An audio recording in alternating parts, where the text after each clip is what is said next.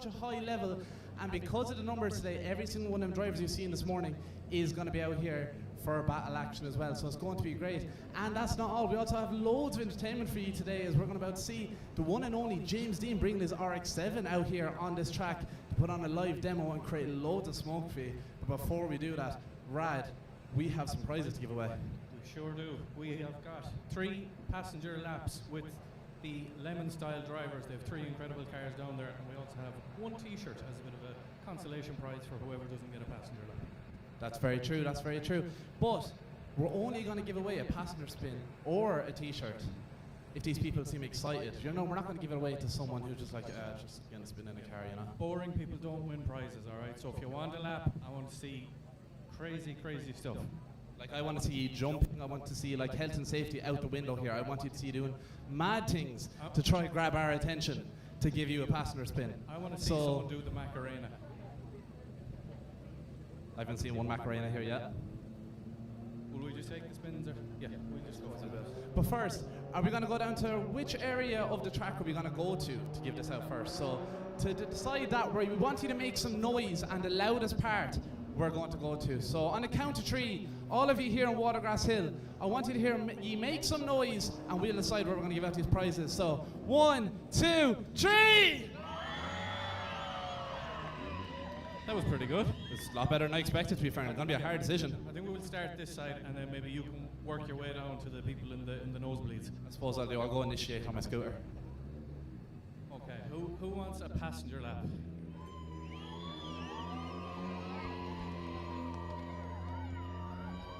You have to be over 16, so just bear that in mind, all right?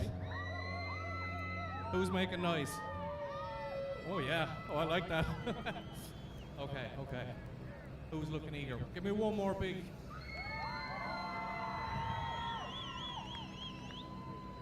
I think, are you over 16?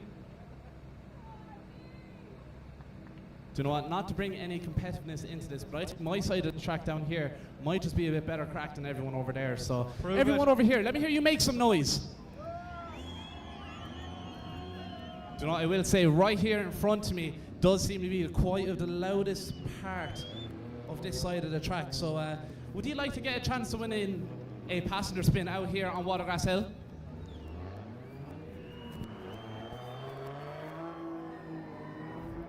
Right, so I'm going to throw it up in a random direction. That's just an excuse for my bad throw, but whichever one of you collects it, here you go.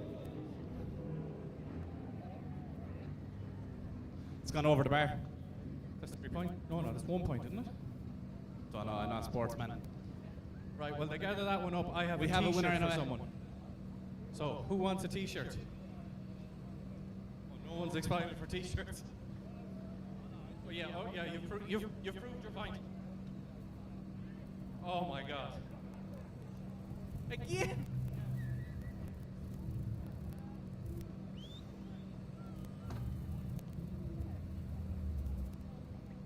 Right, so we've one final prize to give out as well. I have another piece of IDS merch with me here in my hands.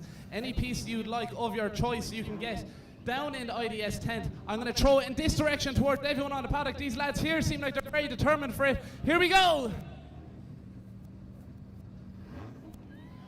It's like a game of rugby to try to catch that one, so it was. But yeah, that's everything. So we're about to kick off battle action in just a couple of minutes. But before we do so, we're going to have some track demos with the one and only James Dean, as well as some rallycross buggies.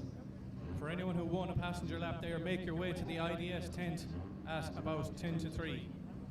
And if you are lucky enough to look young, bring ID, just to be safe.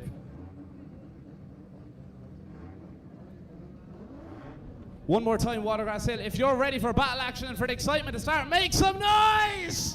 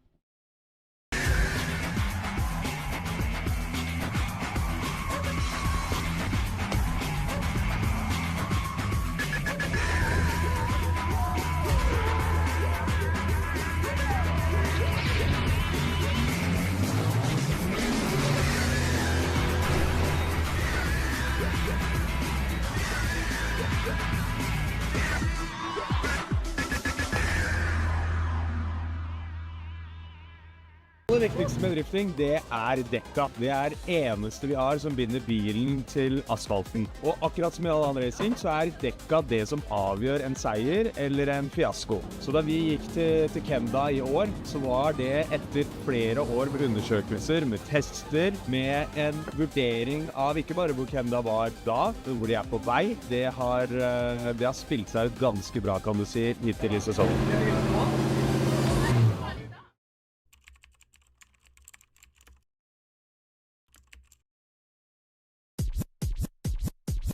Check this out. Okay. I look good. Okay. On the street and I got my swag on. Okay. Get the money, gotta get my bag on. Okay. Triple back.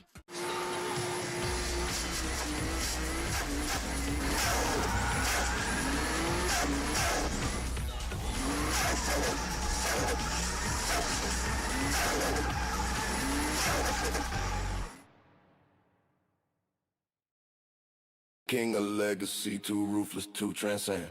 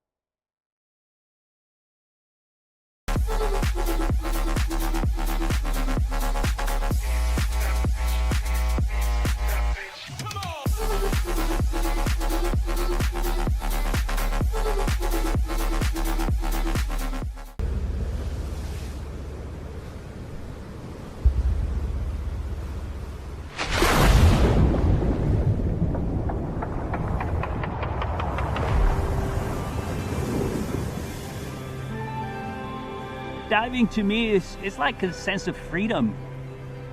Nobody forces me, nobody pushing me. I choose to do it. My grandfather would refer to it as like the last place that God made, as far west as you can go in the country. The last sunset in Europe in the millennium was over Jersey Island, you know. What better view can you ask for?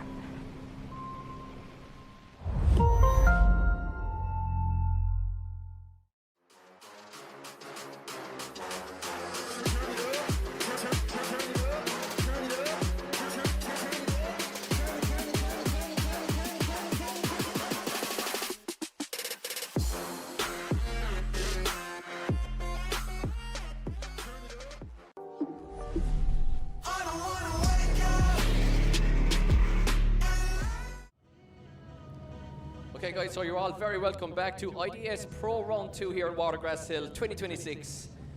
And we are ready to rock for Top 32 battle action, where we have come through qualifying and we've come through Pro 2 of 65 cars yesterday, whittled that down to a winner. We brought up 8 of those guys. They've looked pretty good in qualifying and we are now ready to rock with, I think, 29 cars out of Top 32, so we will have a couple of buy runs. My name is Mike Fitz, if you've just joined us. I'm joined here in the tower by the one and only Adam Driver.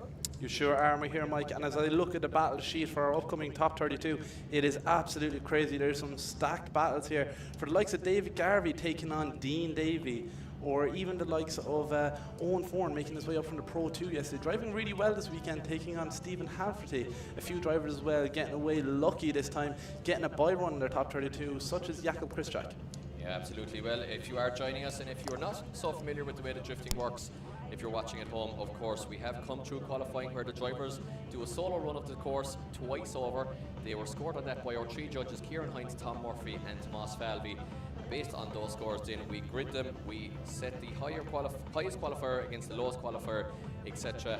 And we are into battle action, where we do now have the cars running with 2 runs. Of course, the lead car's job is to run the qualifying line as well as possible, and then the chase cars, as I just turned up my mic here, the chase car's job is to mimic the lead car as closely as humanly possible, mimicking exactly what they do and basically doing it with as much proximity as possible. Then you swap them around, lead becomes chase, and the lead car then goes into the chase position, chase car goes into the lead, and of course they run them all over again, and it is then of course judged by the judges to see who wins the battle overall over the course of the 2 runs. And bear in mind as well, guys, we'll be talking you through that. It's a little bit complex to explain it, but once you see the cars on track, if it is your first time seeing drifting, it will become self-apparent after just a couple of runs. We'll explain you through all of that. So we are ready to go here. Judges are in place, we're in place, and most importantly, the competitors are in place. And we will have Dylan Garvey to kick us off here. It won't be a battle because Dylan Garvey is the first place qualifier, and he of course does manage to get a bye run into the top 16 as a result, because we have 29 cars in the top 32 at a meeting. We have 3 bye runs essentially going to happen. Dylan Garvey's reward for being awesome qualifying is that he has no opponent to face. He gets straight into the top 16 after proving that he can leave the line and initiate drift. That's for sure, Mike. He does get lucky by getting this bye run, but it does not mean he gets a free card straight into the top 16, because he does still have to do a valid initiation, which we'll see here now. Does he do? And he does. So from here on now, just here on now, just doing a bit of a show. But Dylan Garvey just putting in a 100-point initiation there straight away off the bat. Yeah, pretty much. Yeah, he didn't like them tires anyway, so he said he'd just get rid of them while he had the opportunity here on his bye run. But as we can see, Dylan Garvey here putting down an unreal run. The first run of the top 32 here for round 2 in Watergrasshill. Incredible stuff already. I can't wait to see as the battle action properly kicks in. So. Yeah, absolutely. Great run there from Dylan Garvey with a bye run. So fantastic stuff to see him putting a marker down for the rest of the field, meaning that he progresses through to the top 16. He's a championship hopeful, not having the best opening run due to mechanical issues, but he's really looking good here at IDS Round 2 2026 at the beautiful Watergrasshill track here, tight technical go-kart circuit, but one of the bigger go-kart circuits that you'll find and ideal for drifting action. Now we move it along to the second battle of the top 32, where we do have battle action. And just speaking with Jamie Hines' mom there in the pits earlier on, and she reminded me that Jamie Hines and In the Lions are actually very close neighbours to each other in Galway. I've seen him chatting a few times in the pits. 2 big characters around the paddock as well, and 2 big characters out on track. I've said it several times today, Enda Lines is driving incredible lately. As we can see, both drivers leaving from the line. Yesterday's Pro 2, top spot on the podium. Jamie Hines leads us in first. Look at this as he initiates, dragging a handbrake to get right on line where he needs to be, and Enda Lines not holding back, getting right up there on the door. They paid attention in briefing, they know what's going on as Enda Line makes the dive on the first hairpin of this track here, trying to close that proximity, but Jamie Hines just flies off, trying to put down the best lead lines he possibly can, aim everything towards himself if possible, but Enda Lines is not holding back. He's trying to stay there, right there with him. Look at this as they come across the final corner on our first actual battle of the top 32. Yeah, great run there for both drivers. Crowd loving that one. Big rounds of applause going up already. And of course, as we mentioned there in the intro, it is the lead car's job to run that perfect 100-point qualifying line, hitting all the clips and being on the line that the judges want to see. Jamie Hines sacrificing zone 2 though, unfortunately, and having a little bit of a straighten into 3 on his lead line here. In the Lions, it's his job to mimic and mirror the lead car as closely as possible, putting his 180SX on the door of the S14 with as much proximity as humanly possible. Now he still has to, you know, if he does drop back quite a lot, he still has to run the qualifying line where possible. But the chase car pretty much doing its job there in the first run. If you are joining us for the first time again in drifting, that is what you want to see a chase car doing pretty much. That's for sure, Mike. We always say we love to see people pushing right up on the door and stuff, but drifting is meant to be a non-contact sport, although the slight little rub here and there is perfectly okay. Yeah, the judges turn a blind eye to a little bit of a shoulder barge sometimes. Exactly, we like a bit of a show, don't we? We do indeed, and rubbing is racing, so we are ready to rock. And if Jamie Hines has anything to go by his performance yesterday, we will see some rubbing here, because he absolutely bullied everybody on his way to the top step of the podium yesterday, rubbing them. So the neighbours from County Galway in the Lions, the pro driver now leads in Pro 2 winner from yesterday, young Jamie Hines. That's for sure, Michael. Jamie Hines take a podium again today as proximity opens up just a bit, but Jamie Hines going shallow to try close it, and the Lions flying away from Jamie as they come into zones 4 and 5 here. Jamie Hines making a dive as the decel zone comes into play, and they come here for the second hairpin of the track. Jamie Hines trying to stay there with Enda Lines, closing that proximity as much as he possibly can as they go up against the wall here on zone 9. Bit of contact there on the final hairpin. coming across the line. The crowd goes wild. Incredible stuff. Yeah, the neighbours from Galway, they are really enjoying the show here. Two top drivers, to be fair, in their individual classes. And I was just speaking with the guys there in the pits, and Jamie Hines is on the semi-slick tyres. As you can see, he absolutely has the pace of a pro car here. So choosing to get some semi-slick tyres overnight, get them on the back of his S14, and looking for all the world like a pro driver. But did he have enough to beat in the lines there, Adam? Not so sure. Let's see what the judges think about that one. That's for sure, Mike. The first half of the second run there was quite a lot of proximity, and Jamie Hines was not on the exact line the end I was putting down for him, so that might just affect us quite a lot. We wait for the result to drop in. We do indeed, as we get the drivers out here in front of the crowd. Guys, round of applause for In the Lines and Jamie Hines. For pro competition here in IDS, this is what it's all about, guys. The top tier of Irish drifting. Our first proper battle in the books, and the judges just having a word here as they wave to the crowd. Young Jamie. Small height difference between these two, so there is. Yeah, Inda's quite the tall man, and yeah. That's for sure, Mike, as the result is about to drop in. Yeah. So here we go. It is Enda Lyons taking a win on this and making his way into the top 16, knocking out young Jamie Hines, yesterday's Pro 2 champion, or winner of the round 2, but still Jamie Hines has a lot to go home with this weekend and be proud of. Yeah, he does indeed. He'll have had a great weekend. His mom said he's just out for fun, delighted to be in the pro class. His Inda's reward for winning that battle is Dylan Garvey. So yeah, okay. Not so much we of move a reward there, Mike.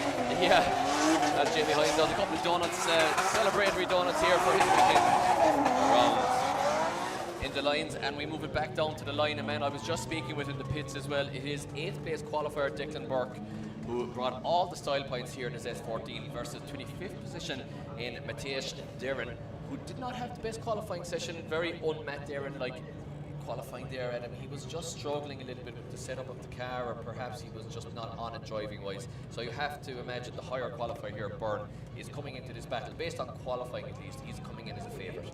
That's for sure. We've seen Byrne many a time putting down unreal runs, and since coming into this Pro 1 category, anytime he's been on them slicks, he's really enjoying it. He's feeling very comfortable this year, so I'm sure this is going to be a tough battle to decide on. Matt Darren always putting it foot to the floor with full aggression, as we can see them here.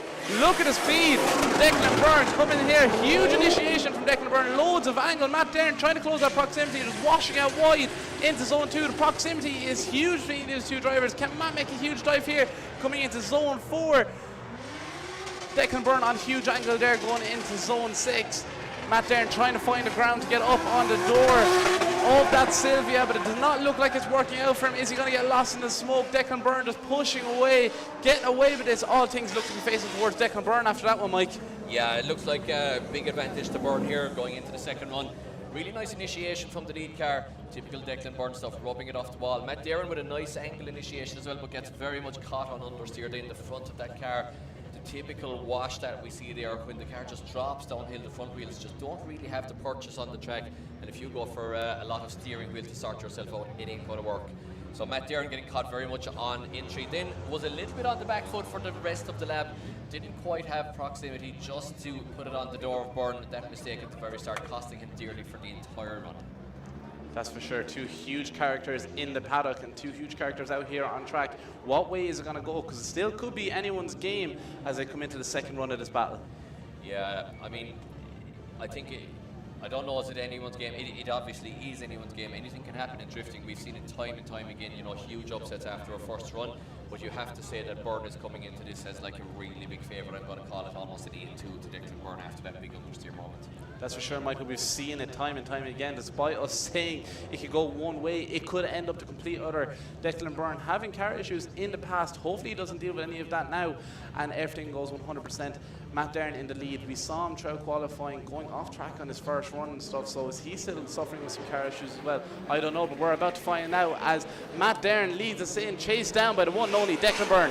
Yeah, Declan Byrne right there with Matt Darren. Probably doesn't have to be overly aggressive here. Matt Darren now looking much better. Much more Matt Darren has perfect lead line from the Polish driver, making Ireland his home. Now let's see what he can do. Oh, Declan Byrne washes extremely wide here, guys. Just about keeps the car on track. Matt Darren also drops a wheel. Was Matt Darren the man to lead Declan Byrne off track? I'm not so sure. We'll have to watch the replay back. But you know what? It's still not over here. Big mistakes from Byrne in the chase as well, I think. We'll have to watch it back. And both drivers full throttle and across the line. That's for sure, Mike. For basing this off proximity, everything is going towards Declan Byrne here. But as you said there on the initiation into zones 4 and 5, was it Matt that led him out there on track to drop them tyres? Yeah, it could have been Matt just leading him slightly off track. Look at the beautiful scenes we have here in the smoke in Watergrasshill, and Matt Darren with the huge wing on the back. Guys, round of applause from Matt Darren getting out of the car into Declan Byrne. Two huge characters, so they are in the Irish Drift Series. Always great cracks. We can see them giving each other a bit of a cuddle there. A nice cuddle. It's nice to have a cuddle of a Sunday. It is very nice. true. It is very nice. but especially after a hard old drive. Like. Exactly, yeah. Especially you'd be a bit tired after the drive, you know. It's nice. They to look cuddle awful up. cutesy. They do. They look very, very much in love. They do. Anyways, back to drifting. Yes, back to drifting. So we're waiting for the judges' scores to drop in. And we do have a result. It's Declan Byrne goes through to the top 16. And Matt Darren looking good there in the second half of the run, but maybe just not Matt Darren's weekend. And he drops out of competition early, says bye-bye to the crowd, and his BMW and him will live to fight another day. But Declan Byrne will face off against the winner of the next battle, which will be Jake Davey, who has a working car now, versus Adam Kelly. This one's going to have fireworks. That is for sure, Mike. Jake Davey, last year's Pro 2 champion, making his way into the Pro 1 side of the championship this year, taking on Adam Kelly, who you have mentioned earlier on is working very closely with the Falvies on their Drift Masters program this year, managing the cars. But look, as they lead us in here, it is Jake Davey in the lead position, chased down by Adam Kelly. Jake Davey putting down an unreal initiation there through zones 1 and into 2. Great line so far, following that qualifying line, but Adam Kelly is not letting him get away as they both transition here into the first hairpin of the track. Adam Kelly closing that proximity, trying to get right up on the door of that Carrick Karting 180 SX. Adam Kelly just stuttering just a small bit there. Did he straighten up or lose traction or power? What's going on there, Mike? I'm not sure, but he tries sorting himself out for the second half of this run. Jake Davey putting it across the line with Adam Kelly right on the rear end. Yeah, right on him there. I mean, it never ceases to amaze me that when drivers forget about qualifying and the qualifying nerves leave the body, like they put in these absolutely perfect initiations, and in the 90 points qualifying run easily, Jake Davey doing exactly that in the lead position. Kelly was looking all right up to that point. Then it started to all fall apart a little bit just after 6 years. He heads for 7. He finds himself very much in the wrong part of the track, going very shallow and then getting caught on the inside. Has to kind of emergency handbrake it to make sure he doesn't completely lose angle there. Finds himself on the inside of the track slightly again as they cross the line. But overall, yeah, not a terrible run from Kelly in the chase, but I think it's a big advantage to the lead driver here. I would say so too, Mike. Just down to that one mistake. There was quite a good chase there from Adam Kelly though throughout that. So Jake Davey has a lot to live up to in this. Once he has no mistakes, he could take this home. Yeah, absolutely. I mean, he could. It's still all to play for, as is always the way pretty much in drifting. But let's see what happens. Jake Davey, the one thing I've learned about him is he's very cool, calm and collected.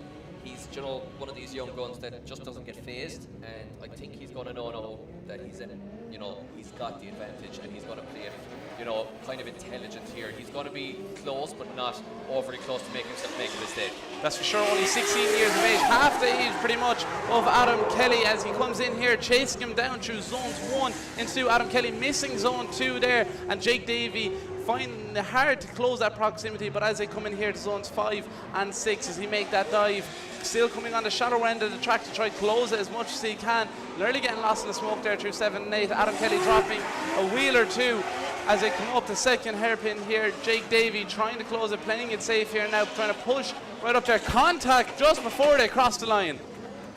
Oh yeah, great run there in terms of entertainment alone. Lots to take in. I thought Kelly was actually getting himself back in it very much. Then he dropped the wheel in the middle hairpin, but it might not be a huge mistake to wheel drop. And I think the lack of proximity from Davey on Kelly there, even though Kelly did kind of miss 2. And Davey missed 4 as well, so lots of clipping points being missed by the drivers here. I thought Kelly might be after just about doing enough here to get himself back in it. Does drop a wheel, 2 wheels in fact off by Kelly, I would say there in the middle hairpin, but Davey then sacrifices 8 as a result as well, so it's a bit of a scrappy battle from both drivers. Great proximity from Davey over the line, and the judges have a lot to think about with this one. That is for sure, Mike. So we can see our judges here behind us. It looks like they have a decision in, and they do so as Jake Davey takes the win on this one, making his way into the top 16.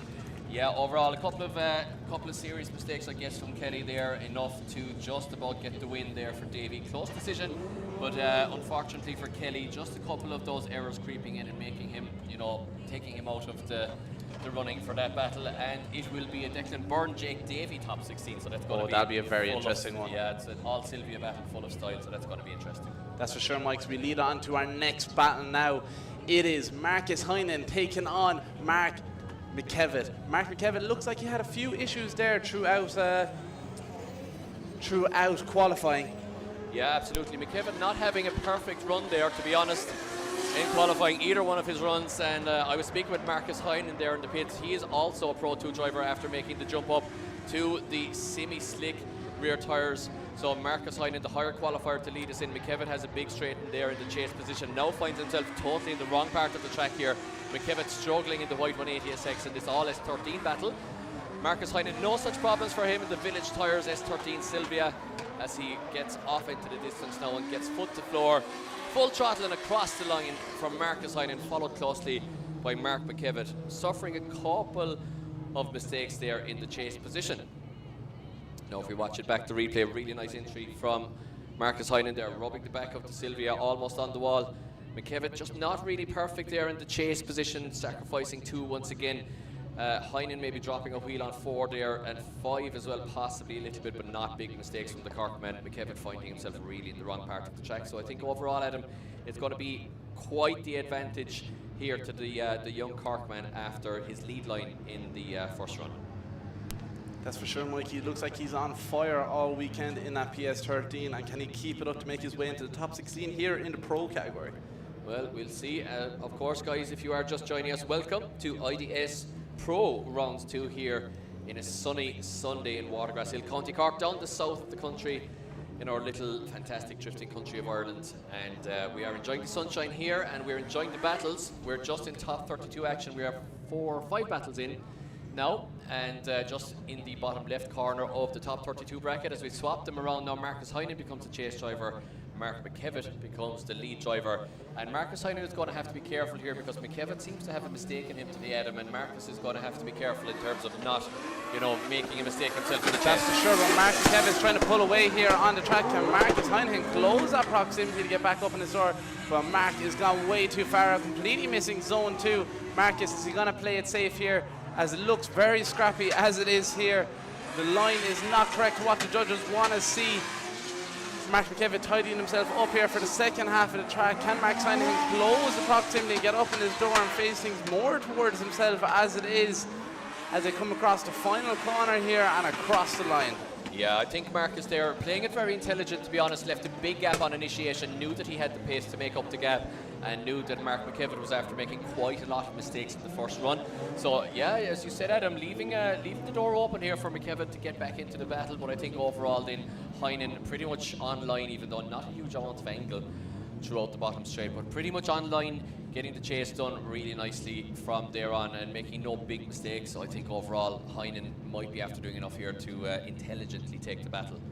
Guys, if we do have a bit of downtime, we're going to grab, in a while, we might grab Conor Falvey there for a couple of words in a while. He's looking like he's sun-tanning there for a bit, but if we do have a mechanical issue or whatever, we'll get the Driftmaster driver over here for a word as we wait for the judge's decision to drop in, and it is Marcus Heinen moves on to the top 16. Mark McKevitt bowing out of competition, looking very angry there in the live stream picture, Eddie. Or not Eddie, you're not Eddie, you're Adam. It's like calling her ex-girlfriend a different name. yeah. See how it is, Mike.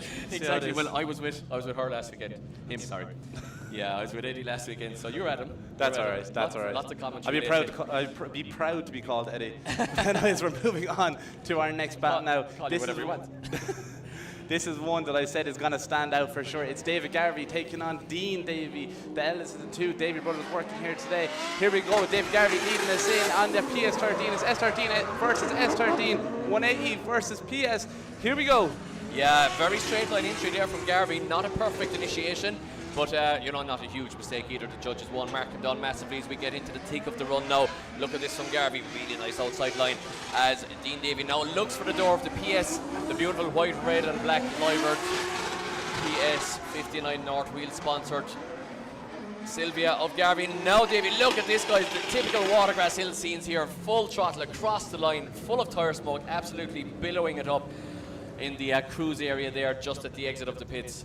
And a packed house here pretty much in Watergrasshill, guys. Great to see a full bank all the way around. Great scenes here. And thank you for joining us once again. As they take a little cool down lap, Adam, you know, I mean, these cars again, lots of horsepower, lots of heat generated under bonnet. 2 JZs usually are RB power. Big turbos, and yeah, they're taking a quick cool down lap just to get the temps down. That's for sure, Mike, especially with this heat that's here today. It's not the usual weather that we might see in this part of the country or this part of Europe in general. Well, so I can imagine when these cars are going on baiting off the limiter that it will create a bit of heat. Yeah, it will indeed. I always say it, you know, either Mondello or Watergrasshill, they're just fantastic places in the sunshine. Dire places in the, you know, in the wet and the cold, but drifting has 2 settings: either you're coming home soaked or you're coming home sunburned. Yeah, exactly. You always get sunburn anyway drifting. I don't know, is it windburn or I don't know what happens, but I never come from a dry event that you're not like kind of sunburned and look all red and raw. But you know, it's one of those things in drifting. We know it and love it. But we've swapped them around now, guys. It's still all to play for here in our third class battle on the left hand side of the bracket of top 32. We're getting through them thick and fast. It's all action here in IDS as David Garvey now becomes chased. A big lead though from Dean Davey on initiation. That's for sure. Dean Davey looking very much in control, except for the fact that he completely misses zone 2 there, washing out a bit wide. David Garvey tried to stay there, right there with him. He knows there's a bit of pressure on Dean Davey, put down a really good chase in the first run. Can he match that? Things are favouring maybe one way now after that mistake on zone 2. I'm not too sure, Mike. We're going to have to see as they keep our line of this track going up against zone 9 there, right up against the wall, and cross into 10 to finish out the run. Yeah, sorry Adam, I put it in there. I mean, just look at the line there from Garvey in the chase, like it really made a nice dive onto the door there. Backed out of it again a little bit earlier for my liking, but overall I think Garvey looking pretty good there in the chase position. As watch back the replay now, Davey missing zone 2 completely, as so many drivers are in the lead position. Very, very tricky line here in Watergrasshill, is set out by Kieran Hines, our head judge. Possibly the most experienced drift judge in the world. One of them anyway. Maybe you could get the Japanese guys into the conversation there, but in terms of the Western world, I think Kieran Hines has judged 50,000 competitions at this stage. As we watch them on the replay crossing the line, and a very close battle. We could see one more time here, but judges still having a chat here about this one, I think. Yeah, they are still chatting. I'm not seeing pen to paper here, so still all to play for here for Dean Davey and Dave Garvey. That's for sure, Mike. The judges here behind us are debating on what mistakes meant worse for either driver here. So as we can see, both drivers down there outside the cars. Give them a round of applause after an insane run there in their top 32. Dean Davey and Mr. Garvey. 2 great looking cars as well, Mike, as they sit down there on track. 2 great looking men, as I said earlier as well. Questioning you, lad. Yeah, sure look. I'm not lying. Anyway, yeah, but they are 2 great looking cars. The black and purple livery, they are Davies, just so beautiful here in the Watergrasshill sunshine, and those typical, you know, those classic racing colours, white, black and red of Dave Garvey, just looking great there in the sunshine. And again, I know this car quite well. It spends a bit of time in Group D from time to time. Great build, and credit to David Garvey for sure. As they wait in silence. Oh, guys, we do have our first one more time of the top 32, so the judge is not able to split both drivers, and we are going to send them one more time. Just to explain, if you are once again watching your first drift event or not so sure what's happening, if the judges cannot split the competitors, they do have the option to send them one more time. So they basically start from scratch, you tear up the results book and you send them back to the line, both at zeros again, and we run them one more time. Now it is possible for them to run them one more time, for a second one more time. So in other words, you can have 3 battles between 2 drivers, a maximum of 3 battles, and the judges have to make a decision at the end of the second one more time, but it's very, very rare that it goes to a second one more time. So we are ready to rock with our next battle as the cars are being sent back to warm tyres once again, just getting the heat into those semi-slick rear tyres, and also getting a little bit of heat into the front and getting the front of them scrubbed. They pick up loads of rubber from, you know, the chunks that come off the rear tyres, and it's very important to get that rubber scrubbed off of them because it essentially leaves you with a tiny contact patch.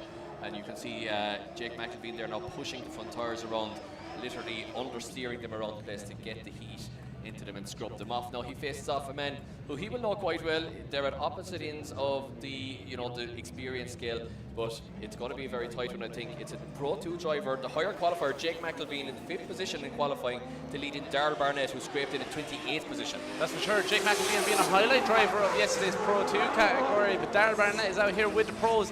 He knows how to drive. Look at this as he closes proximity, gets right up on the door, flicking it to angle here as they go down the back straight, coming into 5 and zone 6. Right there with each other, consistent proximity throughout the whole one so far. Darryl Barnett a bit sketchy in the chase from there, but he's with him the whole way. Is the pace an issue here, Mike? I'm not too sure, as Jake McElveen continues on with his run, keeping it right to the edge of the track. Yeah, absolutely loving it from McElveen there.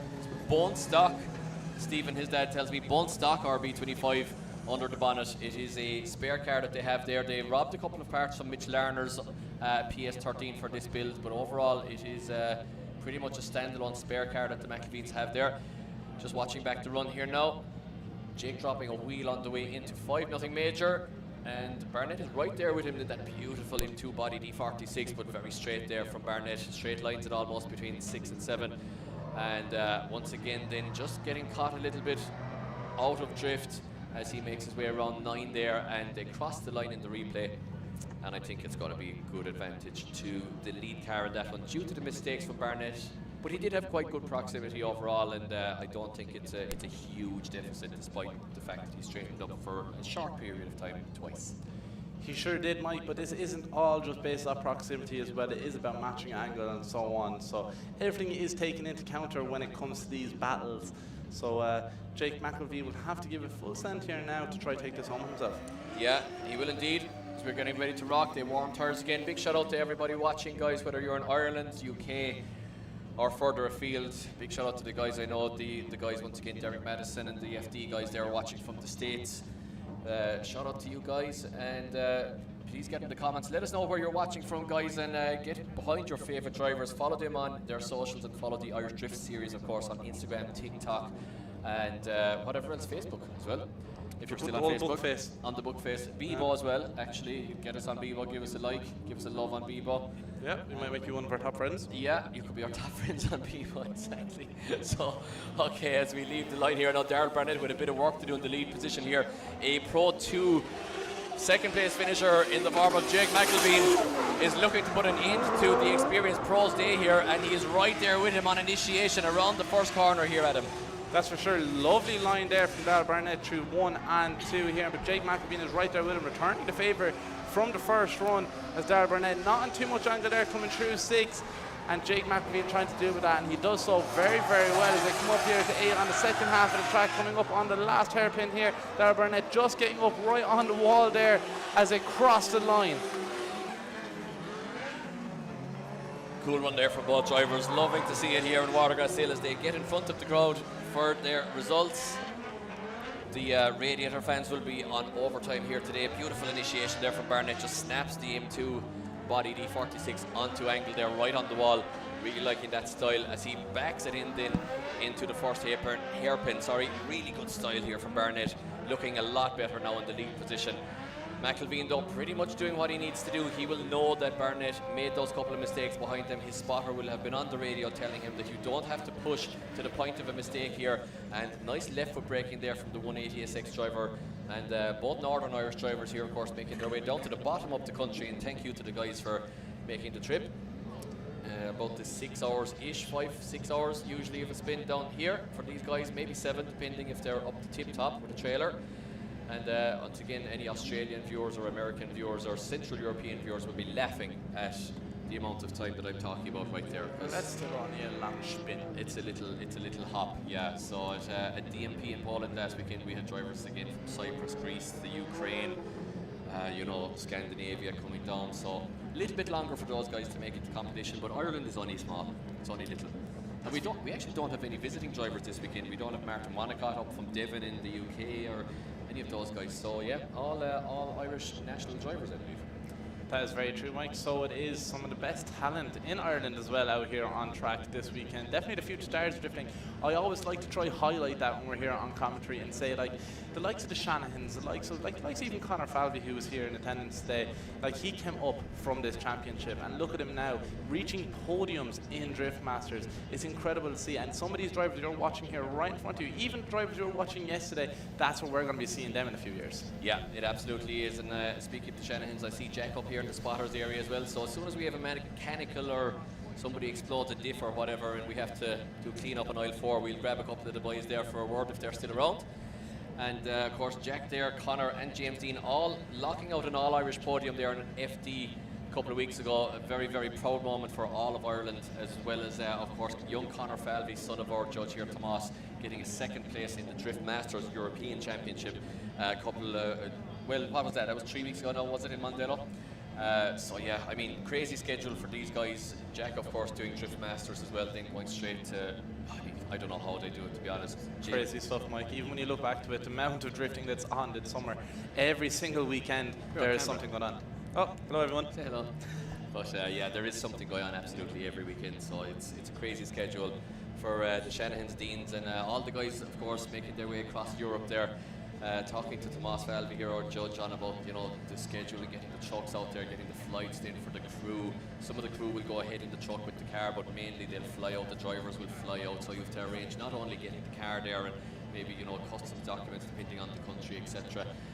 Carnets sometimes depending on the country, but you know, you have to just get all the crew there, then arrange flights, arrange getting to the track, arrange all the spares packages. It's crazy stuff, and the Shanahans are doing that in 2 championships. So we do have a winner, guys. It is Daryl Barnett takes the win with a really, really good run there. Really liking his lead there, absolutely. And you know, we did touch on it there, that he looks so good in the second run there, the lead position, and he'd be delighted with that because Jake McElveen was looking for all the world the favourite coming into that battle as the higher qualifier. That's for sure, Mike, but at least both drivers going home with something this weekend. Jay making his way up from the Pro 2s yesterday. At least Darren now is making his way into the top 16s and might grab a podium for himself as well. Who knows? As the day goes on, we'll find out. But next, Mike, we're moving on to our next battle. It's the Pro 2 driver, Pro 2 rookie, in fact, coming all the way from County Kerry. It's the pizza man. It's Owen Foran in his 180 SX. His first year competing, as I said, taking on the one and only Stephen Halferty in his Wagon E36. Yeah, absolutely. I mean, Owen Foran not coming that far. He's in the neighbouring county, but we are quite far east in Cork here, so Cork is a big county, and Owen Foran still coming quite a ways to compete here. About 2 hours of a spin, but nothing compared to Halferty all the way down from the north. And I mean, look, in the form book here, you have to fancy Halferty. He's got super amounts of experience. Owen will be delighted just to be here. I'm not even sure, have you been speaking with him? Did he get the semi-slick tyres up in Pro 2, or is he still on road tyres? I'm not too sure. Last I seen of Owen today, he had a big sleepy head in him after missing briefing and getting a breakfast roll. So okay. He seems to be quite comfortable regardless of what he's doing. He must have eaten too much pizza last night. Just maybe. Yeah. So the man behind pizza for everyone in the pits. The man behind Dough Mama Pizza in the stall. If you're in North Kerry, be sure to call in there and support Owen. I'm sure that he needs your business to keep one of these drift cars going in Pro 2 competition, especially when he's making it to Pro competition.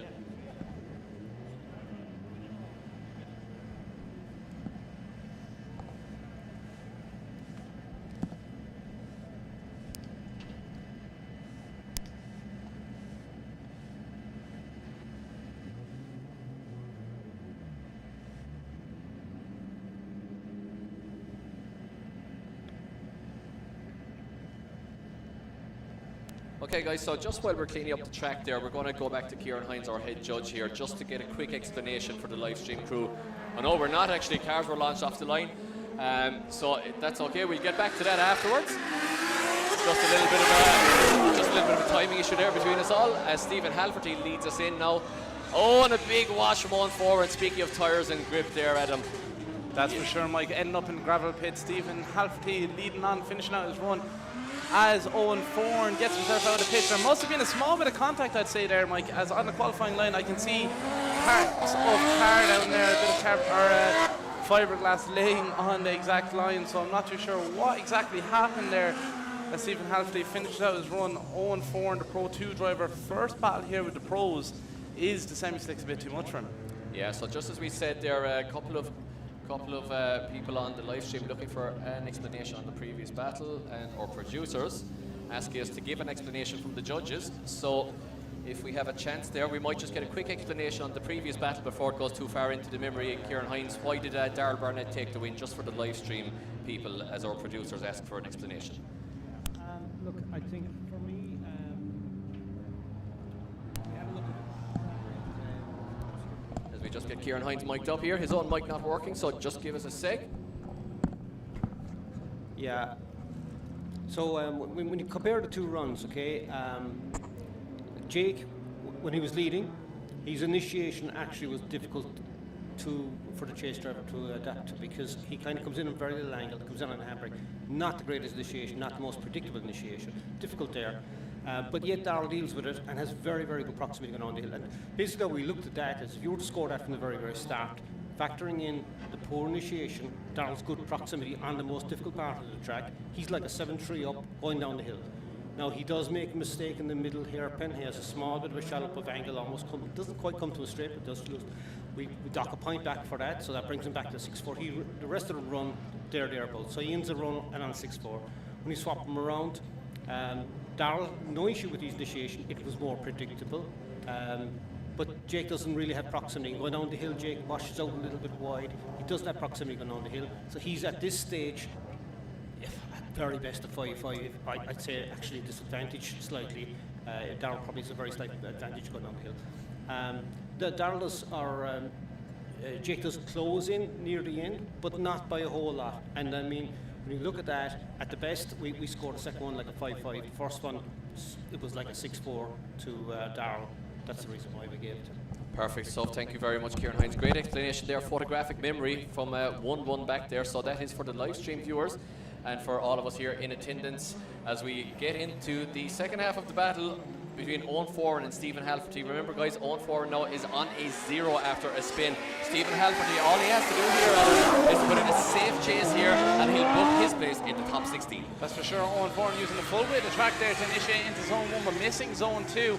Unfortunately, had a bit of time there to think before the run as to what he's going to do. Looking a lot stronger this time, but Stephen Halferty just has to put a safe run in.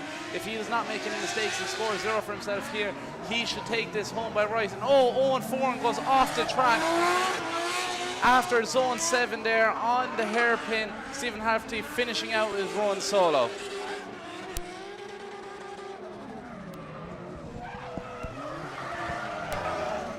Yeah, overall, I think, we have to just double check it with the judges, but looks like that Foran just had an unforced error on the first lap there, coming in too hot into the first corner, and the rest of the run then was not a foregone conclusion, because anything can happen in drifting, and Halferty could have been forced into it one more time, but we are confirming, guys, from the judges. Stephen Halferty is the winner, no surprise there, goes through to the top 16, where he will be facing off against a resurgent Darrell Barnett. And they'd be good friends now, these two guys. That'll be a very good battle, actually. That's for sure, Mike, as we finish off our left-hand side. Apart from our one more time. Yeah, so we are going back to the one more time, Adam. If you look down to the line, we have David Garvey on the line. And Dean Davey is just about joining him here one more time between these two drivers. Judges couldn't separate them. They have the option to send them around again. So that is exactly what we're doing here. Dave Garvey, the higher qualifier, will lead us in. He qualified in 13th position versus Dean Davies, 28th place qualifying. So Garvey to lead us in. It is an all S13 battle. It's PS13 versus 188. It is Garvey versus Davey. That's for sure. Davey on a lot more angle than Garvey there on the initiation. Oh, and Garvey straightens up, causing a bit of contact, if I'm correct, so on saying, as they entered into zone 3. What is going on here, Mike? Is Garvey suffering with some car issues? I presume so, losing drift there as they initiated into the next zone. Yeah, definitely a mechanical issue there for David Garvey on some level.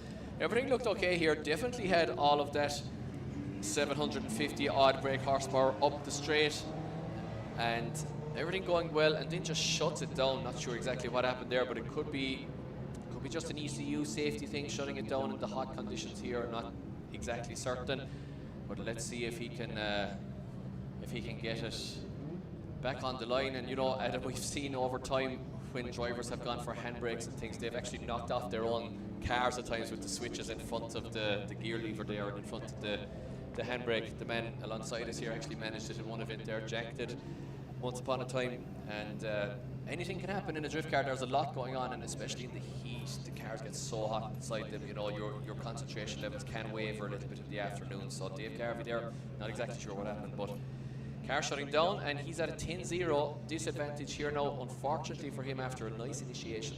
That's for sure. After their first battle being so equalled out, things are all facing towards young Davey now on this one. Unless it happens again and Davey makes a mistake this time, it could be a second one more time. But from what I know of young Dean Davey, I don't presume that's going to happen. Look at this as they initiate in. Garvey looking a lot stronger this time, right up on the door for him, nearly touching off the door, rubbing it.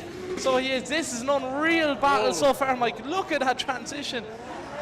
Yeah, Garvey absolutely all over Davey. Straightens up a little bit then as a result in the pocket, just a little bit too over aggressive, but Garvey looking fantastic here, trying to force Davey into the mistake, showing him the nose of his S13. Look at him once again, showing him the nose of the car in order to put off the lead driver. No such worries though for Dean Davies. They crossed the line. Guys, round of applause for a great run there from both drivers. Incredible stuff, Mike, incredible stuff. Garvey not letting the fact of it all facing towards Davey on that first part of that one more time. Still going out there giving a full send to put on a bit of a show for everyone here in attendance. Yeah, I mean, really nice outside line there from Davey. Does drop a wheel a little bit. You know, let's just have a look here, just in case the judges see that Davey took any kind of a funny line there around zone 5, 6. Just in case he put Garvey off. I don't think so, but the judge is having a look at it here, and I think they do have a result, and it's going to drop in here. It's not going to be enough either way to turn around Garvey's car shutting down, I would think, as we go to the result, and it is indeed Dean Davey is the winner and advances to the top 16, where he will face off against Marcus Heinen actually, so that'll be a very good all S13 battle once again. And that means we are locked in for the left-hand side of the top 32 bracket already, guys, and we move it over to the right-hand side where we will have Dean Byrne on the line, who is our second place qualifier, who does get himself a bye run as a result. But you know what? I know Dean Byrne, and he's going to put on a show either way here, Adam. He's going to fire this thing in. He's going to do a backy just for the crack. That's for sure, Mike. We saw him try qualifying, doing some unbelievable runs. I'm sure right here he's going to push that 855 brake horsepower around the track. Guys, who wants to see Dean Byrne doing a backy in over the hill here on Watergrasshill? Let's get Kevin. Can we get a word to Kevin, our start line marshal, to ask him to do a backy if we can? I'm not responsible if he hits the wall here. So he does leave the line. Let's see what Dean Byrne can do here. Just for his bye run. It's all for entertainment here for you guys. Let's see what the man in the 180SX can do. Does he fire it in? Quite tentative, Adam. Quite tentative. Quite tentative. Not so much a backy though, but he's using his bye run to his full advantage here. Maybe after changing the setup since qualifying and using this to check out what it's going to be like for battles as he fills Watergrasshill with smoke here. That car looking so fluid as it goes around the hill here, coming up into zone 8 and into 9. Incredible just to watch the way these cars react to the elevation change and everything on this track, Mike. Yeah, I mean, there are huge elevation changes on this track. Once again, it is hard to see it on the live stream, but just try and talk you through it here on the replay. That's just the judge's replay, but basically after zone 1 there is a huge drop downhill into 2 and it levels out below at 3. Then the car really grips up as you put throttle to the floor after 3 into 4, and then you have to do it, come all the way back up the hill again here, and it is quite the elevation change on this track. Always interesting as we move it down to a girl I was talking to in the pits. She says she's trying different things in her driving style just to mix it up a bit, become a little bit more exciting, but she's having a lot of fun out there. It is our only female competitor in Pro. It's Adrian Wheatley, the higher qualifier actually, to lead in Jason McInerney. That's for sure. She's not getting an easy one because Jason McInerney is an incredible driver. So is Adrian. Look at this as she initiates into zone 1 on the ideal line, perfectly through zone 2 and everything. But Jason McInerney is right there with her in his BMW. But Adrian puts a lovely line into zone 5 and into 6. Small bit shallow on 6, but makes her work. Jason McInerney not holding off one bit. He's going to make the dive here for the final 2 hairpins. He gets through zone 8 and up onto 9. This is the final corner of the track. What way does it go? Look at this as Jason makes the final dive. An unreal run for both drivers. Yeah, great run there. Really great chase, and made possible by a really tidy lead run from Adrian Wheatley in the S13. She did mention to me in the pits that she thought Jason was a really great chase driver. She's been proven pretty right on that one because he's pretty much stuck to the back and the side of her S13 all the way around the lap. And if you're watching from home, this is what a chase drive should be, apart from that mistake right there maybe. But overall, really nice chase there. Could be a little bit tighter maybe, and according as the battle brackets start to whittle down into the top 16, the grade 8, etc., you'll see the battles getting tighter and tighter. But for a top 32 battle, this is certainly looking good. And we swapped them around now. Adrian Wheatley, great line driver, and I think she's going to have to find some aggression here now in the chase, Adam, to keep herself in the fight. Aggression is exactly what she needs here, because we know for a fact Jason McInerney is not going to hold back here. He's going to use every bit of pace he has in that BMW E36 to get away as fast as he can. Yeah, crouching Kevin on the start line there as he shades himself from the very, very hot, unusually hot Irish sun here as he stays in the shade, and we swapped it back around as Jason McInerney slides his car into the start line there. Kevin, our start line marshal, now would make eye contact with both drivers. It is okay for the chase driver to jump the start here as well, guys, to gain an advantage, not for the lead driver. Kevin sets them both away. The chase driver with a slightly tighter line as well. Now Adrian really has to get the whole shot. She's a little bit late on the throttle there, Adam. She sure is late on the throttle there, unfortunately, opening up the proximity, and Jason McInerney again to make away. But coming into zones 5 and 6 here is where she has the opportunity to make that dive. Does she do so? Looks like she's going for it, Mike. She does. Nearly over-rotating there, though, I'd say, nearly between 5 and 6. Making it work, though, now here again. Closing our proximity for the second half of the track. Oh, Jason McInerney nearly going off there after 7 and 8. Looks like his back tire wobbled a small bit. Maybe it's just the way it looked in the live stream, but I'm not too sure. Here we go as they cross the line. Yeah, really good run there from Jason. I think Adrian just got caught a little bit on the start line there and didn't expect Jason to have the sheer and utter acceleration that he had in the lead. And just a little bit late on throttle, letting him get away from the get-go, and I think that might have been all she wrote for the Cork woman in the beautiful Candy Culture area. S13, guys, round of applause for Adrian Wheatley and Jason McInerney. Adrian doing it for the girls here, out qualifying the Clareman actually, and definitely getting herself back in the mix here, Adam. And the judges still having a look at this one, so it might not be very, very clear cut, but I think overall, yes indeed. Jason McInerney, guys, goes through to the top 16. Knocking out Adrian Wheatley. Do you know what? Despite saying that, though, Adrian Wheatley being a huge inspiration for a lot of young female drivers that are getting into drifting, especially even the likes of Saoirse Lee Barrett, who we see in the Pro 2 category. Speaking to her before, she said Adrian is a huge inspiration for her. So it's great to see females making their way up within the sport. Yeah, and I mean competing in the All-Man Championship, etc. So great stuff there from Adrian. Doing it for the girls as we move it back to the line, and it is the higher qualifier, Dylan Wilson, who qualified in 7th position to take on an unusually low qualifying Jack Mawhinney. It is Pro 2 versus Pro, and I mean, you've got to fancy Wilson from qualifying alone, but Jack Mawhinney is a top pro, and whatever about qualifying, he is one of the best chase drivers in this entire championship. So just based on qualifying position in the form book from today, do not write the chase driver off here. That's for sure. Look at the width difference on these two cars as they come down the hill here and initiate into zone 1, dragging the handbrake to get on the line from Dylan Wilson in the lead position. Missing zone 2 there, but Jack Mawhinney is right there with him. Unbelievable chase driving, as you mentioned, Mike. They come in here now to the first hairpin of the track. Yeah, great chase here from Mawhinney right on the door. Wilson knows exactly what we expect. Wilson with that really nice textbook outside lead line now in the E92. Mawhinney though popping through the smoke on the right hand side. Typical Watergrasshill proximity here, loving this line, and they cross the line. A great one there from both drivers. That is for sure, Mike. Two great looking cars as well, as we see Dylan Wilson's Turkey Fighter, as you mentioned, isn't it? Yeah, he calls it the Turkey Fighter. Not sure what that's about, but it's a nice E92 anyway, bumblebee yellow. Yeah, and Wilson actually missing zone 2 there, and Mawhinney having to slightly adjust as a result, and I think the judges will actually favour Mawhinney for that.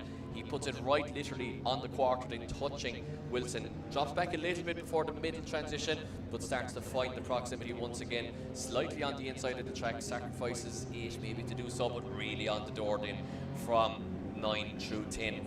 As Wilson covers Watergrasshill here in tire smoke, and they cross the line.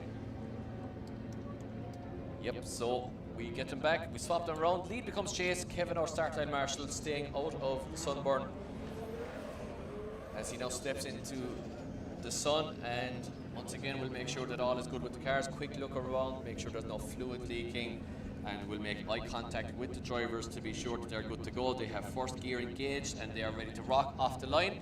He'll get the thumbs up from both and then send them to their destiny. To their destiny is one way to put it for sure, Mike. As this time Jack Marini leads us in his E46 and Dylan Wilson chasing him down in that E92 turkey fire, as you call it. Bumblebee yellow. Here we go. Jack Marini in the lead position, trying to get as much pace and proximity away from Dylan Wilson in the chase position. Jack's putting on an unreal lead one, but a lot of drivers making the same mistake here on zone 2, looking so strong up until that moment, but they're back online here coming into 5 and 6. Yeah, look at this from Wilson, guys. He is right inside in the car almost with Winnie. I can hardly talk with excitement here. Look at this from the Conti Dairyman.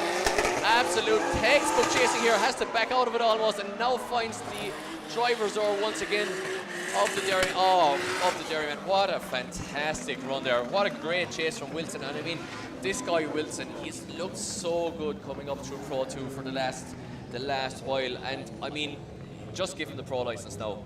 Just give it to him now. He absolutely deserves it. Yeah, just bring him up right now. He is absolutely, for all the world, a pro driver and a top pro driver at that. And I think he's going to continue proving it according as the day goes on. Jack Mawhinney, maybe not with a typical Jack Mawhinney day. Brilliant driver on his day. Maybe just drew the wrong opponent here with a poor qualifying, unfortunately for him. But let's make it official. I think the chase from Wilson maybe just did enough. Guys, let's hear it for Jack Mawhinney and Dylan Wilson putting on a show here, and we are waiting for the result to drop in on the live stream. As Babs is down there on track with the all-important flag. And Dylan Wilson does indeed go through to the top 16. Deservedly so, with a great chase there. And yeah, he will be delighted with that coming up from Pro 2 yesterday. That is for sure, Mike. We're seeing our Pro 2 drivers really shine today in the Pro 1 category. They feel comfortable on them semi-slicks, and it just shows a true highlight of how good our Pro 2 drivers. Speaking of Pro 2 drivers, here is another one. Is Jack Kelly in his JZX, who's going to be chasing down young Jack Caldwell. Yeah, young Jack Caldwell around with a long time, but still but a babe in terms of years, but a super experienced driver in the beautiful newly livered S15. The young man from Strabane to take on Jack Kelly in the big four-door JZX 90 Mark II. He sure is, Mike, and he's not holding back for that. Jack Caldwell has all the abilities here to put on a great run. He gets through zone 2 perfectly. Jack Kelly struggling a bit there on proximity, but makes a dive here now, going on the shallower end of the track to try close proximity as much as he can through 5 and 6. Jack Caldwell filling the place of smoke now, coming up the hill, right on the outer edge of the track, in through zone 8. Jack Kelly struggling to close that proximity, but does he do so? Touches the door end before the end of the track. He doesn't, unfortunately, but still a very consistent run. Yeah, loving the JZ sounds of the clutch kicks there, the typical, iconic noise of the big 6-cylinder turbo engines just getting absolutely having their heart and soul driven out of them here in Watergrasshill, and clutch kicks, limiters, and all the great noises we've come to expect from drift action. As we watch back the replay now, Caldwell with the pretty much perfect lead line here, making it easy for Kelly to chase. Kelly slightly on the inside of the track there, around 6 and 7 and around 9 as well. So yeah, 6, 7. As Adam does the symbol here, which still makes no sense to me, but it makes no sense to me either. We'll go with it. So guys, we are now, what have we left? We've got 4 battles after this, I believe, left in the, we have pretty much 4 battles left in the top 32, the lower right hand side corner of the bracket, left after this battle. So we are 3/4 of the way through after this run of top 32 action. Now Jack Caldwell becomes chase. Jack Kelly's on the right, will be the lead driver. You'd fancy the Sylvia to have the pace here, especially over a Pro 2 setup car, a big chassis as well. Generally doesn't go quite as well in Irish competition when it comes to the Pro class. That's for sure, Mike. Even experience-wise here, you're expecting the Sylvia to take this home. But Jack Kelly's looking very strong since he came into competition this year. And look at him as he goes through zones 1 and 2. And Jack Caldwell's right there on the rear end of that JZX. He has many doors to choose from on which one he wants to get up on. Oh, and he chooses the rear right one. So he does. Just bumping off it there, coming into zone 6. Put a bit of a mark on that JZX. Beautiful looking livery on that car. Holding back just a small bit now, but no, he's not. He wants to mark that door even more. He has something against that rear right door. Give him a round of applause after the incredible chase run. Yeah, crowd loving that one. We're loving that one. Great entertainment here on Watergrasshill. Contact pretty much throughout the end there for both drivers. Jack Caldwell putting a few marks on that new livery in his S15. Jack Kelly knowing all about it. He'll know that the young man was right there with him because he'll have got a couple of shoulder barges into the car, and we can announce, guys, as they get out of the cars, as you give them a round of applause, that Jack Caldwell goes through to the top 16. And Jack Kelly maybe just not having the pace there in the big JZX 90 chassis for, you know, the really fast Sylvia chassis. Maybe so, Mike, with Jack Kelly as a name, we're going to see a lot more of, especially in the Pro 2 Championship. As his first year competing in that Rookie Championship, he will definitely be scoring very high. Yeah, so tries to kill his JZ there with Indus Limiters. And next on the line, we have third place qualifier. It is Jacob Shishjak. And he is getting a boy run, of course, 29 cars competing here, giving Jacob a boy run into the top 16. So, chance for him to get a practice lap in, firing it backwards. Lovely snap onto angle there as well from the Polish driver who has made Ireland his home with the last 15 or so years. Sponsored by Thermotech, of course, self-employed as well with Jacob Insulation and all the guys there.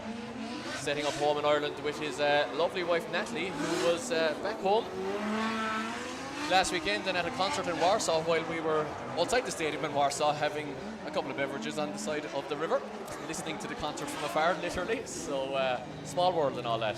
But Jacob looking very good there and getting a practice lap under his belt, progressing to the top 16 where he will indeed face off against Jack Caldwell. No, he won't. He's in the bottom half of the bracket, so he's going to face off against the winner of this. It's Leon Lynch versus Andrew Kinnan. That's for sure, Mike.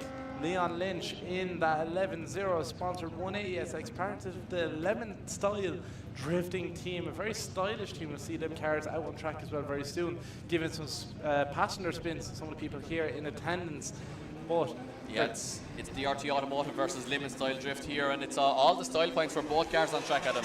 That's for sure, Mike. We can see Leon Lynch leading us in here, pulling every bit of pace he possibly can with a huge angle into zone 1 and into 2. But Andrew Kenna is not holding back in that IDS 300, trying to close proximity now, making that dive through zone 5 and 6 on that decel zone, trying to close proximity. A bit of an unsteady transition there for Andrew Kenna coming out as 6.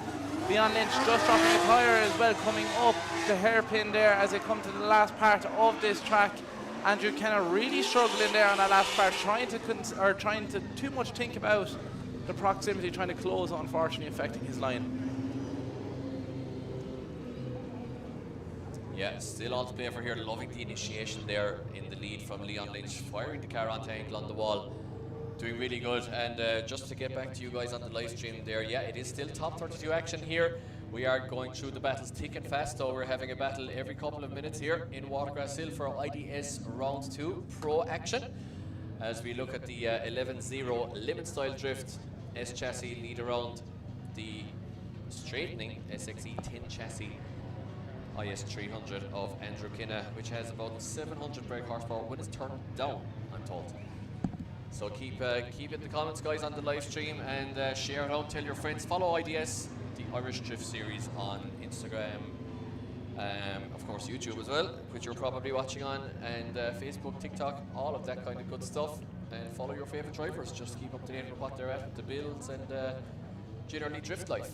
That's for sure, Mike. As we look here at our start line camera, we can see the big Red Bull canopy over the start line as well, one of our lead sponsors for this year's season, as well as Lucky Day Competitions, who are making everything possible for us. One thing to note as well, Mike, as we said, passenger spins earlier on, Leon Lynch in that 180SX will be one of the drivers giving passenger spins later on, so he's taking every bit of track time he possibly can. But here's a bit more track time for him as he has to chase in Andrew Kenna in his IS 300. He does indeed, yeah. Andrew Kenna with a couple of mistakes in the chase on the first one, so it's all to play for here.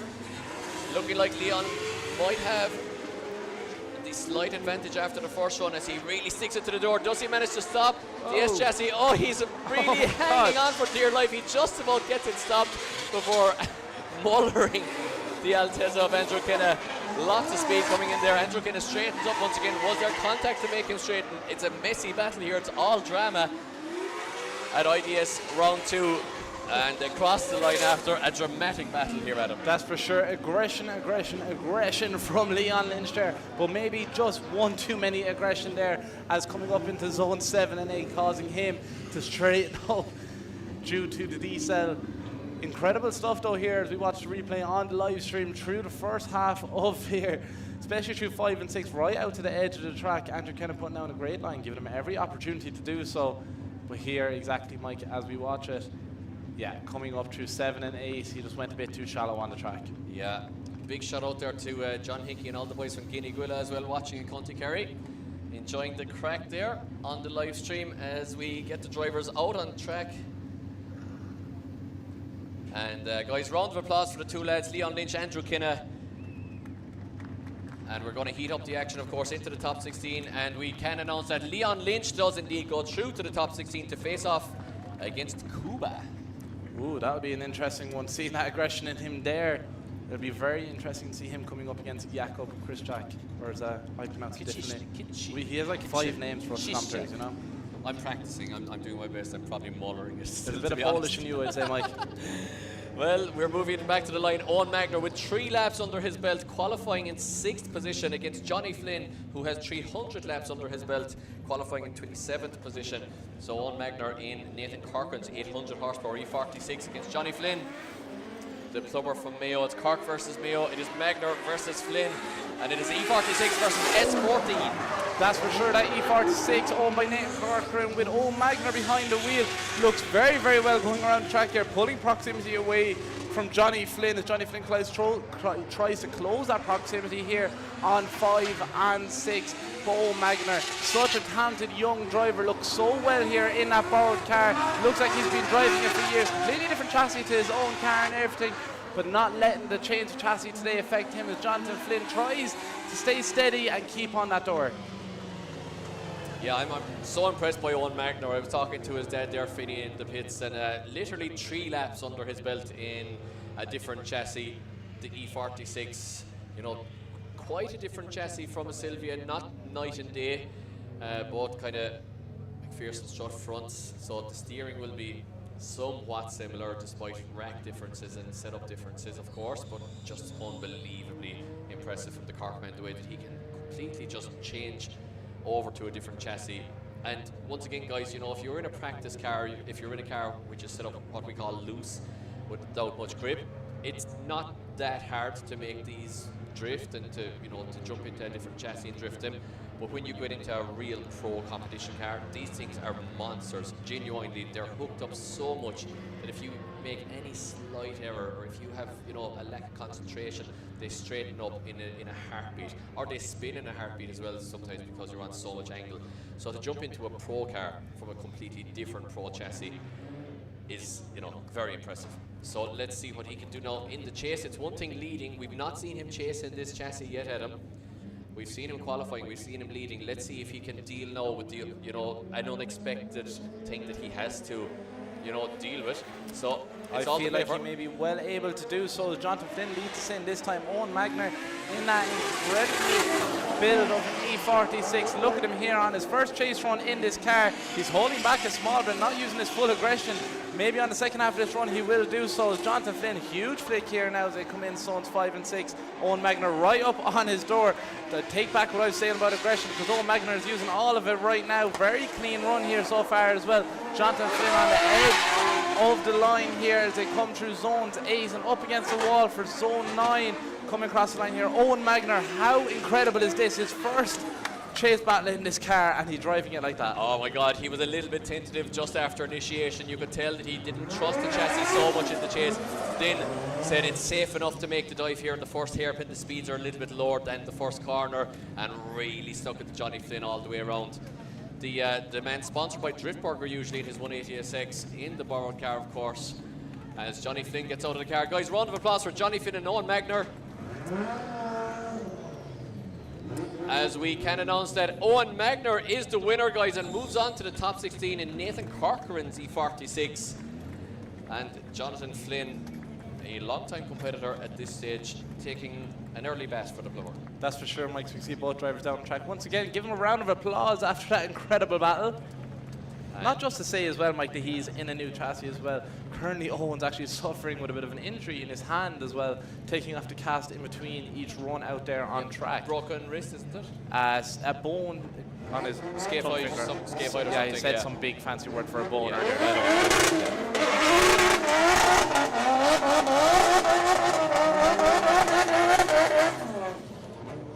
So just a quick announcement there, guys. We are being told by the authorities that if you're sitting on the fence there off on the far side, just the people there in Watergrasshill ask, can you just get off the fence if that's all right? If you're sitting on the fence, the owners are just asking that you would just get off the fence if that's okay. And we will resume action.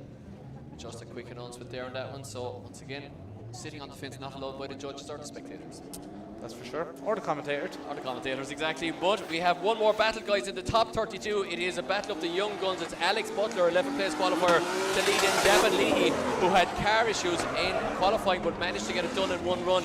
Look at this from Butler now. Young guns all the way. Combined age here on track of, I'm going to say, what would it be? Would it be 35-ish?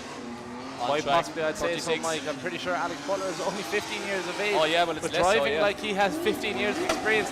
Oh, bit of a stumble there from Alex Butler in the lead position after zone 7. Looks like he just lost out on power. Is he having car issues? I'm unsure.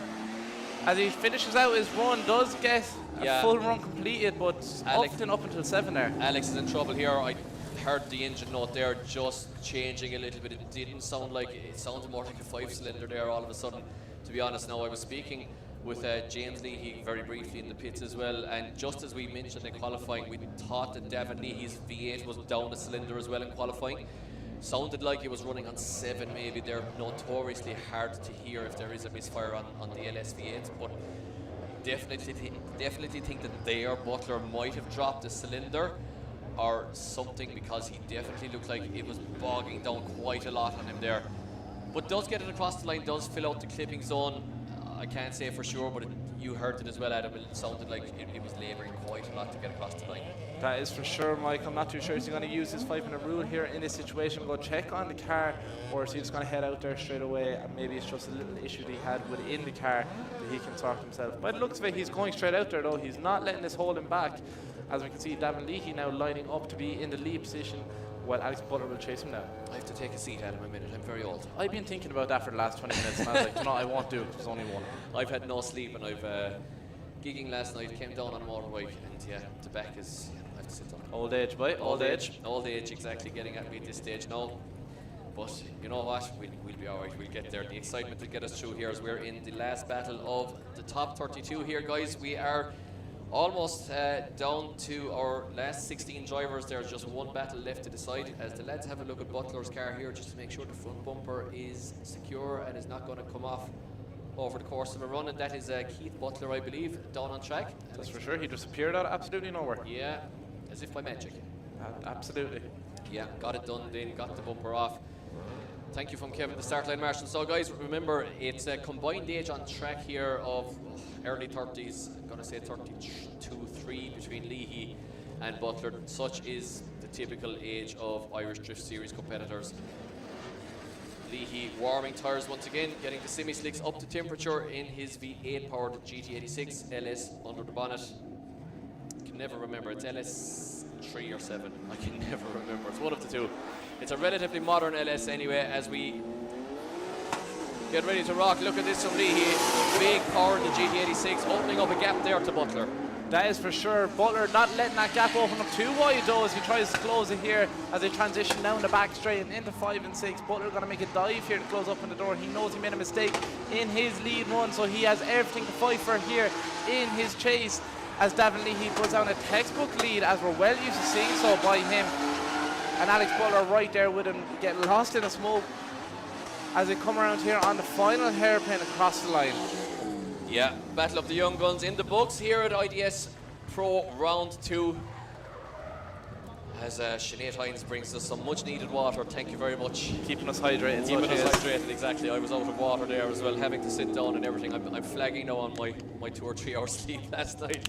But the action is keeping us going. Leahy there really on the outside line, skirting with a wheel drop, but not quite dropping the wheel, looking very good. And I mean, when Devon Leahy's on it, he drops the wheel there as well, but when he's on it, he can be relatively unbeatable when he's on it. But this car fighting them all the way over the last couple of seasons.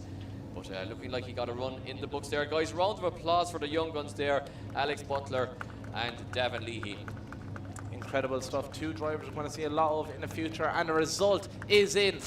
It's Devon Leahy making his way through to the top 16, knocking out young Alex Butler. Just that one mistake, I'd say, on zone 7 there for Alex really was a decider fact on that, but I'm sure we'll be seeing lots more of Alex Butler again in the future. We will. He's a top driver. Just came up against actually the lower qualifier. He just came up against a great chaser there.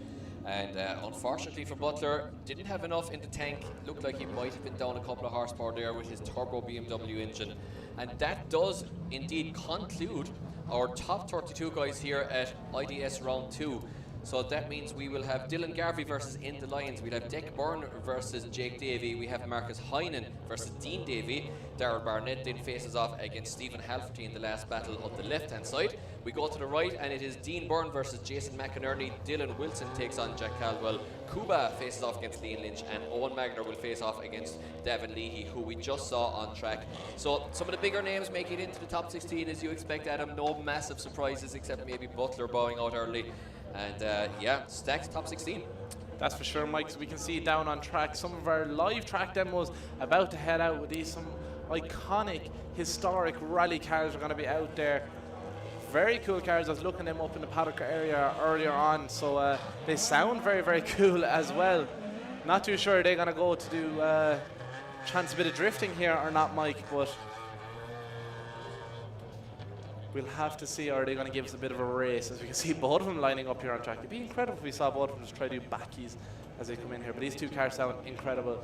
These rally cars are like something else, and it's highlighting another part of Irish motorsport. So I'm going to be quiet while you get to enjoy this.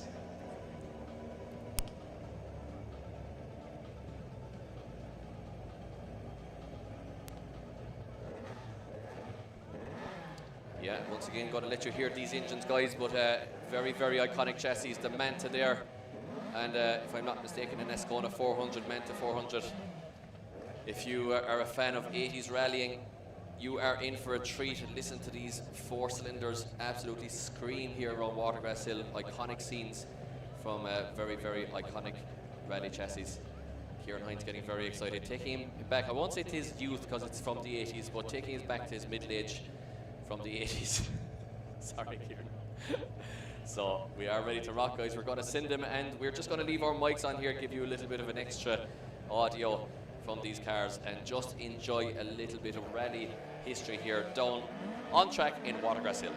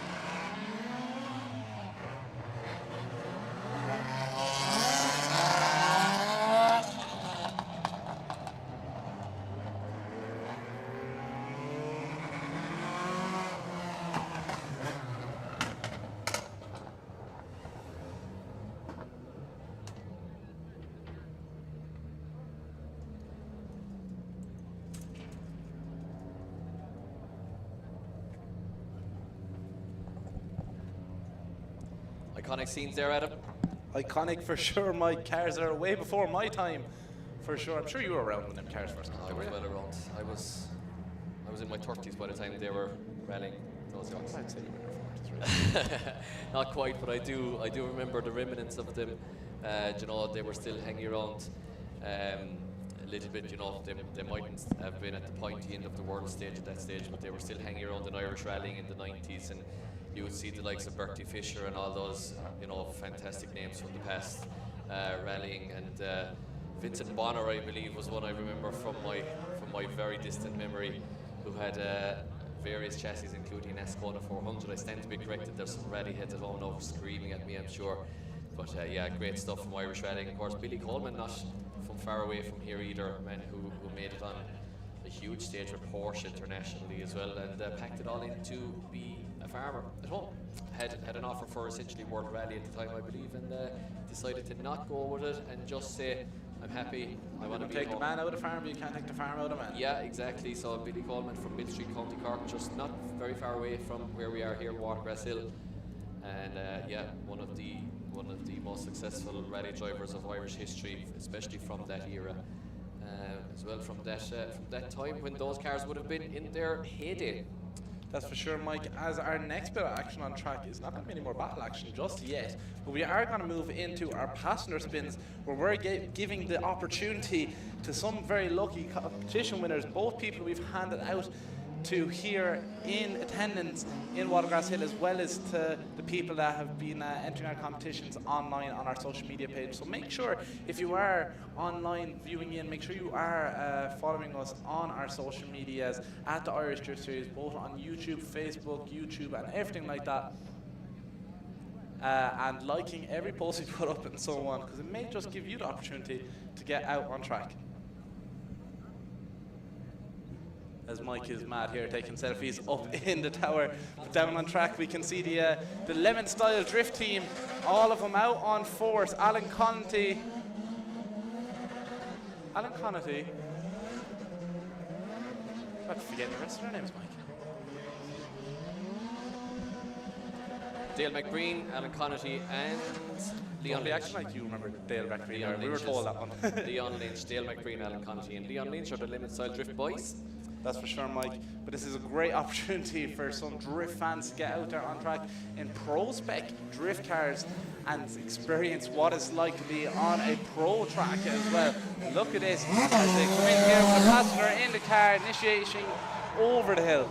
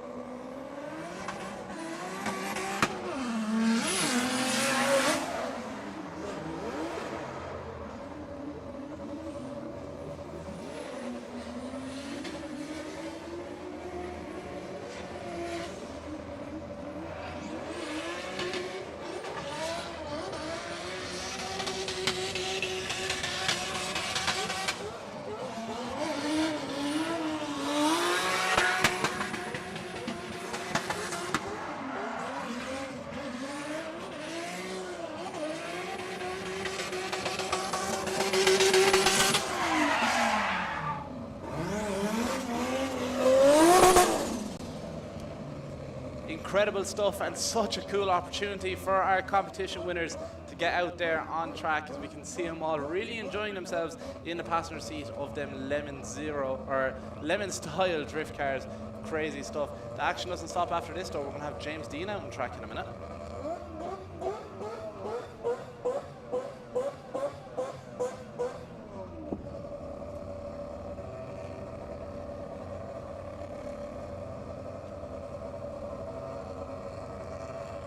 While we have this opportunity, as well as I can hear that rotary engine in the background screaming, ready to get out on track, I want to give a huge shout out to the sponsors that make this very possible for us here in the Irish Drift Series.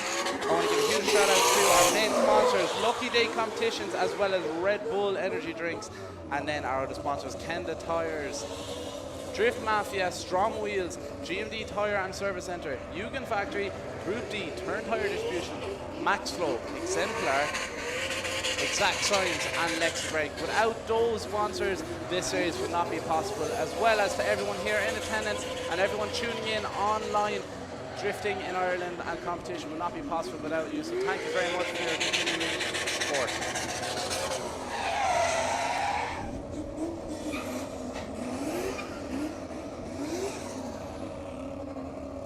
As we can see, the final of our 3 passenger spins just ending there. Up next on track is one that no one in the drift scene is going to be a stranger to. It's the one and only James Dean in his very iconic 4-rotor RX-7. This car is such an icon. If you got the opportunity to go down into the paddock area and take a closer look at it, it's like something that you would just see in a video game, the way it is built and everything like that.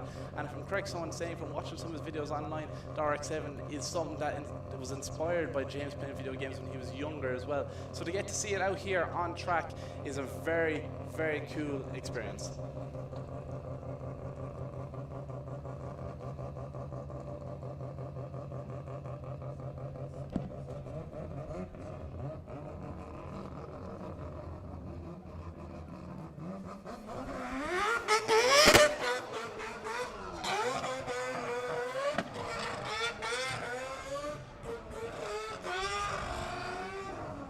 So I'll leave my mic on so you can hear this amazing sounding 4-rotor RX-7 go around Watergrasshill here. As James Dean passes the tower here, I want to hear everyone in attendance give him a huge round of applause.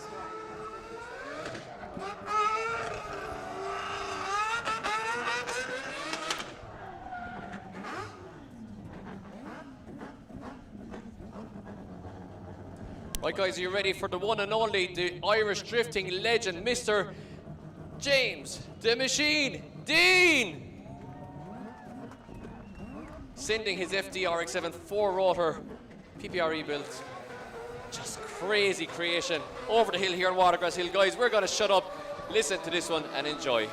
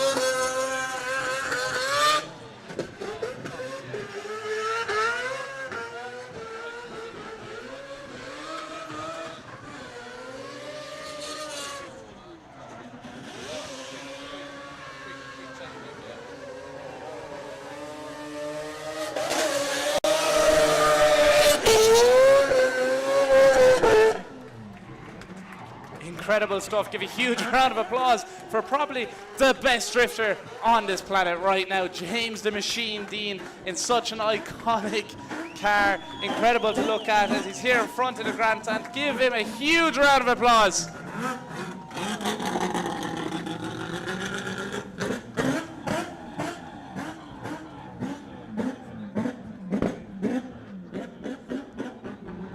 I think we don't know how lucky we are, Adam, to not only have the best in the world from up the road here from Watergrasshill, but possibly the best FD-RX-7 in the world as well, with the craziest engine note that ever was. It might as well be a 787B Mazda Le Mans, but a drift car right here. And you know what, we're spoiled for choice, and I think it's just a fantastic thing for us to have here at IDS. And thank you to James Dean for coming down here and making the effort to bring his car down and bring the crew down. A lot of people needed to run that car, of course, as well.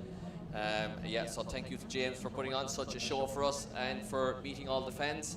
The band has transcended into real superstardom, real mainstream fame at this stage, and it is, it's fantastic to see him here, and fantastic for a lot of the fans to get a chance to meet their hero. That's for sure, Mike. Talking about heroes, we have two heroes as well here in the tower with us. One up-and-coming hero getting a podium at the last round of Drift Masters there, Conor Falvey, as well as the very well-known, well-established Jack Shanahan. You'll have a few questions for these guys, Mike, so I'm sure you can chat away to them. Absolutely. As we get a headset over, we'll start with Conor Falvey as we get the cameras on us here. I'm going to chill out here in the background, guys. And Conor, actually, we might turn you around there because you're very good looking, so we might get you on camera here. Jack will let his back turn, but we'll turn you around. The joking, yeah. The cameras here. So, guys, joined here by two of the absolute legends of Irish drifting at this stage, and starting with you, Conor, because we only have two headsets here in the tower. Unless we can get the radio mic possibly going, possibly there, Adam, we might get two mics at once. So, Conor, to start with you while we get ourselves hooked up, you're having a dream season in Drift Masters. It's your third season, is it? Third season, yeah. If I'm not mistaken.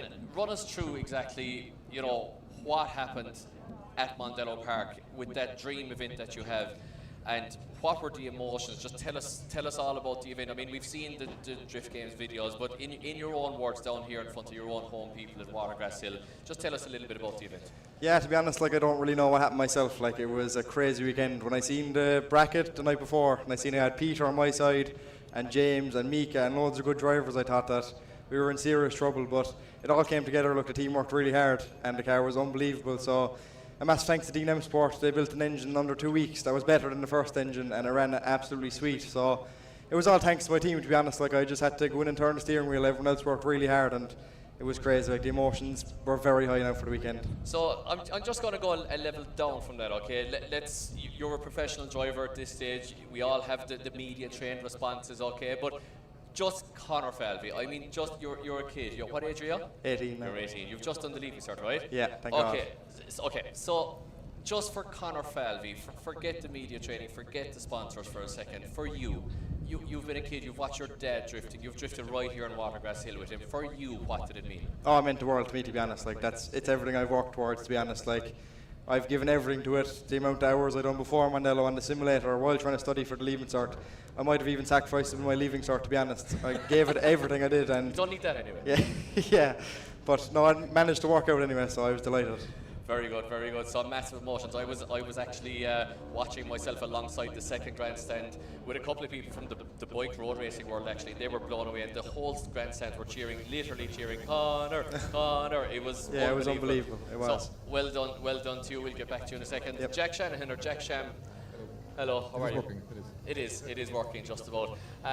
Jack, you're a legend of Irish drifting at this stage. You've made your name forevermore, as he gives Conor the wink there to say you've a long way to go yet, buddy, to get to me. I don't know, there now, to be honest. Well, Jack, I guess in recent memory, we could go on about your career forever. You and me have done a lot together back in the day, and we're very good friends, thankfully. But in recent memory, Jack, I fell asleep there one night a couple of weeks ago, and I woke up in the morning to see Instagram absolutely lighting up with not only an Ireland 1, 2, 3, not only a Cork 1, 2, 3, but a Killavullen Castletown Roche 1, 2, 3. Again, in terms of emotions, what was that like for you? Absolutely incredible, to be honest. We've obviously competed all over the world together, myself, Conor and James, and this Conor, we've done many events now, everywhere, and to finally get that 1, 2, 3 international podium, it's obviously a piece of history now for our Irish drifting, let's say. So to be one of the people to do that, very, very proud of that, to be honest, and obviously proud of the boys as well. You know what I mean? We all started together, let's say, and that coming here, just you know, trying our best, and then to get to that level and to be able to keep pushing and, you know, get better every time you drive is absolutely unbelievable, I think. And the fact that it's still the same names, and now with a new one along the way, let's say, it's unbelievable. So like it's one of those things where, one of those events that we're going to look back at now, like at the end of the year, and be like, geez, that was probably the highlight of my season, let's say, no matter what else happens, because, you know, your individual career is one thing, but when you look back at it from like an Irish historical point of view, like it's definitely a shift in like the history books small, which is very, very cool. Yeah, absolutely it is. And I mean, you know, the World Cup is going on at the moment, and in the soccer, obviously, and you know, that carries huge national pride with people. But I think in Ireland and a lot of countries, and Poland, where I just was last weekend as well, it seems to be there as well, and a lot of nations, they carry huge pride in their drifters, especially us in Ireland, because we're traditionally such a small nation, and we punch above our weight, so to speak, you know, and speaking of which, we've great history in boxing as well, but especially with our drifters, I mean, you have all of you guys doing what you're doing. I mean, you know, we've all driven with you through the ranks here, you've graduated, you've gone on, and the sheer amount of work that I'm not even joking, the sheer amount of work that you guys have to put in to do what you're doing, it must be absolutely insane. I mean, what's life like at the moment? Life is fairly busy, to be honest. We're on a plane every second weekend, to be honest, and it's a lot of work. There's a lot of stuff behind the scenes and trying to figure everything out, you know. And obviously, I'm very, very lucky to have my partner that looks after like nearly everything for me, to be honest. So without her, I'd be absolutely goose when it comes to this kind of stuff. And you know, I think it's the same with Connor, like with his dad and his mom making sure that everything is like sorted, you know, and like it is good that we get to do this and like we get to basically say it's our job for the summer, you know what I mean? Yeah. Like, Yeah. It's probably the best summer job we ever have. It's not a bad summer job. It's better than working exactly, in yeah. Sintra or whatever. Yeah, no, for sure. But like the summer.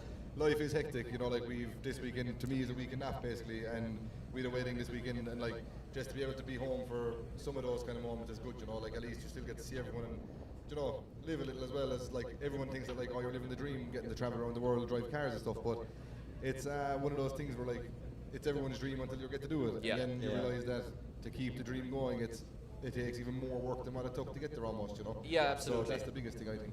I mean, to live that dream, we all want to do that, myself included, and only a teeny tiny percentage of the people, you know, that want to live that dream actually get there. But as you said, I mean, you come into Group D there regularly, and we chat we spend probably half an hour, 45 minutes giving out about stuff. That's like, you know, to live the dream, it's a nightmare at times, I guess, in terms of logistics and all the late nights and the money, but the moments, those moments, they surely make up for it. No, like I was kind of thinking about it there recently. I had a good chat with a photographer at the Top 16 parade at the last round in Connecticut, and we were just chatting, and he was like, you know, it's mad that like this is also my dream to be a photographer of all you guys, let's say, you know, and he's working for RTR, the biggest drift team on the planet, like, and we were just chatting, and we were like, if we could both look back and like have a chat with our younger selves and be like, we're actually here now doing it, like, you know, like, do you want to keep working towards it? We probably would tell him to keep working, you know what I mean? So like, it is one of those things that when you make it, obviously you have to try and make the most of it, and to be honest, this year that's all I'm trying to do, just try to enjoy it the most I can, and the results will come, and just keep having as much fun as possible with it, to be honest. Yeah, well, you've proven yourself now, boss, in Europe, obviously, a while ago at this stage, and in Formula Drift now, I think you've shown to the American guys that you are a winner, and you are a regular podium placer now, especially in your new chassis. You've got it dialed in. I just want to go back to one moment, which a lot of people might want to hear your thoughts on, Jack. You probably know what I'm going to say here, but you won your battle against Connor, and again, I woke up in the morning, I had fallen asleep to a replay, and you saw your poor brother stricken on track, and he was just there, broken down, you know, a lost soul almost. And you come back to him then, and you proceed to do 2 really close rings around him, and not only that, but then you just head off into the distance with smoke still billowing off your tires, and you're like, see you later, buddy. Bad, what exactly went through your mind there, Jack? At the moment, I didn't think it was as bad as it was. I actually didn't realise that he was breaking down. I honestly thought that he had messed up and then just gave up in the battle. No, you said this to me in Group D, right? But I said to you, what did you think happened then? Did he just stop? Or see, that's the thing. I actually did think he just stopped. You know, like I thought he messed up, and Connor got frustrated and just pulled off the track. You know, because every battle that we've beaten him and that he'd made a mistake, he always just stops drifting or spins or makes it way more dramatic because he doesn't like losing, let's say. So I was like, look, he's just stopped and we're going to both roll up and get the result in the minute. So obviously I was excited when I seen him stopped. I knew I didn't beat anyway. So I was like, we'll do a few rings around him as well. And then done that. And obviously I drove away. And then I hopped out of the car waiting for the result and realised that the recovery truck was going to him. And I was like, oh Lord. I was like, I better go back and make sure he's alright. And then he was a bit sour, like, but... Was he actually upset? Oh, he was fairly sour. He was fairly pissed off. But it was... Yeah, look, like that. The night had plenty of memories, and that's probably one of the funniest ones. Yeah, maybe a couple of drinks after the podium softened him out a small bit. And I wish there was drinks. Running your own team in FD means there's no drinking. Okay. It means you finish up and you have to load up and get ready to get the trailer on the road again. You know, so it's hard work. Like we didn't get home to the house or the hotel until probably 3 o'clock in the morning that night. So the fun of it's nearly, that's what I'm saying, like the fun's nearly gone, like you're working. You're working, yeah, well you get to look back on the memories. So Conor, back to you for a second. Just to get your thoughts on the Irish series, I guess. What, you know, you've come through, as Jack has, you've come through this series. There's obviously a set progression system now through the Pro 2 class up through the junior system, which is 13 to 16 year olds and then the rookies. You've come through that class now. What's your thoughts on the progression system through Irish drifting? Because you've come through it and now you're literally a podium placer in Drift Masters at 18. Yeah, definitely. Like I think what separates the Irish drivers the most from all the other drivers is definitely Kieran's briefings. Like, it's always been drilled into us as long as the briefings are. What he was saying was right. You get a lot of sleep in the morning, you mean? Yeah, Just that's before practice. But like he always says, the lead run is important. Like follow the line, which is right, and I think that's what separates all the Irish drivers. So, like I think coming to IDS, and I think it's the best feeder series for Drift Masters because Kieran knows how important the lead runs are. I think that is definitely what has helped me the most in Drift Masters. Like you just have to get a 100-point lead run to win a battle. And I think that is definitely the most important. A lot of people don't realise that. Yeah, absolutely. I mean, it is a good system. It does definitely breed a way of thinking and a way of, you know, knowing how to win battles. And it kind of gives you a step-by-step building blocks through the junior class if you're young, rookies, and then Pro 2. So, I mean, what's next for you? What do you see happening? Are you just going to concentrate on just doing the same thing all over again, hopefully in Finland? Yeah, for this year, I'm just going to try focus on progression. Maybe try winning an event this year. I know it's mad to say, but I'm definitely aiming for that, as wild as it might be. But yeah, definitely we're just going to see where the road league takes us. You know, it's hard to believe that we're even doing it. I don't mind getting good finishes. So Finland's going to be a tricky one. It's a new track, but I suppose it's the same for everyone. So we're just going to have to give it 100%. Absolutely. And would you ever like to join your county man here and make the trip over to the West FD someday? Oh, 100%. I've followed them in everything they've done. Like I've looked up to them through IDC and IDS and into Drift Master. So I definitely like to follow in their footsteps to FD. And what does your dad think of that? He'd probably be sore in the pocket, but he'll get over it. Exactly, your dad Tomas, he's going to have to do another bit of judging. He'll get deep pockets as well. Absolutely. So, Jack, lastly, I guess we're going to be back to track there pretty shortly, but you know, where do you see your career going from here? Do you intend on staying doing 2 championships, or is it just too much to do Europe and FD together? Because nobody except James is pretty much doing both. Simon Olsen, maybe. Is it a lot, or do you think you can maintain it long term? That's the plan, to be honest. Like obviously having audiences at both sides of the water is the most beneficial way forward for me when it comes to my partners and sponsors. Like, you know, so that'd be kind of the dream, is to try to keep that going for as long as we can. But it is a lot of work and a lot of stretch trying to make sure you can do everything, you know. But yeah, like I'm enjoying FD. I like the fact that it's my own team and stuff. You know, like I get to call all the shots basically, and it's I kind of have to say I kind of have to run the roast also in Drift Masters. But Drift Masters for me is a lot more pressure because we have such a big team built up there. Let's say, you know, that's where we go to FD with a gazebo, a car that we've built in 16 days, and just a few lads just trying to make it run, you know. So it's weird. It's honestly a bit mind-boggling for me, even because FD to me was the pinnacle of the sport, and I'm there and doing it on the lowest level that I can possibly do it, but still getting the results. So it's I kind of like that side of things too, because drifting to me is obviously I want it to be as big a sport as possible, but I think people forget that the roots of drifting did just start with a few boys just putting a car together and having as much fun as possible with it basically. So for me to go to one of the biggest stages in the world and do that and continue to do that basically that's kind of my goal, is to try to enjoy it like that as much as possible. So I don't know, we'll see. I'm very tired at the moment trying to get both championships, and obviously the results are not showing in Drift Masters because I'm putting everything I have into Drift Masters, or into Formula Drift, let's say. So when I come back to Drift Masters, it's hard to try to switch on and be ready to go, let's say. But we'll see. We'll figure it out, and I'm looking forward to Finland next week. I had a bad result again in Mondello, so it's time to turn up the screw now. Falvey showed me how it's done. It's turn up the screw now and stop messing around, and we're going to be full sin now again in Finland next week and see where the results happen, you know. Well, we love to see a full sin Jack Shanahan. I think the best Jack Shanahan is an angry Jack Shanahan, 100%. you'll agree. So guys, you're the pride of the Irish nation in terms of drifting, along with James Connor and all the boys with you doing the individual championships. Thank you for joining us. And just before we head to the top 16, Connor, I have one more really important question for you, and I want your gut answer. Who's better, Jack or Connor? Oh, jeez, I can't answer that. Jack will punch me in the head here, like, I can't. Like, Connor's not here to hit me, like, so. Jack. Yeah. Jack is better. Okay, perfect. So you have it there, guys. Connor Falvey thinking that Jack Shannon is the better driver of both. And a controversial take there, but guys, thank you very much for joining us. Cheers, Mike. Thank you very much. We'll be back for top 16 there, guys, in a few minutes. And be sure to follow Jack and Connor in Finland next weekend. And that is Drift Masters. And when is the next FD? Not for another 3 weeks. We've 2 Drift Masters for FD, so. Perfect. Bit of a break. Bit of a break, exactly. But that's not a break. Right, guys, we'll be back for top 16. Thank you very much, lads. And we will be looking forward to enjoying the top 16 with you.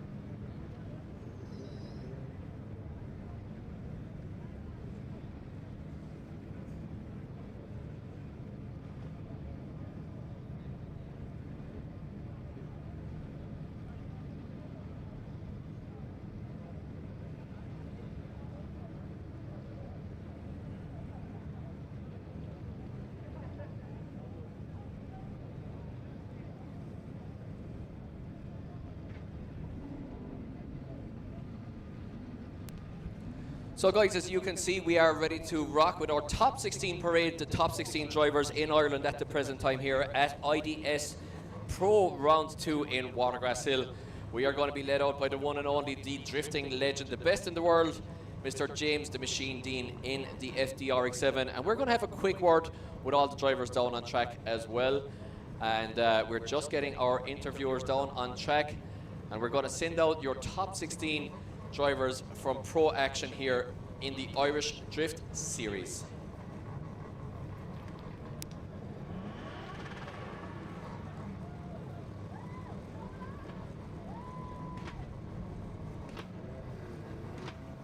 Two.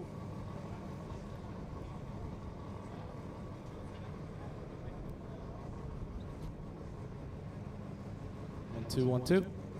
Just doing a mic check with Adam there, so we are good to go. Getting the radio mics going as we send Adam and the one and only Red Don Burkhead down on track. And I'm going to stay up here in the shade. It's much cooler up here.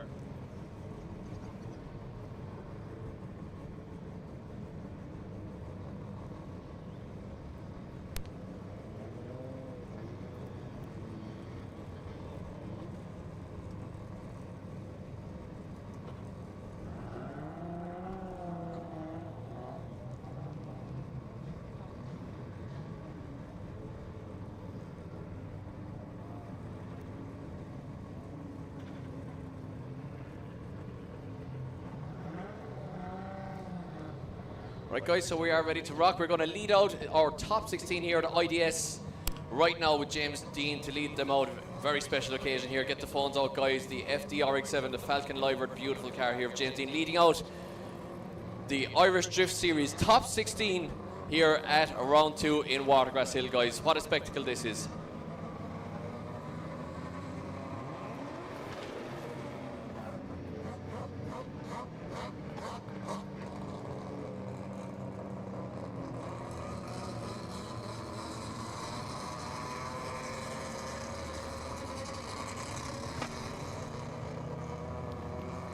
The drivers, of course, as well, guys, are in battle formation, so each pairing of cars that you see will be battling each other in the top 16. We can see at the start there, Dylan Garvey will face off against In the Lions. Declan Byrne will be facing off against young Jake Davey.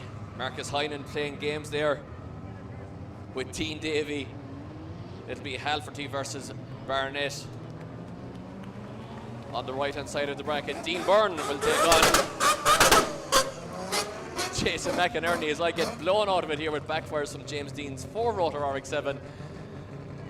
And we will let the guys go through down on track the rest of the battles there, but we are in battle formation as we grid them here in almost car show style gridding here in front of the grandstand at Watergrasshill.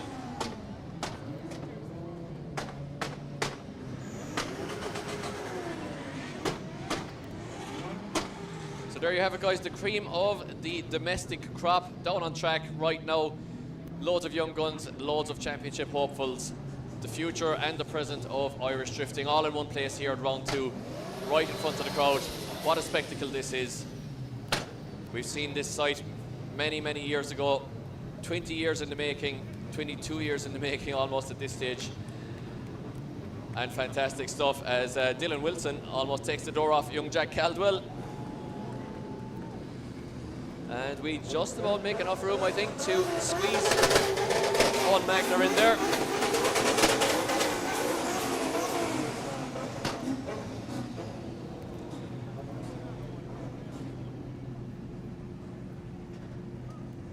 So we're just going to send you down to our track crew, Adam Driver and Donald Burke are down there, Don Burkett as he's better known, for a couple of interviews with the guys. They're down there with James Dean, and it is a special occasion, guys, so enjoy. We're going to have a quick chat with the top 16 before we get into battle action here at IDS round 2. That's for sure. Thank you very much, Mike. As everyone is here in front of the stands and all our top 16 are out here on track, could you all do me a big massive favor and give a big cheer for our top 16 of round 2?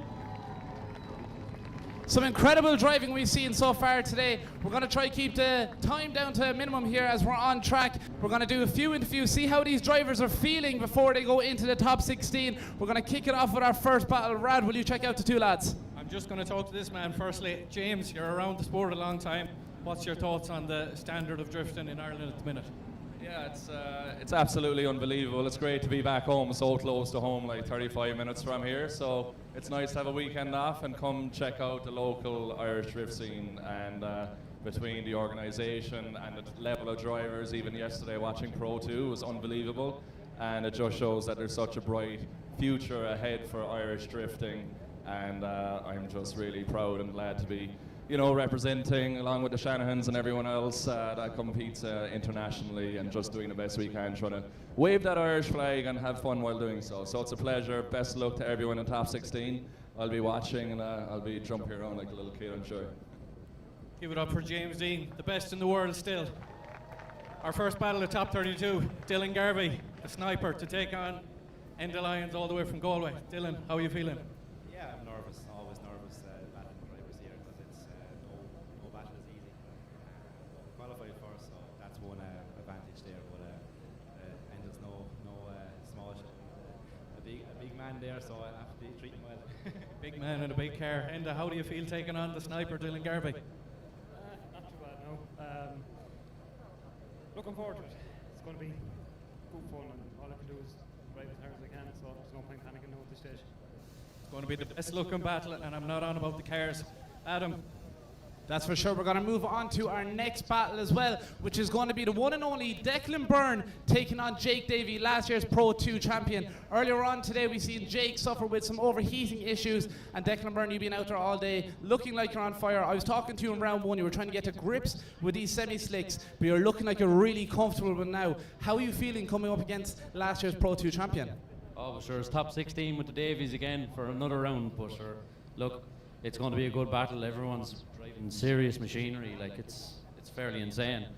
I'm glad to be here anyway, so we'll go and put in a good fight anyway. You have to make us a promise as well. If you get into the top 4 this time, you have to jump onto the roof again and hopefully not fall on your bum. Can't guarantee anything. That's okay. If anyone hasn't seen that clip online yet, make sure to check out our page. I'm sure we'll post it at some stage. Jake Davey, our last year Pro 2 champion, you are looking like you're on fire here today with the semi-slicks. You had a bit of overheating issues earlier on. We saw the car looking like a kettle down at the start line, but looks like it's all sorted. How are you feeling coming into your top 16 battle? Yeah, going up against Declan Byrne, it's definitely not going to be an easy battle, so I'll have to select another gear and drive her on, because it's definitely not going to be an easy battle. That's for sure. Thank you very much. We're going to move on to our third battle of the top 16. Yeah, this is Marcus Heinen to take on Dean Davey. Correct. Marcus, up front yesterday. The dream weekend continues. How are you feeling? Very good in fairness. Just out there enjoying myself now. Are you afraid of this man, or do you think you have him? We have history in Pro 2, alright, so Dean's after taking me down twice already. So it'll be a savage battle now, in fairness. Are you going to make it 3 out of 3, or are you worried? Well, that's the plan. Every time you come out here, you try and win, but yeah, me and Marcus are good friends off the track, so we'll see how it goes. I'm sure it'll be a good battle. Well, best of luck. Adam. Absolutely. Now we're on to our fourth battle of the top 16. Here, right in front of you, we've got Stephen Halfty in his wagon E36. You're out there on track today looking like you're on fire, really on grips. It's a really dry track conditions here today. Them semi-slicks are really gripped up. How are you finding it when you're coming up against Dal Barnett in your top 16? We just had this comment, 5 minutes ago, we're fed up meeting each other. I think it was 2 or 3 times last year, and this is the first this year, but it's always a good battle with Darrell, and really looking forward to it, but this heat is killer. That's for sure. It's hot enough up there in the judging tower, never mind the heat you're feeling inside that car. Have you any game plan now coming up against Darrell? Drive as hard as I can, he's a good driver and I trust him, so look. That's one way to be. Darrell, we're going from E36 to E46, even though it doesn't look like an E46, it's got a very fancy kit on it. You're coming up against Stephen there. You said you've met him a few times before. What's your tactic now to take him down? As Stephen said, we're sort of sick of battling each other at this stage, but yeah, just send it flat out as he says. We trust each other as hard as you can go. That's for sure. That's a battle we'll want to keep an eye on, because these two drivers are going to go drive very hard. We're going to move on to our next one. Yeah, our next one is Dean Byrne to take on Jason McInerney. Dean, Ireland's second best DPD driver. How are you feeling about this one? Feeling like the actual best DPD driver at the minute, but I'm against my arch nemesis, Jason, so fucking I have to do really well. Sorry. Apologies.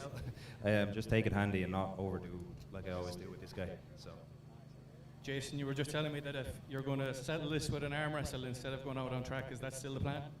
Yeah, it could be done. We'll see afterwards if we're still willing to make a bit of contact. There might be plenty of contact in the battle, but yeah, Dean, phenomenal driver, obviously qualifying second today, so just going to have to throw it in full send behind him. I know he's one of the faster cars, so it's going to be a tough, good, action-packed battle. But yeah, my nemesis, as he had said, we've battled so much since moving up from Pro 2 together, so it'll be good crack. Yeah, it'll be good battle. Well, best of luck to both of you.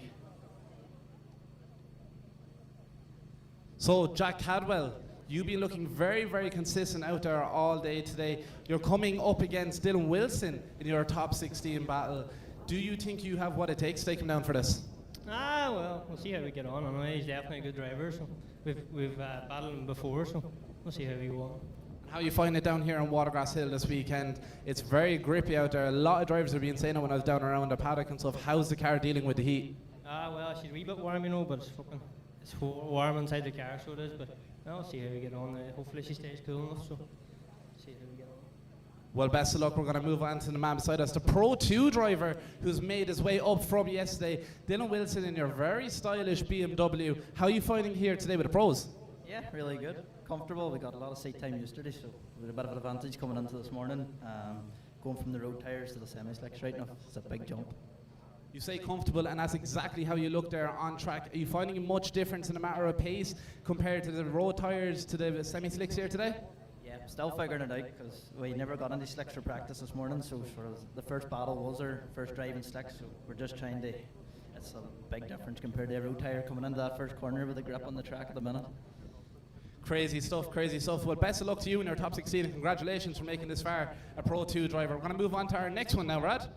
Our next one, our round 1 winner and championship leader. I just got a lesson on how to pronounce his name. Jacob Krzyzak. How are you feeling? I'm feeling great. I love this track. This is where I got my first podium in my Pro 2.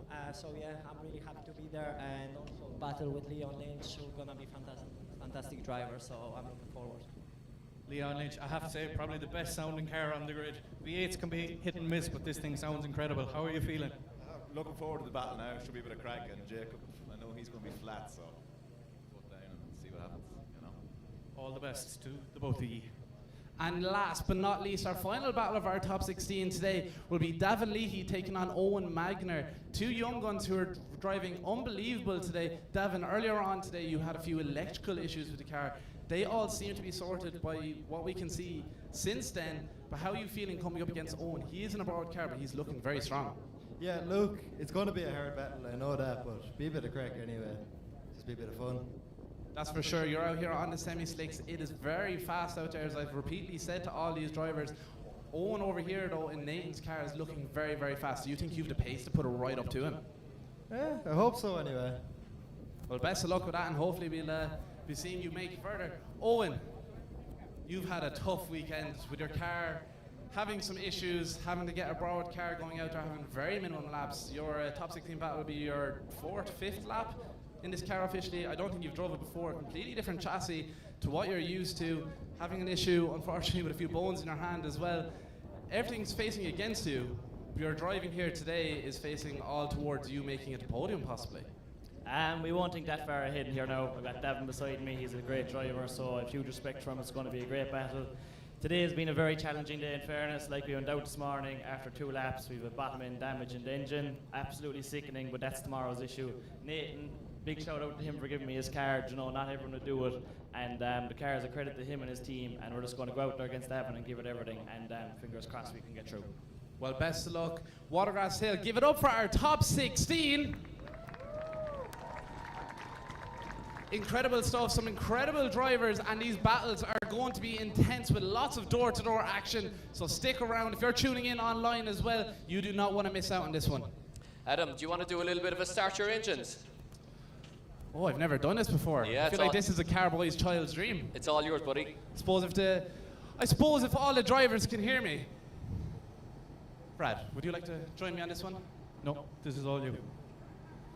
I'm getting nervous here, I'm forgetting the words. Pretty simple. It's 3 words, Adam. Nerve-wracking, man. This is like a childhood dream here. Right, so our top 16 of Watergrasshill. Are you ready? Start your engines!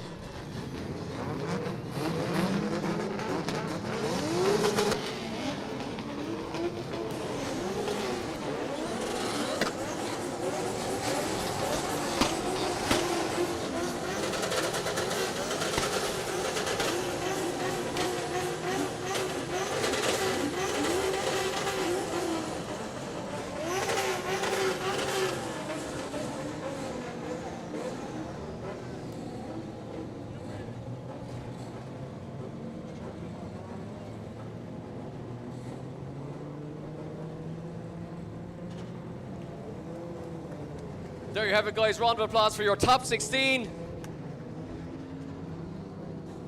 And we're going to get them back gridded now, ready to rock for battle action for the second round of the Irish Drift Series 2026, where we have a stacked grid of talent. And Owen Magner there showing absolute abandon for the well-being of Nathan Corcoran's much loaned out E46, guys. So we are ready to rock here. We get the marshals in place. We're going to get Adam back up here in the tower.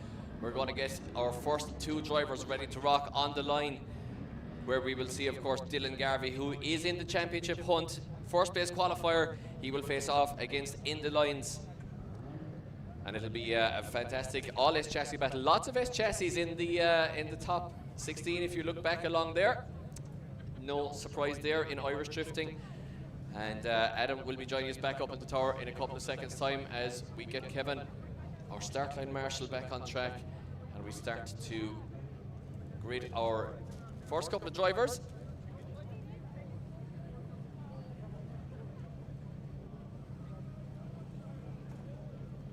In the beautiful sunshine. And once again, guys, if you have just joined us either here in Watergrasshill, a little bit late in the afternoon, or if you are at home or wherever you may be watching on YouTube, you are very welcome. Thank you for joining us here in the Irish Drift Series. Very good to have you along, and we hope to give you much entertainment for this afternoon, where we get into top 16 action for the best domestic talent that we have in this small but very proud country.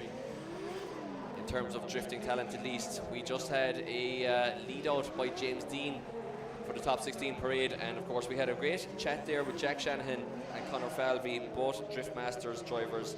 Of course, Jack Shanahan, a Formula Drift driver, both of them placing on the podiums of each of those championships very recently within the last month. So a great chat with those. And yeah, fantastically proud nation when it comes to drifting, and we're about to see this championship really take place now, to take shape is what I should say, really, because Dylan Garvey, maybe not with the best first round, lots of points left on the board due to mechanicals from him, but he's looking very, very good so far at round 2, and he will be looking to close the gap to Kuba there, to Jacob Chichak. But he has to get through In the Lions first. In the Lions looking very good as well. The Galway men looking fantastic. It's Kilkenny versus Galway. It is IDS round 2, and it is top 16 action. We're ready. Are the judges ready? They're more than ready, Mike. They're more than ready. The crowd are ready, and the drivers are ready. So we are all pretty much ready to go here, as Kieran Hines says we're good to go, and we are ready to rock for top 16 action here at IDS round 2, guys. Here we go. Dylan Garvey leading us in, chased down by Enda Lyons. Look at his angle already on initiation from Dylan Garvey in the lead position. Enda Lyons trying to catch up to him, close that proximity as he's about to make that dive coming in here to zones 5 and 6. He does so, trying to get right up on the door of Dylan Garvey in the lead position. But Dylan's looking so on point. He's got that pace, he's got that line dialed in. And the line struggling to close that proximity here, but he might just do so coming across the final hairpin of the track, and that completes our first run of this battle. Yeah, fantastic stuff there once again, and the crowd loving that one. Rounds of applause going up very early in the time here. Really nice initiation there from Garvey. I mean, remember here, guys, Dylan Garvey is a former Drift Masters European Championship driver himself. Went in with RB Power, didn't have the best season mechanically, but he is absolutely up to standard. However, in the Lions, you see him every couple of events, Adam. He's getting better and better, and I think it's only a matter of time before he starts taking those podium steps. However, he does have a really, really tough task in the form of Dylan Garvey, who is one of the favourites for this championship this season. But he does pretty well there, Adam, and I think it's still very much all to play for. I mean, I can't really call much of an advantage either direction there. That's very true, Mike. It still could go either way. Garvey is very hard in the chase position as well, so he might just push it all the way up on Endela and take this home. Yeah, I mean, he was really nice in the lead, but he can always take it to another level in chase. We're well used to seeing him doing that as he pushes his front tyres around the burnout box. If you see it there on the live stream, just to get those marbles which grain up on the tyre and create a channel almost of rubber on the tyre, he gets them off. Gets a complete front tyre on the track. Kevin, our start line marshal, gets a thumbs up from both drivers, and they leave the line. It is the first battle of the top 16 here, the real pointy end of the competition. In the Lions now leads us in. He sure does, Mike, and he's opening up proximity quite a lot as well from Dylan Garvey, but washes out so wide, missing zone 2 completely. Dylan Garvey finds the door here now as they come into zone 5 and 6. Garvey a bit straight though, not too much angle, as Enda Lyons tries to sort out his line and get back where he's meant to be on track. Second half of this run looking like it's leading up to be a lot better, as Enda Lyons puts it correctly through zone 8 and up against the wall on zone 9. Garvey right there with him though as they cross the line. Oh, I don't know, is Dylan Garvey in trouble here? Does he have a mechanical? In the Lions fan club going absolutely crazy underneath us here. Does Dylan Garvey have an issue? Did he miss a gear? He really didn't seem to accelerate to the initiation point there, getting into the corner much later than Lyons. Lyons then running very late as a result of that real big speed. Lyons dropping a wheel as well. Garvey then looks for the door, starts to find it, but just doesn't look like the 180SX is as crazy quick as we've seen it in the past. So I don't know, Adam, it could be an upset here. It very well could be an upset because that separation on the initiation there might be enough to tilt it in the favour of the lower qualifier and the underdog in this battle in the Lions.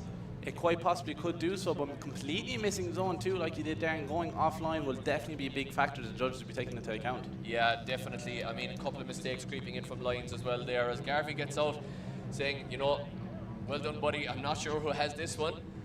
But it's still all in the balance here, guys. And the winner, it is indeed Dylan Garvey goes through to the Great 8.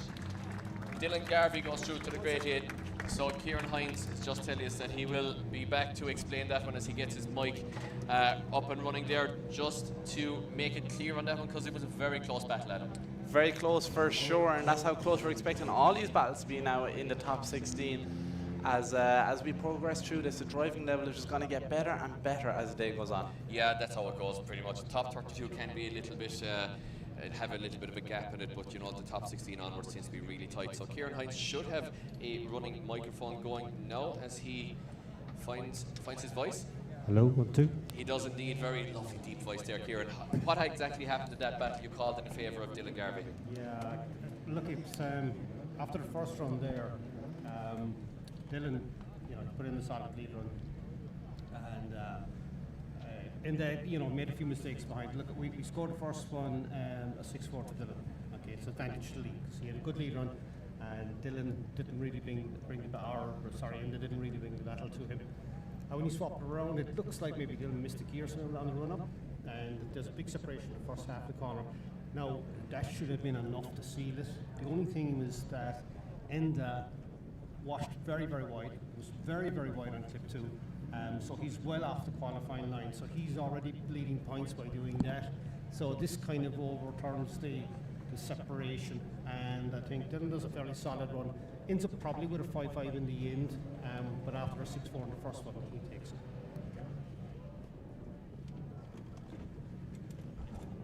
Okay, thank you very much, Kieran Hines. So, great explanation there. So, just 1 point out of 20 essentially in the old scoring, I guess, separating the drivers there very, very close. As we have Declan Byrne and Jake Davey, I was chatting to him down there on the track, and both of them are feeling confident, so they are. They met each other plenty of time in the top 16 in Pro 2 category last year, but now they're both in the Pro 1s, and out here on track, only one of them can make it through. Here he goes, Declan Byrne leads us in. Huge angle, massive entry there from Declan Byrne, washing a small bit wide, almost missing zone 2 there, but Jake Davies right there with him. Despite having overheating issues earlier on, he looks like that car is on form now, so he does. Declan Byrne pushes it out right to the edge of the track, transitions here now into zone 7, keeping it nice and wide, and Jake Davies taking full advantage of that, so he is, as he makes a dive up on the door for the final hairpin of this track, and they cross the line. Nice run there from both drivers, no major issues creeping in. I usually just watch the run initially, Adam, enjoy the run and kind of take in the general points and then really scrutinise it on the replay, as Declan Byrne now really did miss zone 2 there, unfortunately for him, and allowing Davey maybe to stay in the battle there. As Kieran Hines said, you know, those clipping points, it's very important to make sure that you hit all the clips, and it can sway the battle in favour of one driver or another. So Declan Byrne there missing zone 2, but very, very good overall, I think, from both drivers, and still very even. Maybe a 6-4 possibly in all to play for. As we get back to the line, former Pro 2 champion, of course, Jake Davey of last year, who put on a fantastic showing here at Watergrasshill in the final last year, beating all comers and taking home the first position in that championship at the last round last year in very entertaining circumstances. That's for sure, Mike, as we can see both drivers now heading back. Nope, I thought they were about to kick off there again. They're just going for a cool down lap. You can see how the heat here today is really starting to affect these cars, Mike, with the temperatures raising quite highly as well, hitting about 24 degrees here. And to anyone abroad, that probably seems like, cold weather, jumper weather, and so on. But to us Irish here, and specifically to us gingers, it's quite warm. Yeah, different race, of course, of people. You guys. Sure, so. I was blonde as a kid, so I'm probably in the same gene pool, to be honest. I can't talk. But yeah, definitely tough on the cars here. 24 degrees, not sounding like crazy temperatures, but this Watergrasshill track is actually wide open throttle for quite long sections, and there's not a lot of airflow getting at the cars because it is quite tight in terms of the corner that they're going around, and quite low speed in the hairpins. So you have wide open throttle, quite low speed hairpins, and therefore you have a lot of heat building and not a lot of heat dissipation. So that's why you'll see a lot of cars heating as the afternoon goes on. We swap them around. Jake Davey becomes the lead. Declan Byrne is the chase driver. It is still all to play for here in the second battle of the top 16. It is the Pro 2 champion versus the Style King in the Zinky S14. Look at Byrne now. Byrne is right there with him. Contact, and he shoves Davey off track. Declan Byrne makes contact, shoves Davey off track. Declan Byrne shuts it down. Then not sure exactly, is that a mechanical for Byrne, or he just shut it down after the contact. Was the aggression just a bit too much, Mike? This might just be the deciding factor of this battle. Our judges are going to have to look over that again as Jake Davey finishes out his run here. Yeah, I'm not sure exactly who was at fault there. Did Davey slow down? Did Byrne just come in steamrolling? But thankfully we have replays in IDS and drone shots and all that kind of good stuff. As Byrne now, maybe Byrne just had a mechanical and didn't have to drive in the rear wheels to just make the car kind of get on angle, and he was just forced to maybe he's just started to straighten up at the front, pulled over, and with the lack of forward bite to keep the car sideways, that might be exactly what happened. That may just be the case, so Mike.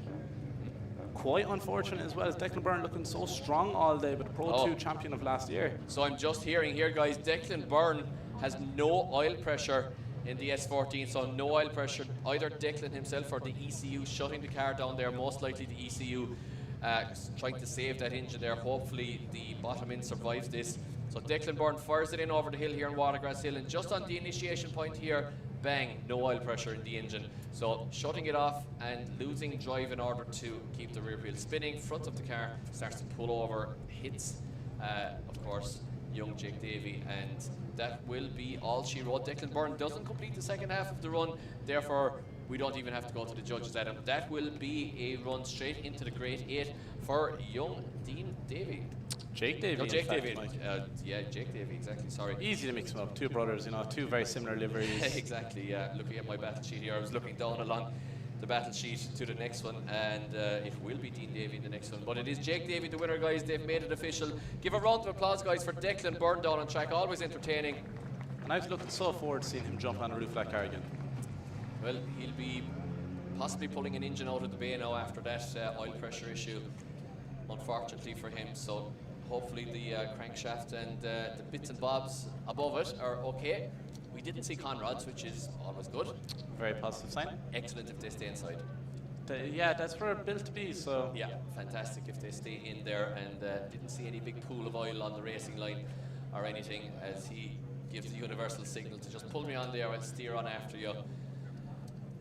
And Declan Byrne, unfortunately, mechanical issues here. We did see him there with the cool down lap, Adam. I wonder, was that due to just really high, it was due to high temperatures, obviously, I guess. But, was it due to high oil temps? And was his oil temp just so high there that it just lost pressure when he came off throttle on the initiation? The oil is swishing around. The oil is after turning to water almost with the temperatures, and I wonder, did the ECU just detect that the oil pressure dropped below whatever it may be, point something of a bar pressure, and shut her down? Quite possibly, Mike, the ECU definitely coming into cost there to try to save that car as best as it can, but Declan Byrne leaving the track there now, maybe not in the way he'd like to, but give a big round of applause. A great character outside the car and a great driver in the car.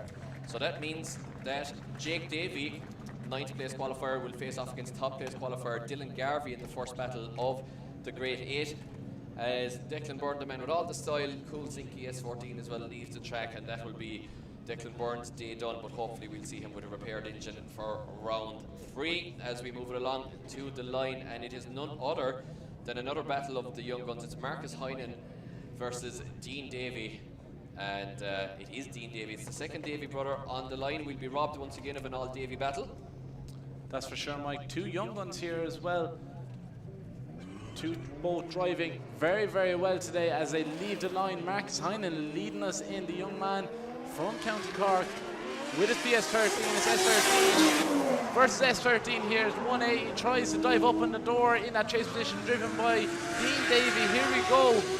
Marcus Heinheim making that transition down the back straight, creating loads of smoke and into zone 5 and 6, just dropping tyres there though, Mike. Maybe too much momentum as he went into them zones. Transitions now for zone 7, and they trying to give it full everything to get away from Dean Davey in the chase position. He knows Dean Davey has what it takes to take anybody he wants down, so Marcus Heinheim has to give it full belt as they cross the line. Let's have a look at the replay. So once again, Marcus Heinheim leads in.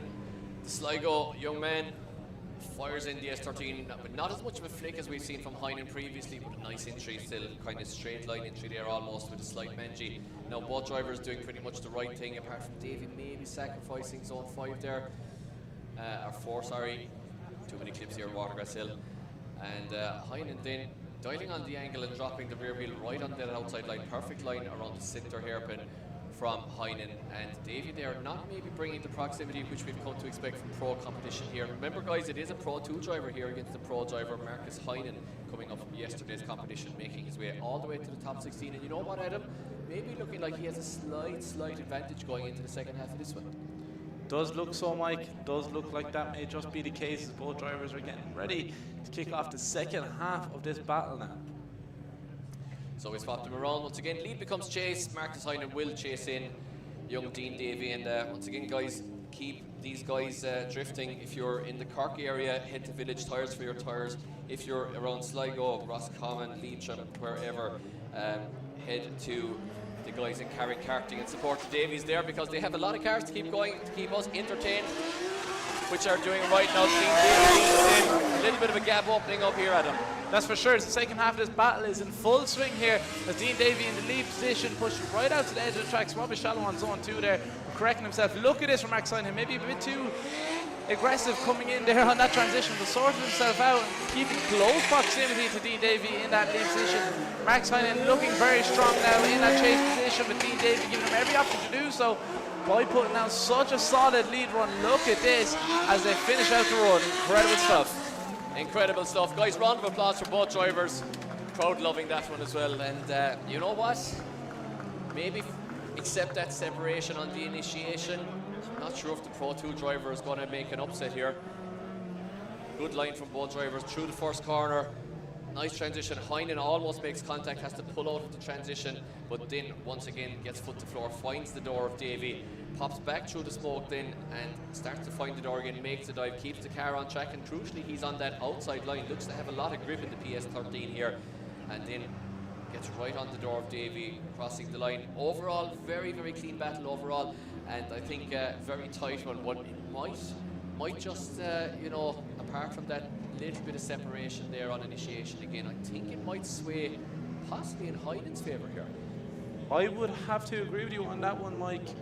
It could be the last we see of Dean Davey for today, but it's not down to us. It never is. It's down to these three men behind me, the judges, and we'll have to wait and see what their decision is as it's about to drop in. It is indeed. So both drivers out of the cars waiting for the decisions, and we can announce going through to the Grade 8. It's the Pro 2 driver Marcus Heinlein goes through to the Grade 8. The Cork man taking a scalp for the local lads, and unfortunately for Dean Davey, he bows out in top 16 of competition. He'll be back for round 3 done. He is a very consistent driver, so I'm sure we'll see him with a good championship run still to go this year. Marcus Heinlein having a dream weekend at him. That is for sure, Mike. As we move on now to our next battle, it is Stephen Harferty taking on Darryl Burnett. As I was chatting to these two lads on track, they said they face each other many a time. They're both confident in each other's driving, so they're going to be giving it full send as they're down there, not holding back one bit. They know both drivers can put down a solid lead line, so they're going to go aggressive in the chase. Yeah, remember Darryl Barnett's lead kind of winning it for him overall there, and a couple of mistakes in his last battle. Of course, Jake McLeveen making a few mistakes, but he took out a Pro 2 driver, but a favourite for today. So he's going pretty well. They will face off, of course, against Marcus Heinlein. The winner of this battle is Halfrey now leads us in the big E36, but washes way wide here. Manages to get the front of it, tugged in somewhat at him, but he went very wide there. Barnett doing all he could to chase him, but definitely not an ideal lead line from Halverty in the first corner. Definitely not. You can see that Barnett struggling here through 5 mistakes, coming really shallow to try to close that proximity now as they come up to zone 8 here. Stephen Halverty pushing on as hard as he can. Daryl Barnett not matching him exactly on angle, but what will he be like in the lead positions? We're going to find out very soon. They cross the line. So let's watch the replay once again. Let's see this initiation from Halverty in the drone shot. Yeah, I mean, he did good to kind of just tuck it in a little bit, but I think he washed quite a long way wide. Barnett then had a lot to deal with in terms of following in the car. Barnett wavers quite a lot then in the first hairpin, like snaps onto angle after pretty much no angle. So is that an unforced error? I think it's unrelated to the first corner, to be honest. And Barnett a little bit straight then as well just before the last corner. So overall, I think it might be one thing cancelling out the other, but we'd have to see.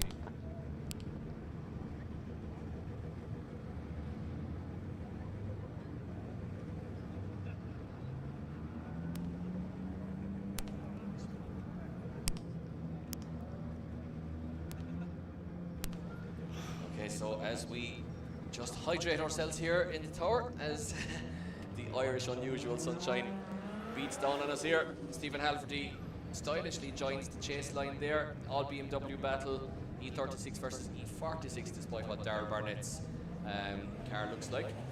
And Kevin, our start line marshal, gives them the go-ahead. Both cars leave the line. Daryl Barnett now leads us in. Stephen Halverty in the E36 is in the chase. He sure is. Daryl Barnett, the E46 with a very stylish modern body kit on it, being chased down by Stephen Halverty. Stephen Halverty right there with him in that chase position. This is looking very solid from Stephen Halverty here, so it is. It might just all face towards him as Daryl Barnett tries putting down the best lead line he possibly can, getting away from Stephen Halverty, but it does not look like it's going to work out the way he wants. Stephen Halverty has full aggression here and wants to get right up on the door of Daryl Barnett here. And as they make contact on the final hairpin and they cross the line. Yeah, things you love to see, just a little bit of contact as they cross the line. The crowd loving that one as well. No need of asking for applause here this afternoon at Watergrasshill, because it's just coming from sheer entertainment, and Halverty providing that in the chase there. But Barnett giving him a very, very chaseable lead run once again. I mean, you can say that, okay, Halverty looks like he has this one, but Barnett's lead is so perfect. He's on that perfect outside line all the way around, and he makes it very easy for Halverty to put in that chase. So while Halverty is doing exactly as we love seeing in tandem drifting, chasing really closely, Barnett, I think, had the better lead run. And Halverty did make the contact there. Was it enough to cause an issue? No, but we're going to have to see what the judges think, because you had those mistakes from Halverty on the initiation, then a couple of mistakes from Barnett throughout the run in the chase, and then you had the proximity of Halverty is the story of the second half of the battle. That's for sure, Mike, but it's going to have to find... Oh, sorry, the result's already in. It's Stephen Halverty taking a win on that and moving his way into the Grade 8. Stephen Halverty knocking out Daryl Barnett. That chase run there definitely being a decider for him, Mike. Yeah, I mean, without getting too deep into it, I think, you know, to explain that one, it's going to be the errors in the first run from Halverty and Barnett cancelling each other out, and then the proximity of Halverty on the second one winning it for him. Even though Barnett's lead was really good, Halverty just had that fantastic proximity in line. So I think it's going to be a very close one, but that's the way I see it. As we move along to the right-hand side of the... Oh, is it the right-hand side? It should be.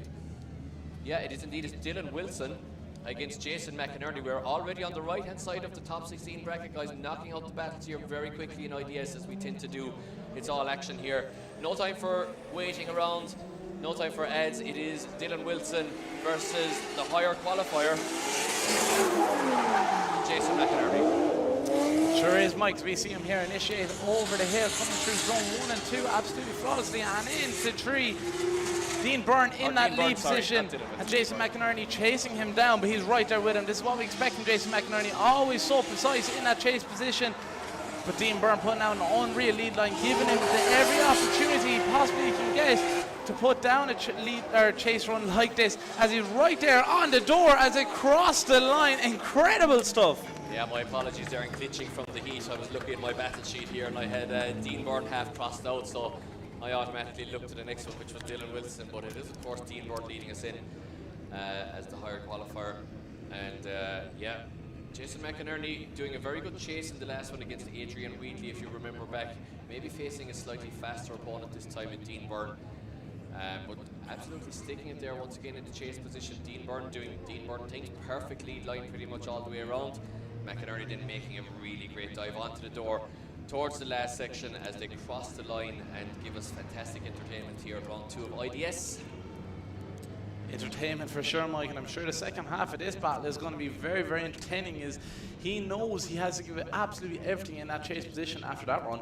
Yeah, well, sorry again for glitching there. I'm running on 2 or 3 hours sleep, and it's pretty hot up here in the tower as well, and lots of tire smoke, so I'm only running at 25%, I think, at this stage. I need to recharge the battery. You're a few cylinders down there, I'd say. I'm running on 7 exactly, or 5 or whatever I had in the first place. So now Jason McInerney does become lead driver. Dean Byrne will chase him in. Jason McInerney, we know what he can do in the lead position. Remember, he's been missing zone 2 quite a lot today. Let's see if he picks it up this time. We'll have to see, Mike. He's doing a very good run in that lead position, but Dean Byrne is right there with him, so he is, as he makes a dive. Oh, huge right there from Dean Byrne. Tries to correct himself and nearly loses it. Somehow does an incredible stuff. Doesn't affect the lead driver either. Somehow Jason McInerney driving on as if nothing had just happened. Dean Byrne trying to solve it all out. That mistake there coming into 5 is definitely going to be the deciding factor on this battle. Yeah, it's all going to come down to that mistake, Adam, I think. Really entertaining battle in terms of, you know, road proximity and incidents, as we can hardly see the cars here with tire smoke right now. But Dean Byrne there, as you said, Adam, we're going to watch that replay again, and I think it just all fell apart there, unfortunately, for him as he entered into the first hairpin. Guys, round of applause for Dean Byrne and Jason Mack. And we can announce, guys, just as we thought, going through to the Great 8, still on a charge for this championship, it's Jason McInerney.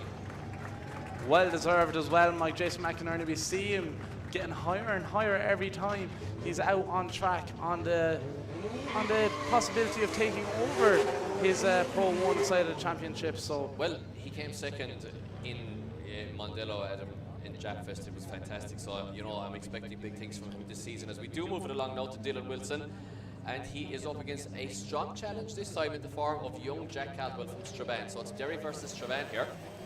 It sure is, Mike, as Dylan Wilson will be leading us in here. Chased down by young Jack Caldwell. Dylan Wilson in that BMW. Huge flick here on the entry, just rubbing the edge of the back of that car off the wall. But Jack Caldwell is right there with him. He is indeed. Dylan Wilson has been pinpoint perfect. Remember, Dylan Wilson has come up from Pro 2, believe it or not, guys. The driver you're witnessing here, as we see a big mistake from Caldwell in the chase there.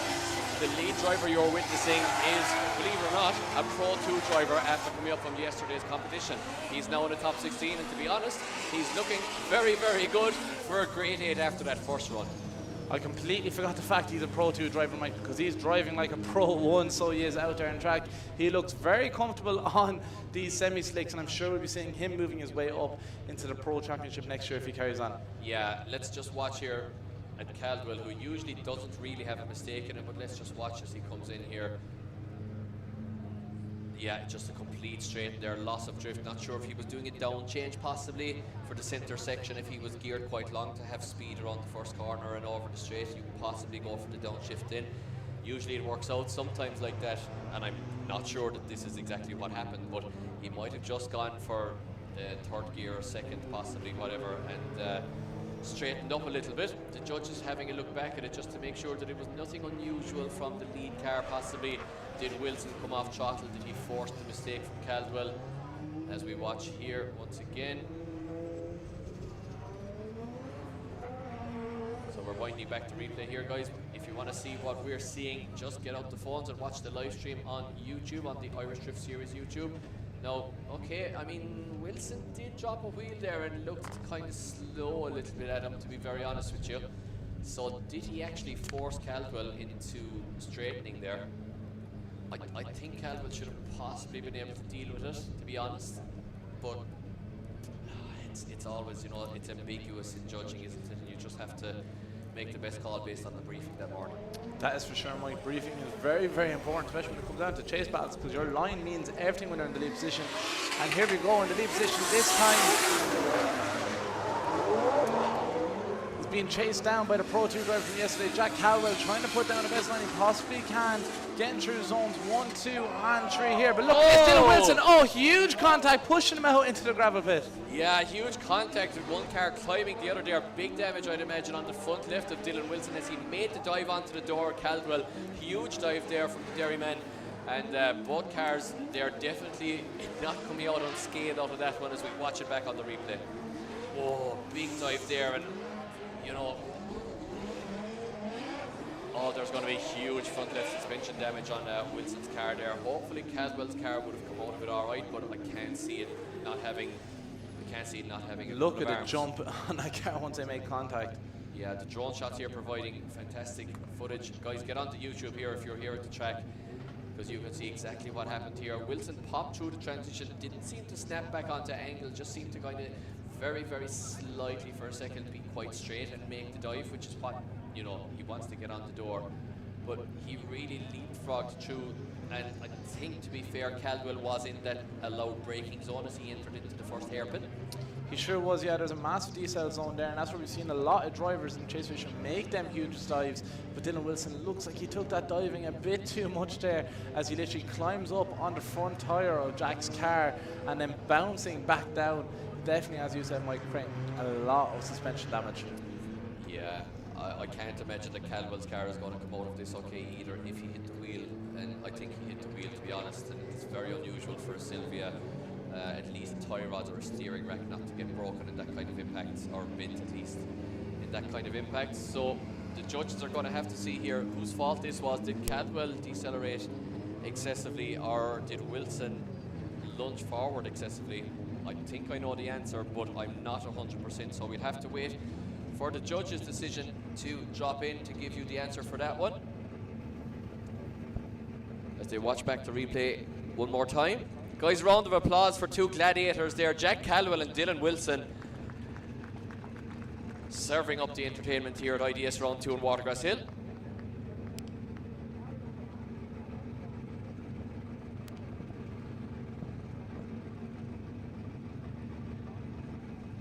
So the judge is still in deliberation. I mean, where I stand, I think I could make a call on that one, Adam, and it is a run-defining issue. It's not as if it's a 10-0 on the first run. This is a run-defining issue. This is the person at fault here is going to lose the battle, essentially. But yeah, it's still in the hands of the judges.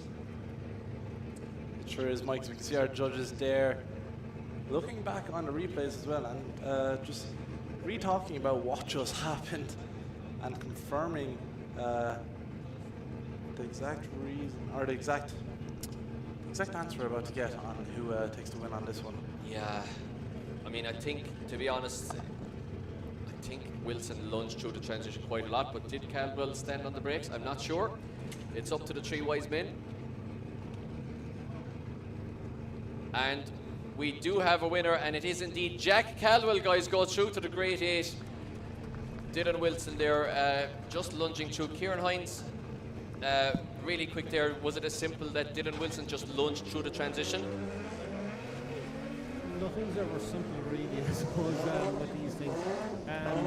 Yeah, look, we looked at it because it's a decel area, so the lead car is allowed to slow up. But sometimes there can be excessive deceleration, and when there's excessive deceleration, then it falls back on the lead car for that fall. We looked at it. Jack does drop. He puts the wheel out onto the concrete, but that shouldn't be enough of a reason to cause that incident. Like, it doesn't mean he's going to suddenly slow, but it looks like Dylan just came in too hot. They touched front wheels, one up the other, and I think it's as simple as that. For us to blame it on Jack, we'd have to have evidence of him slowing up or doing something wrong excessively, which he didn't. We don't think he did. So I think it's as simple as that. I think Wilson just came in too hard. Thank you very much, Kieran, for clarification there of what we thought anyway. So we move it along to our next battle on track, and it is championship ramification. In this one, it is Jacob Chischak against Leon Lynch. Jacob, the higher qualifier, to lead us in. Flicks it to the right, flicks it to the left, and back to the right again, firing it in over the hill on Watergrasshill. He sure does, Mike. Precision is the name of the game with Jakob Krishak. And pace looks like it is here too, as he comes all the way down, back straight into zones 5 and 6. But Leon Lynch is right there with him, right up on the door of Jakob in his refreshed S15 for this year. Look at this, they go around pushing him right to the edge of the track on each and every zone. Leon Lynch trying to get right up there with him as they finish out that run and cross the line.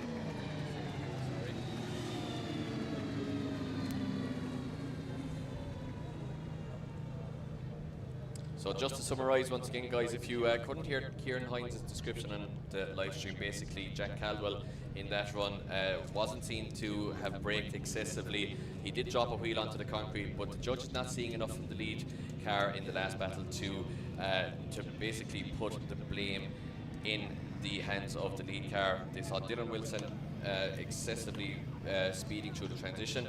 And just to explain that, yeah, basically the chase car at fault through the transition, causing the impact, just in case you couldn't hear Kieran there. And of course we are back to the present moment, and we swapped them around.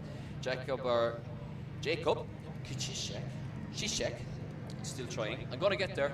Sure. I'm going to get there. Myself and ChatGPT are getting on well now with the pronunciations, and she's sick of me at this stage, but I keep trying, so might have a word with Kuba as well and get it from the horse's mouth when it's all over and done with. Are we going to see him on the podium? Will we be talking to him on the podium? Well, he has a Leon Lynch who was hard charging there to get through, and Kuba has to definitely bring out quite a solid chase here at him, I would say. That is for sure, Mike. They're going to switch around now, and it's going to be Leon in the lead position, who we've seen today driving very, very well. But Jakob is always so precise, as I said, especially in that chase position. His battle game is unreal. He never holds back one bit, but he always does it in the exact way the judges want to see. Yeah, well, championship positions on the line here. Kuba leading this championship, and listen to the noises, all the fantastic noises, and right on the wall there from Lynch. It's just V8s and 6 cylinders all happening here. A little bit straight there for Kuba in the chase and sacrificing zone 3. Now he gets on the outside line, dials on the angle once again, looking for the door of Lynch. Lynch has gone way wide off track here at him, way wide. He's dropping points, he's bleeding points here in the eyes of the judges. Now Kuba is finding the door of the 11-0 S14 in fact, with the 180 face, and Kuba pushes him around the track. What a run here from both drivers. Absolutely, my big round of applause for these two guys after an incredible battle there, as we see literally Jakob pushing Leon across the line there. Maybe it was Leon about to oversteer just a small bit, and Jakob put him back on line. I'm not too sure. That's what it looked like from our point of view. But watching back the replay here on the stream, absolutely incredible stuff. There through 5 and into 6, Leon was very wide, dropping a tyre, if not 2. But Jakob was right there with him the whole way around. That could be the deciding factor on this one, Mike.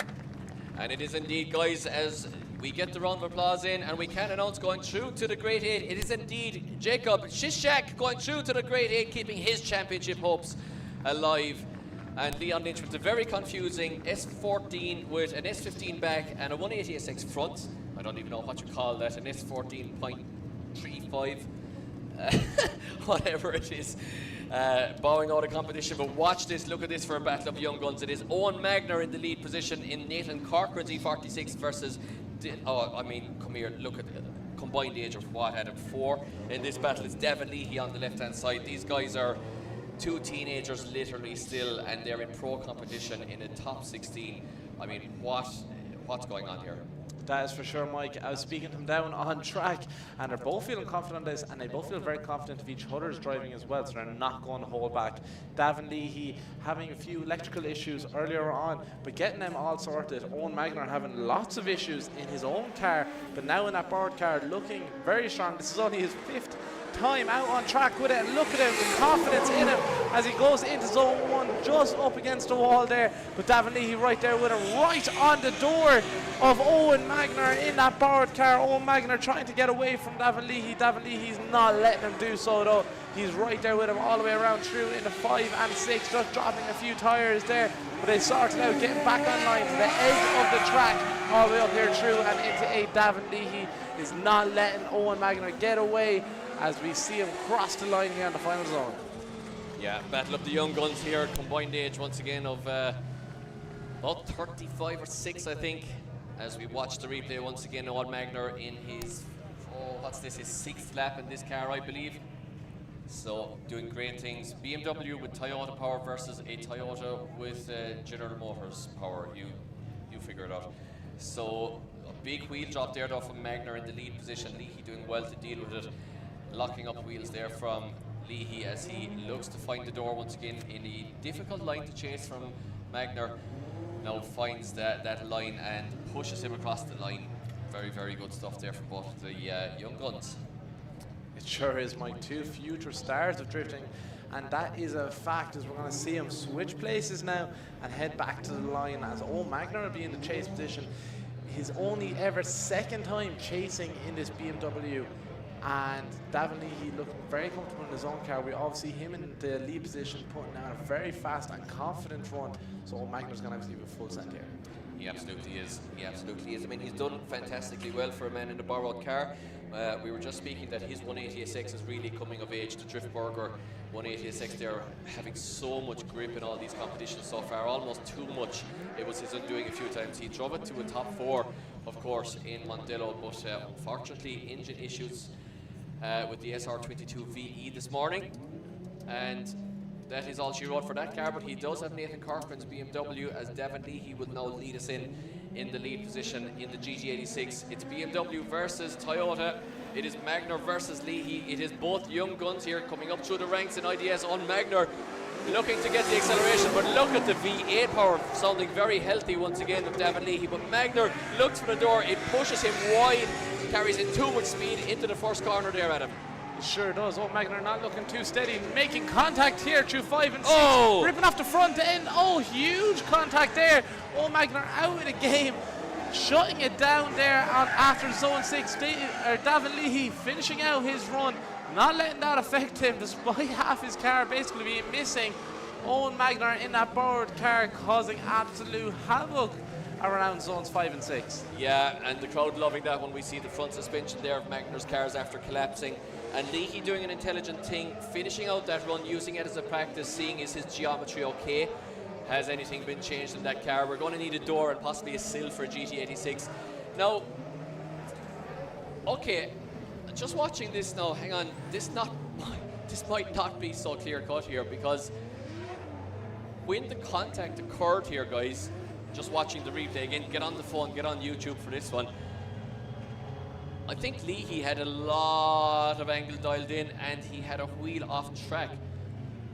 So does that mean that the judges, I mean, he was carrying enough speed, he just had a lot of angle, but on the second contact he was way off track. Are the judges going to have to make a call here that this might have possibly been the lead car's fault here, Adam? But did that first piece of contact might push him out even Push him, further yeah, to good point. make him drop the tyre for that second part of contact? So you can see here, I would imagine so it did, pushing him out further. You're absolutely right. So it's going to come down to the first contact, essentially. The second contact, you have to say, was caused by the first contact. Therefore, the run-ending issue is the second contact, which was caused by the first contact. So the judges are now going to have to see Leahy dialing on loads of angle, but that's his driving style. Adam, we've seen him do that loads of times coming into the hairpins. We've seen him back the GT86 in. He's a driver with flair. He's a driver who drives it on max lock stops, and that's just the way he drives. You mentioned before the battle that these guys know each other's driving styles and they're willing to push. They pushed. This is what happens. That's for sure. You say about Davin Leahy going on lots of angle there. Yes, he went on lots of angle, but he didn't lose his pace as well. Maybe Owen should have been a small bit more cautious in that chase position, but the aggression and wanting to make that dive to get up on the door was definitely in his head there.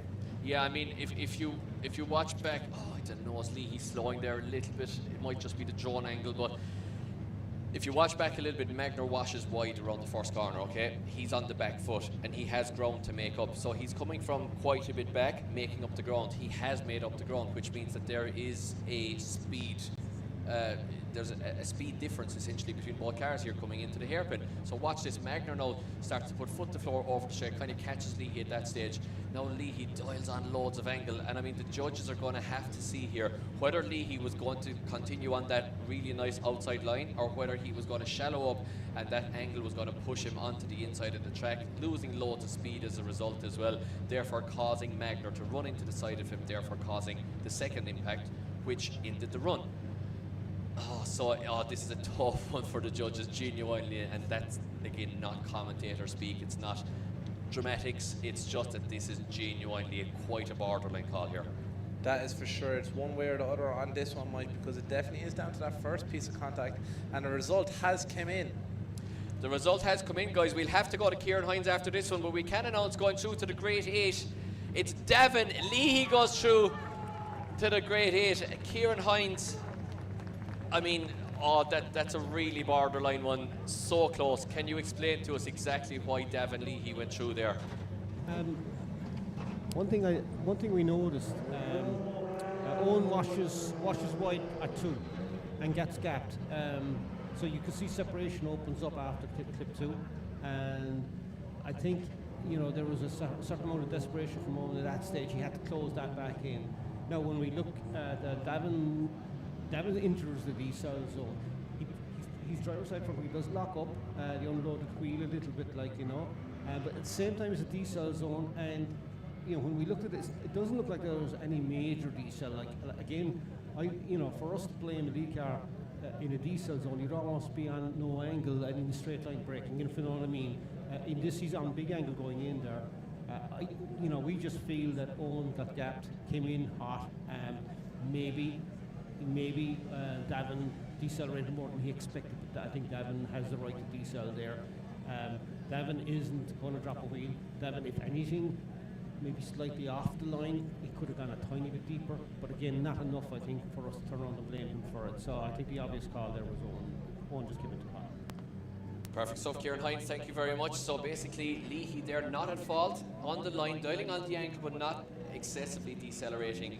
And Owen Magner basically steamrolling into him. As we go to our next battle, they're coming thick and fast here. They sure are, Mike, as Dylan Garvey leads the same chase down by Young Davy. Look at this from Garvey in the lead position. Huge angle, huge speed as they go through zones 1 and 2 and into 3 here now perfectly. Picking up 4 and 5. Lots of angle and aggression here from Young Davy in the chase position. Garvey, though, giving him every opportunity by keeping nice and wide, keeping the pace up. But Young Davy's not holding back. Look at this as he's right on the door, creating contact and crosses the line. Yeah, straight into the Great 8. I almost got caught unawares there myself with the drama of the last run. That was our top 16 concluded in the last battle. So we're back up to the top left of the battle bracket. Beautiful entry there from Garvey, flicking the 180 in over the hill here on max angle, very Japanese style. Now let's see what he can do on the replay here. Yeah, pretty much textbook lead line here, but Davy is right on top of him in the center section, loses his bumper with the camera there on the spoiler. What fantastic shots they will be on the in plate of the spoiler. And yeah, I mean, great lead run, contact once again over the line, pushing Garvey wide, but it's still all to play for here. Jake Davy doing a fantastic job there, you have to admit, Adam, in the chase position with all the aggression. That is for sure, Mike. He has lots of aggression in that chase position, but he also has a lot of precision whenever he's in the lead. But he's going to have to give a full whack here now and keep that foot to the floor to try to get away from Garvey. He is indeed, as Kevin, our start line marshal, once again seeks shade under the Red Bull start line. And Dylan Garvey, once again watching him there, he understeers the car over towards the start line, getting rid of those marbles off the front tyres. Very intelligent driving there from the Kilkenny driver, as Jake Davy just opts to take a cooling down lap here. So the first spin, just seeing how things are around the place now. Yeah, spin around town. Yes, doing a lap, as they say. Spin around town, guys, so Dylan Garvey might as well take a cool down lap also while he is at it. So once again, guys, the Irish Drift Series in 2026 is brought to you by Lucky Day Competitions and Red Bull. Fantastic two title sponsors there, doing great things for the series and supporting Irish drifting. Thank you to those guys. And also we have on board this season Strom Wheels, Kinda Tires. We have Drift Mafia, GMD Tire and Service Centre, Yugan Factory, Group D, Turn Distribution, also getting the tyres for the guys here on the grid. Max Flow, Brendan Stone and the guys there, and Exemplar and Exact Signs. Quick one on Exemplar there. If you are going to Dublin Airport, be sure to give Luke Talley and the lads there a shout, and they will collect you off the airport, take your car away, you can go in, and then they will drop your car back to you when you arrive back at the airport. So fantastic service there from Exemplar and the lads, Luke and the guys. Great stuff. And any of those sponsors, guys, should you need any wheels, tyres, parts for your car, etc., give them a shout. All good people, they're supporting Irish drifting. They sure are, so Irish Drifting will be supporting them, and that's a fact, Mike. As we move on now to the second run of this battle, as Jake Davies going to lead us in, chased down by Dylan Garvey. I said it just there a moment ago, Jake Davies going to have to give full precision and full speed here as he comes down the hill, initiating into zone 1 and pushing it right to the edge, but Garvey is right there with him. This is what I said he needs to be worried about. Garvey does not hold back. Look at that transition. Right on the rear end of that car. Garvey is there, right on edge of pushing him around the place. Look at this. Jake Davey trying to get away from Dylan Garvey. It's incredible stuff here, Mike, as they come up to zone 9. Across the final hairpin here, and Dylan Garvey right there with him across the line. Yeah, both drivers losing their bumpers over the course of those 2 runs, guys. Round of applause for both drivers going up there. Thank you very much. And thank you once again if you are just joining us again. We are here having the absolute crack, as we say in Ireland, for the Irish Drift Series Round 2 in Watergrasshill in the lovely Irish sunshine. We are into Grade 8 action already. The battle's coming thick and fast, and we have championship hopeful Dylan Garvey facing off against last year's Pro 2 champion Jake Davey. And guys, they're out of the cars. We have a great crowd here in Watergrasshill. Once again, round of applause for Dylan Garvey and Jake Davey. Thank you guys for being here and supporting Irish drifting as well. Great to have you here, and we hope you're enjoying it. As we wait for the judge's decision to drop in, and in the championship hunt still, it is Dylan Garvey who books his place in the final for young Jake Davey, last year's Pro 2 champion, who was unstoppable here in Pro 2 competition, just bowing out against a man who is in the championship hunt, and a man who doesn't make a habit of losing when his car is in his corner. It is Dylan Garvey who goes through to the final 4. That is for sure, Mike. I'm sure we're going to be seeing Dylan Garvey on the podium today, but what position on that podium is going to be? It might possibly just be the top spot, but is anyone in this next battle going to be the one to take him down? Well, they're going to join him in the semi-finals. It will be a man who's having an absolute dream weekend in the form of Marcus Heinen, coming up from Pro 2 competition, and he will face off against a man who is starting at long last to fulfill his potential with the 2JZ engine, Stephen Halferty, in the E36 wagon. I said wagon very aggressively there, Adam. I don't know what happened to me there.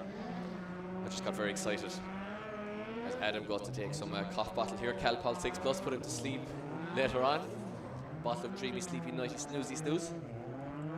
Father Ted fans will get that reference, no one else will. But yeah, ready to rock here almost as Stephen Halferty gets his rear semi-slick tyres up to temperature. Marcus Heinen, for some reason, pulling off the line. We'll let you know exactly why that is. Will we have a 5-minute rule? A 5-minute rule, of course, can be called by the competitors in the event of a mechanical issue. They have 5 minutes in which to fix their cars. Once the car is jacked up and touched by one of the crew, when it is safely on axle stands, or once the bonnet is opened in the pits. So basically, once the car is safe to be worked on and being worked on, that's when the 5 minutes starts. You have one 5-minute rule for the duration of competition, so you can only call the 5-minute rule once. Until you get to the final 4, if you are in the finals, you do unlock another 5-minute rule where you can then, of course, work on your car again, because the temperatures get up and the stresses on the cars get up, so another 5-minute rule gets unlocked in the final 4. So Marcus Heinen just pulling off track there, Adam. Not sure exactly why that is. Not too sure either, Mike. I'm sure we'll find out very shortly. Maybe he's just going in to play some mind games, you know? Not sure about that, but yeah, Sean Healy, our track controller, coming back with information. 2 seconds here, guys.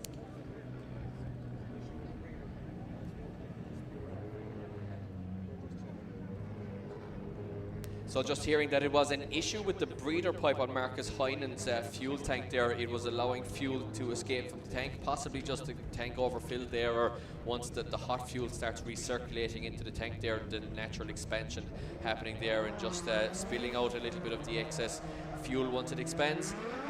After the fuel gets pumped around the engine and the fuel rail, it returns back to the tank. It does get quite hot and might just have been overflowing a bit, so making sure that obviously that there's no fuel spilling out of the cars on top of hot exhaust. And we do quite often see tyre fires here with those super soft semi-slicks. The temperatures in the tyres get so hot that it lights the escaping dust off the tyre smoke do see a lot of tyres, so you can do the maths here. Race fuel plus tyre fire plus hot exhaust, bad time. It definitely sounds like a bad time. Let's make sure that the fuel stays in the tanks, and make sure that we don't see anything other than a tyre fire. A fuel fire is a bad time, tyre fire is cool. So yeah, Marcus Heinen looking okay. He's back to the start line. Stephen Halferty hanging back. Speaking of mind games, Adam, maybe he's just letting Marcus simmer in his own juices up there for a second. Halferty a lot more experience than the Cork man. Maybe so. I'd say Halferty is just on the car there swiping through TikTok or something. Just believe the guy's meant to win into battle.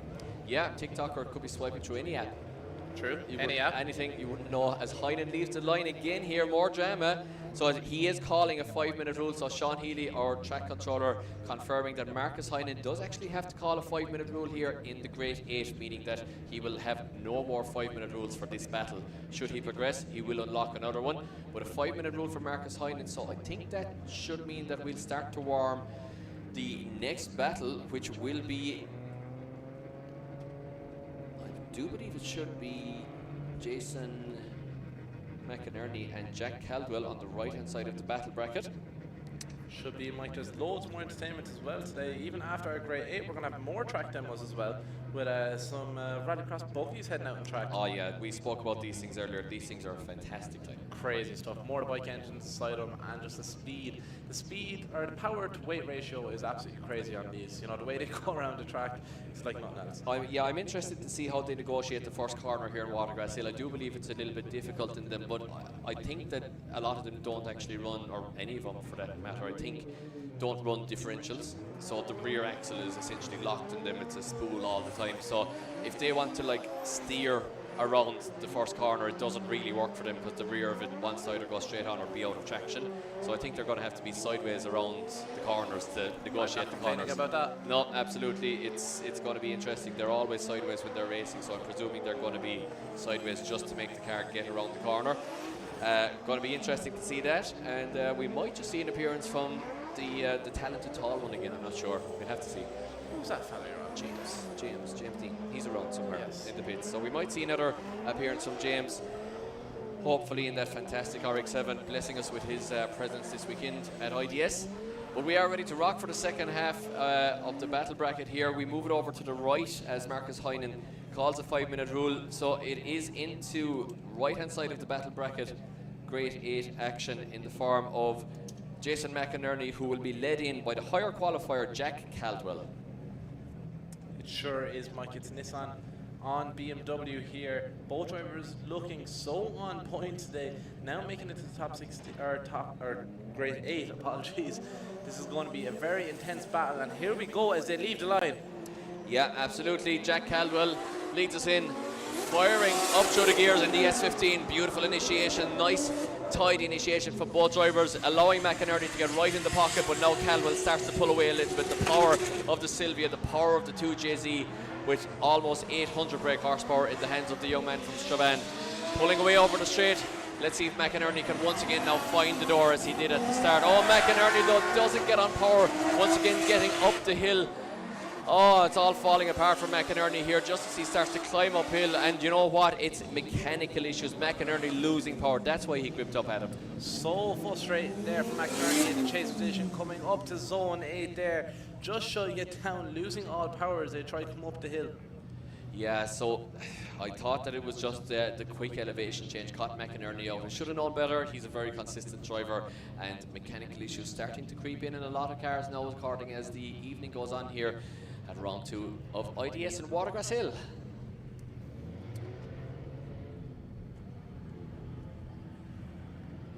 McInerney still has forward drive though, Adam.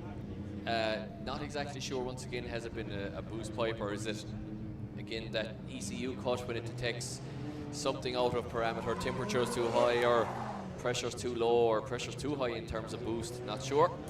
But he does look to be working here, and maybe he just, I don't know, maybe Maybe he just shut it down out of frustration, you know, maybe he knew markings were not going to face his way after that mistake there coming up to the 8. I'm not too sure. You think that's a crazy course of action, but you're so hyped up with the cars, you're so hot and everything, you're so amped up that if a mistake does creep in, I don't think you stop drifting, but you do act quite rashly sometimes just because of adrenaline. But we'll never know, unless we ask him in the pits after, which we probably will, then we'll know. But he does lead us in here, and he does have a working E36 with 2 JZ power. The Bearman versus the Strabane man. Oh, very wide from McInerney, flicks it in over the hill, super Japanese style there, beautiful initiation. Want to see that one in the replay again. But Caldwell has the pace here in the Sylvia, Caldwell has the go on the Sylvia, Caldwell has the door of McInerney. Caldwell sure does, Mike. McInerney looking a lot stronger. This is where he shut it down last time, but he's not shutting it down now as he keeps it right out to the edge of the track, through 8 and transitions onto 9 up against the wall. But Jack Caldwell makes contact with him there, and Caldwell basically shuts it. Yeah, what's happening here, Adam? Caldwell shuts it down. Did McInerney shut it down, causing maybe contact? Maybe.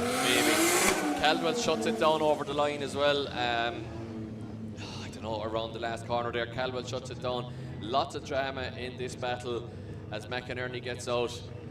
And a messy one for a top 8 battle there for sure. McInerney cutting a frustrated figure down on track here. Guys, round of applause for 2 drivers. Put it on the line.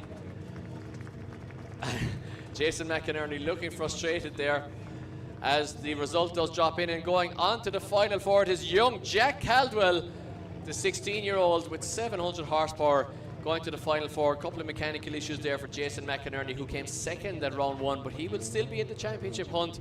Grade 8 will give him quite a lot of points, and unfortunately for him, not exactly the result he wanted in terms of the championship, but still, I think he'll still be hovering up there top 5 or 6 after this round, Adam. So still all to play for in a 5-round championship.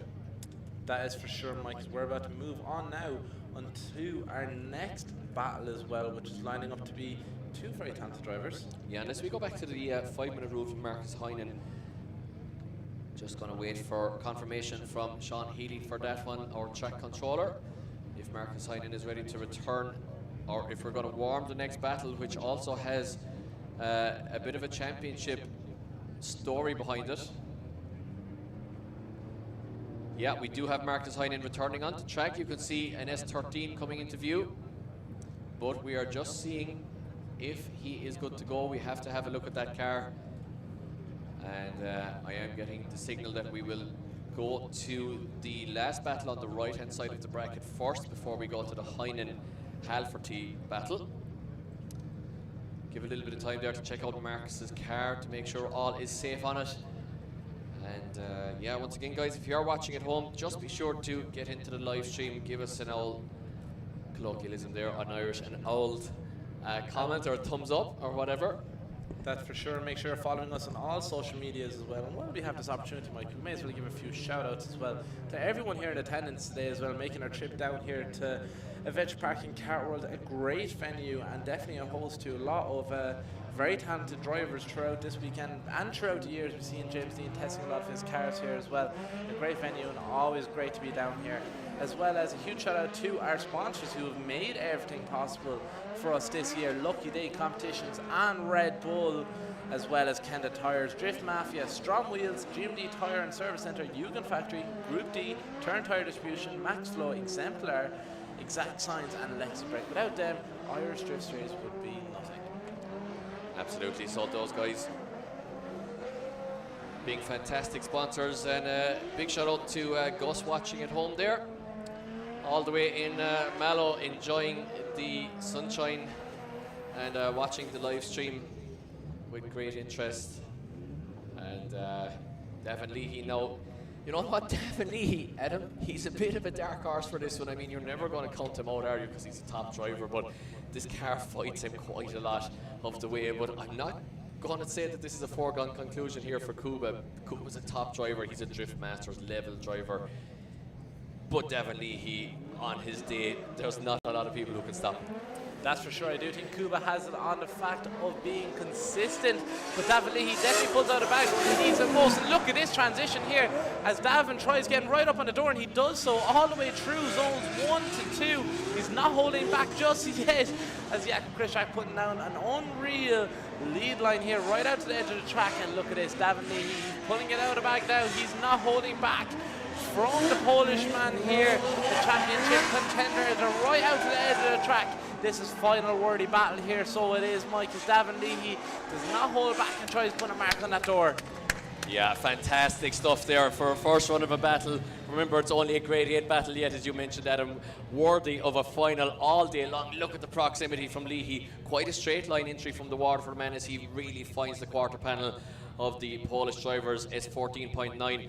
Now look at the quick transitions. A flick onto angle, almost more angle from Leahy in the chase position unusually, as he starts to once again rein in the door now as they rotate back around into the center section. Really good lead line though from Kuba, letting Leahy make those dives. Very, very, very predictable from Jakob there in the lead position. And I mean, it's very even going into the second run here. But if Kuba is to continue his championship charge here, what does he have to do here, Adam?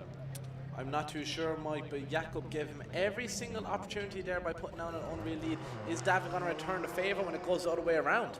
Yeah, but I have to look at the championship. Where is Davin Leahy in the championship? I'm not actually sure. I don't think he's that high up, possibly because of mechanicals in the first round. But, you know, it's a 5-rounder. He might still have a chance of a championship should things go his way.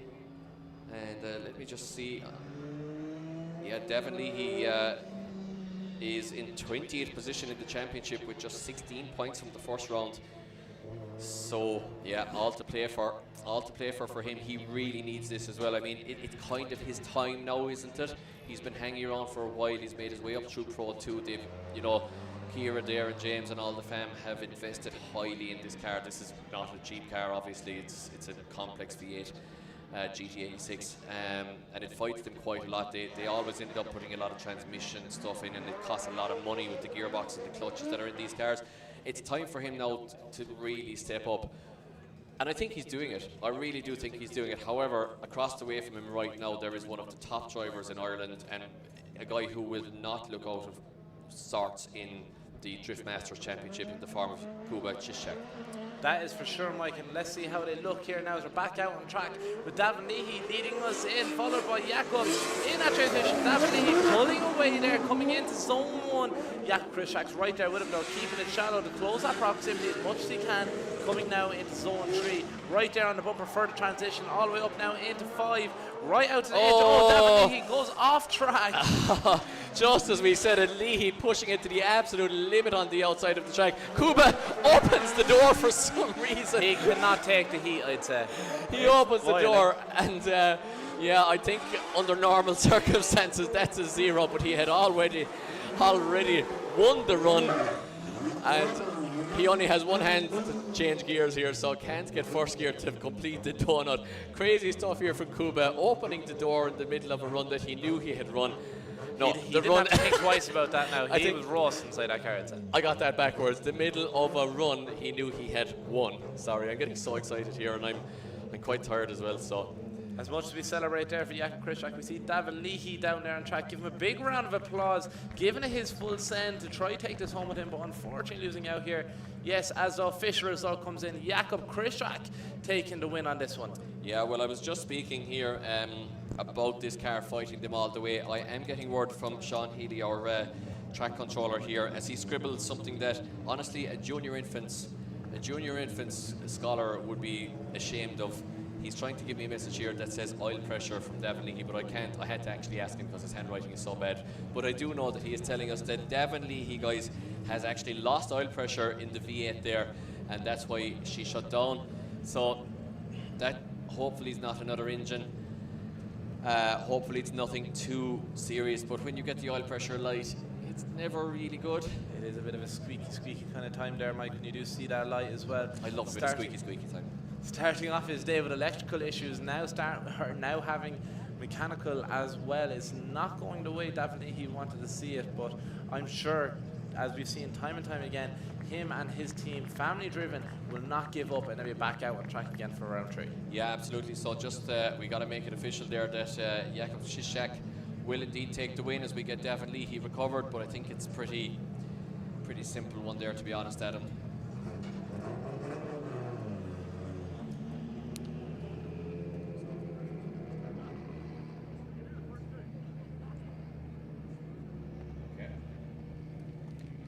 Okay, so just getting word, guys, the drama coming thick and fast here in the Great 8 at IDS round 2, as well as Devon Leahy losing oil pressure. We're just getting word for our last battle of the Great 8 that Marcus Heinen's car was still dumping some fuel out of the fuel tank. They did not get it fixed correctly in the allocated time, and unfortunately for Marcus Heinen, after a pretty much perfect weekend for him, the Pro 2 driver has now bowed out of competition because of a fuel leak issue. So that is all she wrote for the young Cork man, but he can go out with his head held high at him. I mean, he didn't make a mistake or anything. He's driven like a champion all weekend, and unfortunately just the car battling him there at the end, and a problem which hasn't reared its head all weekend. That is for sure, Mike. We see Devon Leahy passing us by here. Give him a big round of applause. That will be the last we'll be seeing of him for today, but I'm sure he'll be back for round 3. Yeah, the sound of silence as you're recovered is terrible. You know, it's painful. It's like the 1,000-mile stare when you're just like, oh, what do we do? And the cars, you know, you can hear usually a bit of transmission hum and things in them as they're being recovered. And it's just a lonely place in your car being towed off track for Devon Leahy there. So Leahy possibly losing an engine, hopefully not, but the old oil pressure situation is never a good one. And once again, that car battling the Leahys quite a way, but we do have Stephen Halferty, guys, the last run of the Great 8 to leave the line, prove that he can indeed initiate a drift, and he will go into the final 4 where he will have the unenviable task of facing off against a hard-charging Dylan Garvey. That is going to be a very entertaining battle. So, Mike, we're now finishing up our Great 8, coming into a few more track demos, which will be very entertaining as well. Just in case anyone's worried what happened there for Stephen Halferty, he didn't have to finish out his run. Just once he proved that he could initiate, Stephen Halferty choosing there to reserve his car and make sure nothing does happen by just doing a solo lap. Yeah, well, I mean, he's going to be able to go back out on the same tyres now, basically. He didn't, you know, half kill a set of tyres there, leaving himself with the choice whether to change tyres or not. So there's still 2 runs left of these tyres, basically. He proved he can initiate.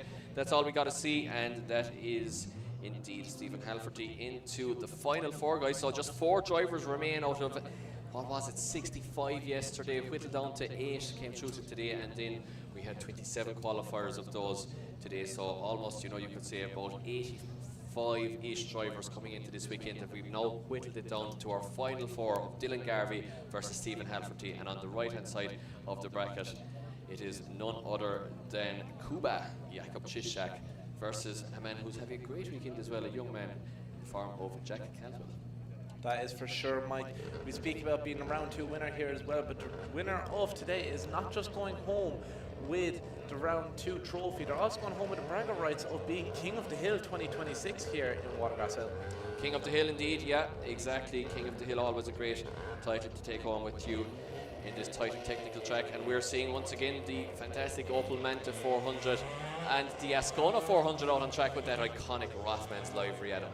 That's for sure, Mike. I'm going to get a good seat now and watch this happen. These 2 cars look like they're great crack going around the track, and we can see them getting a bit more comfortable. They might even try to drift into that corner. They might indeed, yeah. So guys, once again, we are just going to let you enjoy the fantastic sounds of the naturally aspirated 4-bangers under the bonnets of these Rally and Group B, in fact, icons. Each of these cars, I do believe, had a Group B version as they both put foot to floor. Enjoy the sights, guys. Enjoy the sounds here as we get our cars tired up and fueled up for our final 4.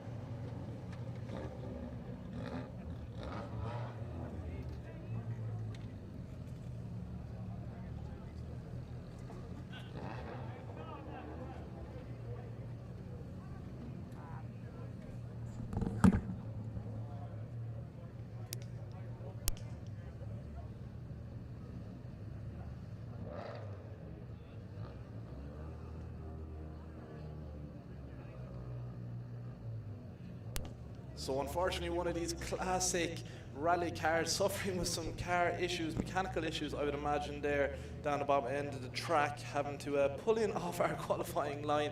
But do give them a round of applause for bringing out these stunning looking cars here to the track today for your pleasure. Huge appreciation for them, and it's great if you get to see them up close as well, as they're back in the paddock again very shortly. But thank you again for bringing them out, and we'll have more action for you again very shortly now as we're back out on track.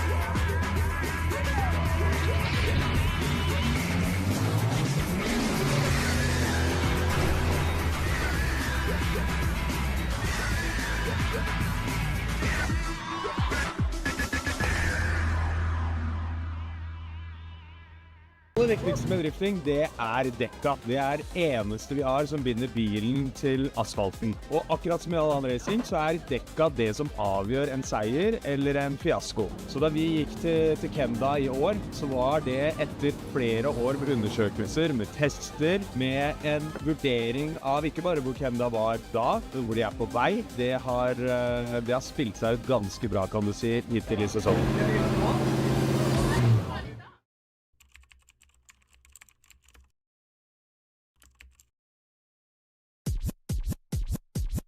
Check this out. Okay. I look good. Okay. On the street and I got my swag on. Okay. Get the money, gotta get my bag on. Okay. Triple back.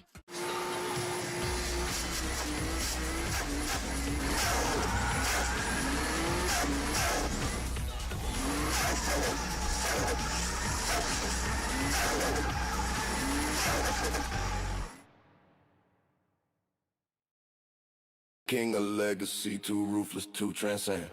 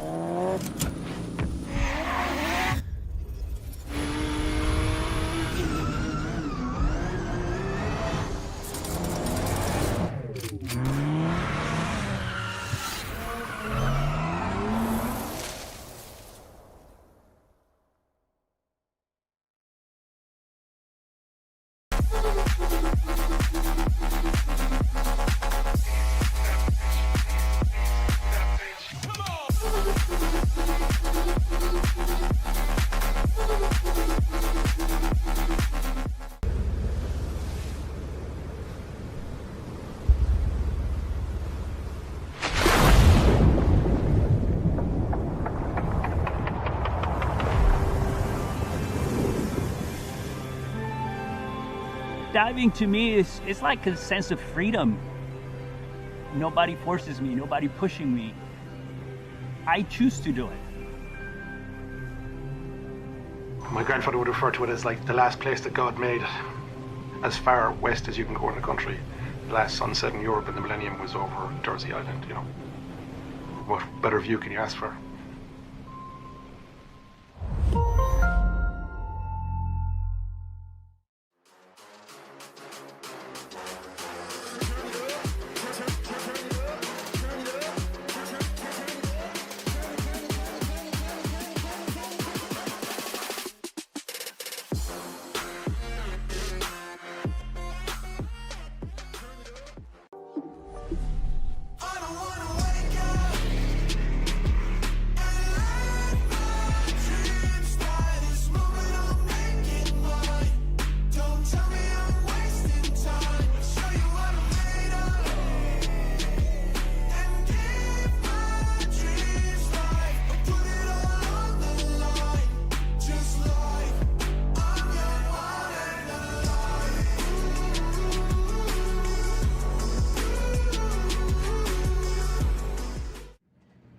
Okay guys, and welcome back to IDS round 2 here in Watergrasshill in the beautiful sunshine. If you're just joining us, it's probably good timing because we are into the final 4 here. My name is Mike Fitz. I'm joined here in the tower by Adam Driver. We have been here all weekend calling the action, and we are into the real thick of it right now, where championship hopeful Dylan Garvey leads us in his all-conquering 180SX, but he has to get through a very hard-charging Stephen Halverty in the chase lane here, Adam. He sure is, Mike. This battle could be the podium decider. So here we go with Dylan Garvey in the lead position, making it through 1, 2 and 3 flawlessly. Stephen Halverty is not letting him get away as he makes a huge dive here now on 5. Coming into 6, Stephen Halverty looking very strong this weekend, but Dylan Garvey so consistent. You wouldn't expect any less from him than to put down textbook lead lines, and he is doing so right here. Stephen Halverty trying to take full advantage of that now as they come across the final hairpin of the track and cross the line. Yeah, worthy of a semi-final, I would say. And Dylan Garvey looking, I just love the livery as well on this car. The colours are so cool. But Halverty's car is so different as well. Very rare that you see an estate drifting. Halverty with not a lot of angle there on the first corner in the chase for Garvey, who has this 180SX hooked up so much. Interestingly there, Garvey not using an awful lot of angle into the first hairpin. Very intelligent stuff there just to really pick out the line, and it works quite well for him as he is on that outside line. Halverty running a little bit wide there, hanging on to the angle, maybe a tiny bit too long, and once again getting caught on the outside line a little bit around the last corner.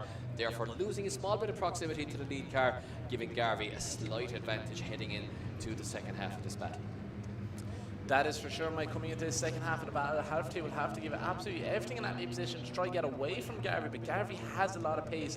He has that car dialed in, tuned exactly how he wants it, and he's very strong in the chase position, so we're going to have to see how this goes.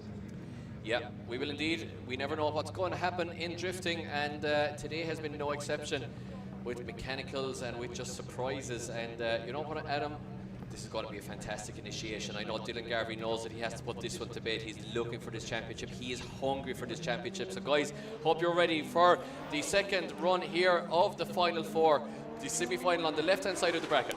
Here we go. Stephen Halfty leads us in an E36 wagon up against the wall there on zone 1. Dylan Garvey right there with him though. Look at this. Dylan Garvey not holding back one bit. Stephen Halfty giving him every opportunity. That transition bumper to bumper as they come through here with huge angle into zone 5 and 6. Halfty just dropping wheels so on 6 there as they transition now first 7. Garvey's right there with him the whole way throughout this run. Halfty is trying to get away, but I don't think it's going to work out for him. Garvey has that pace. He has it dialed in as they push each other across the line. Huge round of applause for our first battle of the top 4. Oh, Dylan Garvey, you beautiful man. Loving Stephen Halferty as well as always, but Dylan Garvey, you beautiful man. Oh, who's going to stop him? Is it going to be a Cuba Dylan Garvey final or what? I'm not sure. Stephen Halferty, a worthy adversary always, but Garvey is just on another planet sometimes. As I'm too busy like taking videos and stuff here, Adam. It's just too entertaining. I'm all overstimulated. You're like a big child, Mike. You're going to go home now and you're going to watch these on repeat. And this live stream's going to be on repeat for you for about 2 weeks straight. Do you know, I don't blame you because the talent of driving here has been incredible. Yeah, absolutely. You know, I'm lucky enough actually and very grateful to have seen a lot of drifting in my time in Ireland, and I have to say that this championship is just going from strength to strength. As we have a couple of celebratory donuts, guys, from Stephen Halferty. A couple of rings, lad. Guys, round of applause for Stephen Halferty and Dylan Garvey. Your 2 semi-finalists from the final 4. Halferty doing a few rings there and choking us in tire smoke as we wait for the results to drop in from the judges. And we can announce going through to the final. It's Dylan Garvey goes through to the final. Look at the emotion on track. Stephen Halferty gives it up. Says, fair play to you, buddy. Stephen Halferty will go into the 3rd, 4th place playoff, but Dylan Garvey books his place in the final. And you know what? He didn't have the perfect first round. Carr battled him a lot. Bowed out at the top 16, but he's back. He is back, baby. And he is collecting possibly maximum championship points because he qualified in 1st position, taking 11 points from qualifying. Should he win the event, that's 111 points to take home to re-claw back in the gap to Kuba Chischak. That is for sure, Mike. But look down here on the line now as our next 2 drivers line up. Jack Cadwell and Jakob Krischak are about to take off here to fight for the next spot in our final today. Here we go. Jakob Krischak leading us in this time. Look at the pace of the car as it sits down and gets over the line there with huge angle through zones 1, 2 and now 3 here. Jack Cadwell managing it very well to keep the proximity as tight as possible as here we come into 5 and 6 making a dive. Jakob washing a small bit wide there, dropping tyres. This could be effective to the score of this result, Mike. So Jack Cadwell is right there with him, not too close, but might just get it across the line here. Shadow on the angle there from Jack coming into the final line. Small bit scrappy on the second half of that run. Yeah, I mean, Kuba not as inch perfect as we've expected him to be. Caldwell firing in the angle, matching the angle of the lead driver all the way around. Really nice line there from the chase as well. Kuba, now watch this, he just does drop a wheel here over the track limits. Right there, and he drops it quite significantly. He's possibly flirting with 2 wheels off track here. So, I don't know, Jack Caldwell, he hasn't done a lot wrong in the lead. Maybe has been a bit sketchy a couple of times in the chase, but he's not done a lot wrong in the lead, so it's might be a lot to ask of Kuba here now to claw this one back. I think he might just be suffering from that wheel drop a little bit for the second one. I think so, Mike, as well. Not what we're used to seeing from Jakob, as he's usually very, very precise, especially on his line, keeping it right out to the outer edge. But Jack here now has all the pressure on him. He could take this final spot in the final. Well, we saw it yesterday there, Adam. I mean, it's all well and good in the top 32, maybe top 16 when you're not under that much pressure, but when you come up against the really fast cars, the really good drivers where you have to push to, you know, 98, 99%, 100%, that's when the mistakes start creeping in, even with the best guys like Kuba. That's for sure, Mike. We see Kuba just doing a cool down lap on the track as Jack's there on the line, ready to go and take on the second half of this battle. Yeah, Kuba just cooling down the S14.9. The self-employed man there hanging around the Waterford-Wexford area doing fantastic work in installation. Check out Jacob Installation as well, guys, if you want to support Kuba. He is employing a lot of people as well at this stage, so making his life here in Ireland and doing a very good job of it, and an absolute gentleman to boot. We're ready to rock. Jack Caldwell now will lead us in. Kuba has a lot to do here if he wants to keep in the championship hunt here. They bang it up through the gears, first, second, third, fourth, and they launch it in over the hill here, Watergrasshill. He sure does, Mike. Jack Caldwell not holding back here one bit. Jakob Krishak is not either, as he tries putting it to the door of young Jack Caldwell in his S15 right there. As there's, contact there through zones 5 and 6. Small bit of a bump there. Doesn't look like it affects the line too much. Jack Caldwell drives on, keeping it to the right edge of the track. Looking very strong here, Mike. This might be a deciding factor here on this for young Jack Caldwell. Here he goes across the line, finish out to run. Huge round of applause. Oh, I can't call it. I can't call it. I actually can't call it. Judges here pointing out a few things on initiation. Really nice angle from both drivers as we watch the replay here in front of us. Now Caldwell, you know, he's followed so closely by Kuba up to this point, but somehow, and Caldwell actually slightly drops a wheel as well, not quite as much as Kuba did there, as the crowd giving up their appreciation. Caldwell is right on track limits. I can't see exactly what happened Kuba there. He was in the smoke, but I'm not sure if we had a straighten or not. We might get the drone shot on that, but it's going to be very close. It might be one more time, but it's going to be close either way, Adam. That's for sure. A lot of aggression there from Kuba in that chase position as they're down here on track outside their cars. Give them a huge round of applause as they fight out here now for the final spot in our final and become King of the Hill 2026. Yeah, it's going to be a close one. Going to be a close one. Judges still having a chat about this one as we wait for the results to drop in.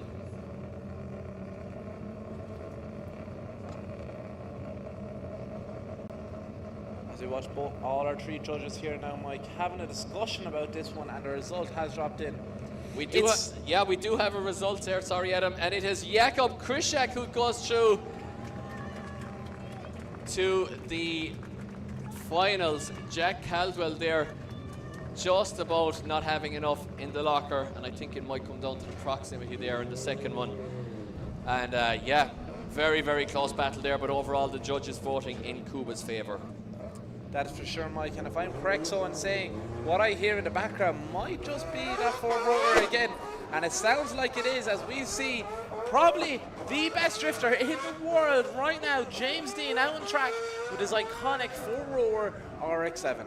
Yeah, so this crazy engine that you hear, if you want to Google them as the 767B or 787B Le Mans cars, the 787B actually winning Le Mans in 1992, I believe, much to the massive surprise of the motorsport world. They were four-rotor naturally aspirated cars as well. Super, super unusual engine, and you'll hear the engine note here being so distinctive. Engine built by Pulse Performance Race Engineering, that's PPRE from New Zealand, and sent over to Ireland, built by the guys at James Dean's, based in James Dean Motorsport. So listen to this, guys.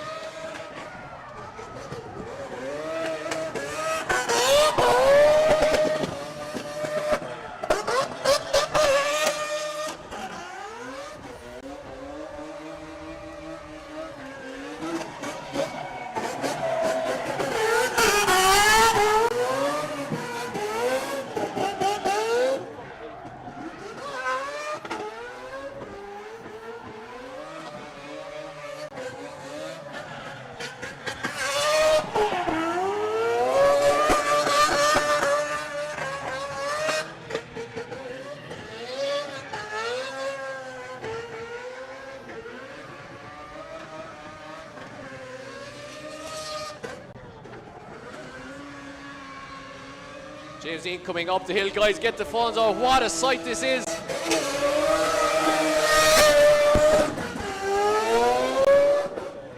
.360s and everything. Guys, massive round of applause for the one and only James Dean. Insane stuff, and what incredible sounding car, Mike.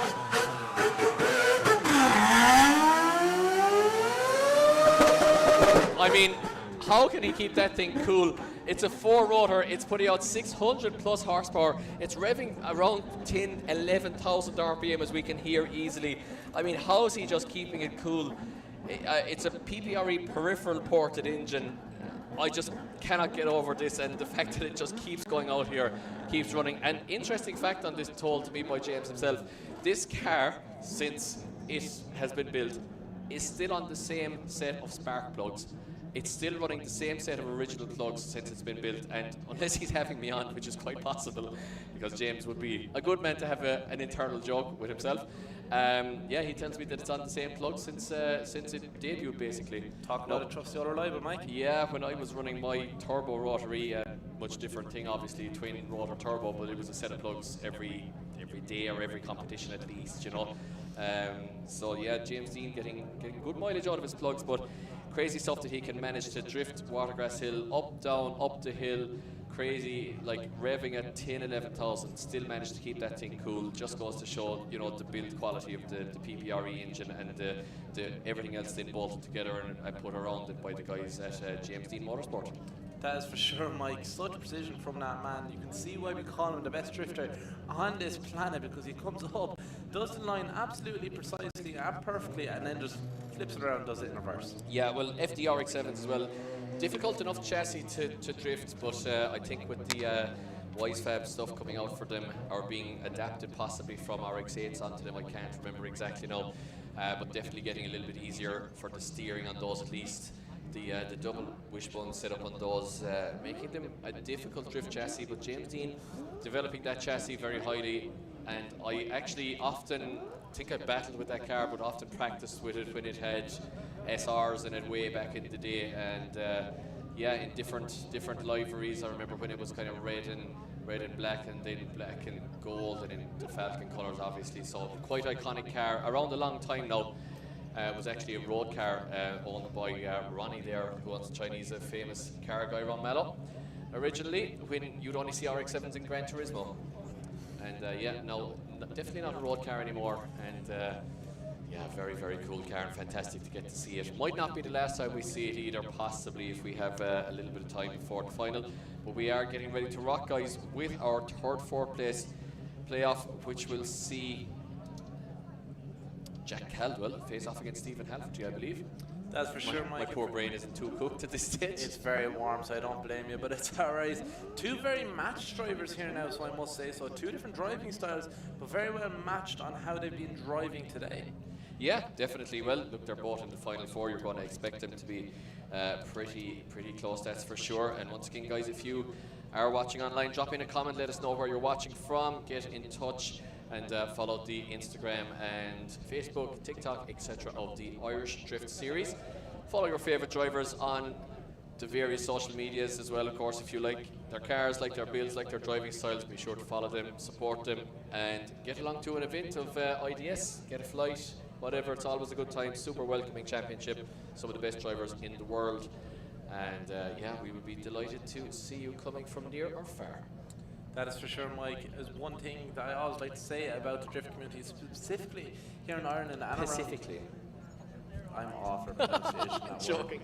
I'm joking. Mrs. always slags me on that one as well. But either regardless, what I'm trying to say, the community around the Irish Drift Series is so welcoming. Everyone is so nice, and no matter if it's a driver, one of the staff members here, a marshal, anything like that, everyone's always so open to a conversation, chatting to you, and they chat away to you as if you're a friend for the last 10 years. Yeah, absolutely. I mean, that's what drifting is built around. It's you know, it's a sport. It's a blue-collar sport in terms of the people competing in it.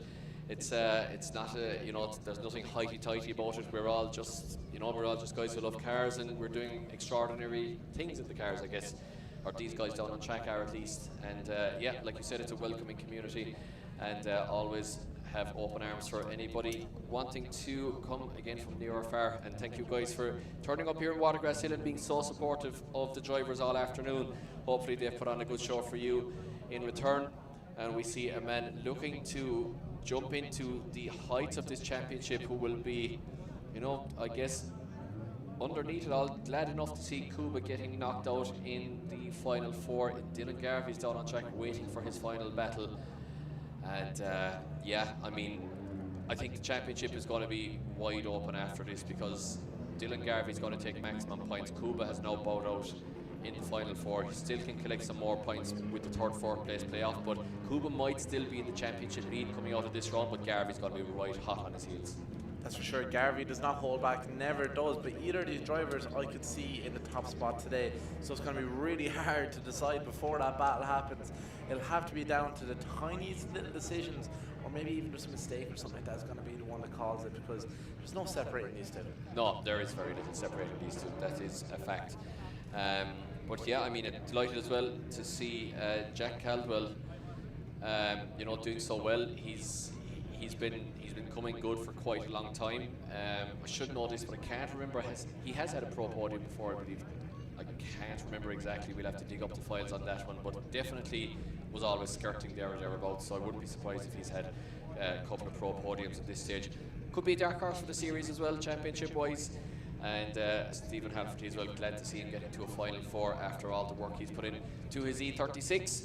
So we wait just for Caldwell to return to track, as we do have Caldwell on track. That's for sure, Michael. Before we get into our third and fourth place playoff, just to remind anyone at home, and specifically anyone up the northern side of Ireland as well, if you want to come see the Irish Drift Series live, we'll be in County Down at Bishop's Court, Diff and Drift on the 1st and 2nd of August. Always great crack there. An abandoned World War II airfield, so it is. So a lot of history on that piece of tarmac, and a great venue for drifting as well, a bit of a home motorsport for up that side of the country. And then we're back down here in Watergrasshill on the 3rd and 4th of October, and our grand finale of the year will be in Mondella Park with a new layout, so that's going to be very interesting. That's on the 31st of October and 1st November, so still a lot of Irish drifting happening this year.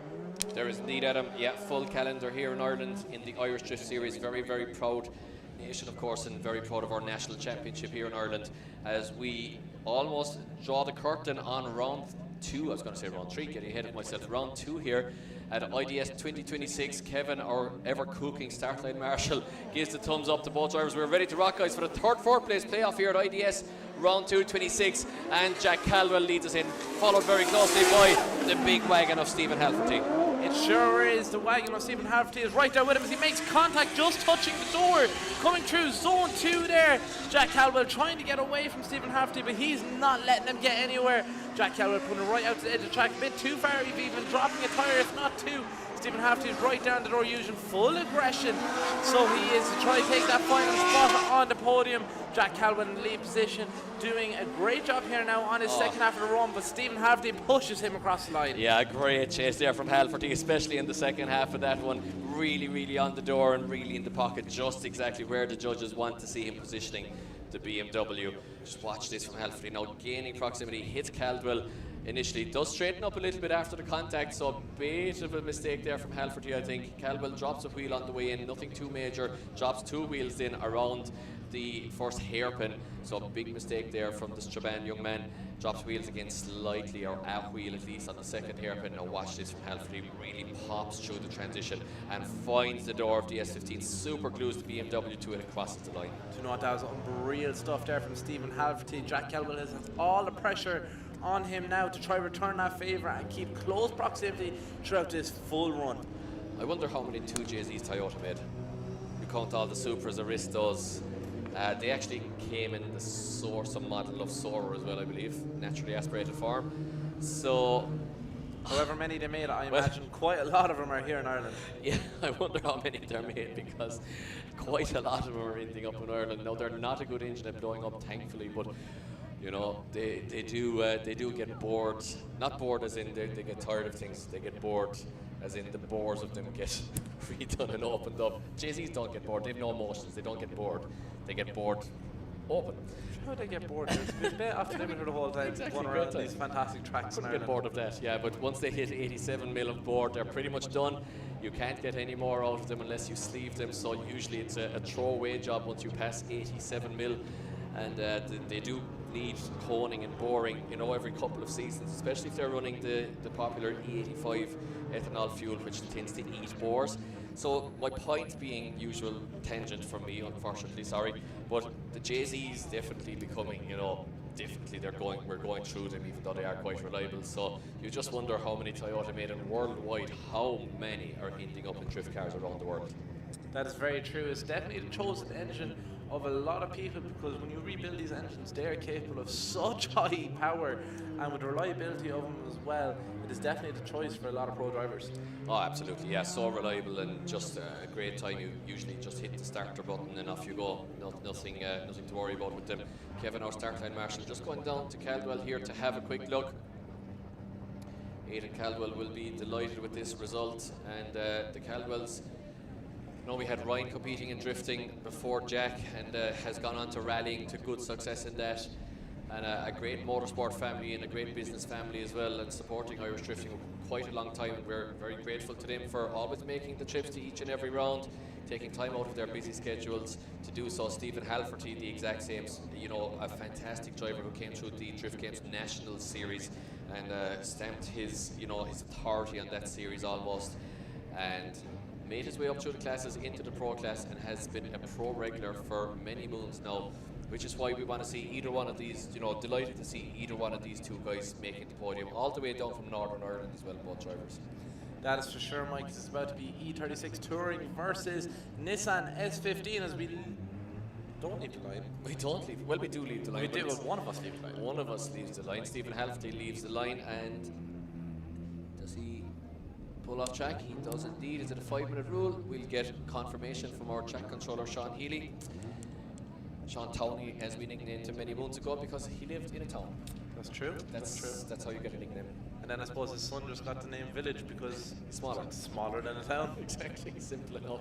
And what about if Village has a son then? We call it Townland. Estate? No, Townland. Yeah. Not sure where it goes from there then. But so it only does like 3 generations, the nickname. So we're talking some nonsense here at this stage, Adam. But we're having fun here in the sunshine as our judges get up to stretch their legs, and we are calling 5 minutes. So guys, Stephen Halferty calling 5 minutes. 5-minute rule. Do we have a reason? We do have a reason. There is a reason for it. We're going to get that reason. So just like Marcus Heinen, a bit of fuel coming from the breather of the tank. Once again, not sure if it's an expansion and overfull or what due to the heat here this afternoon. But we just got to a couple of ads here, guys, and we'll be back straight away as soon as we have a working Stephen Halferty back after his 5-minute rule.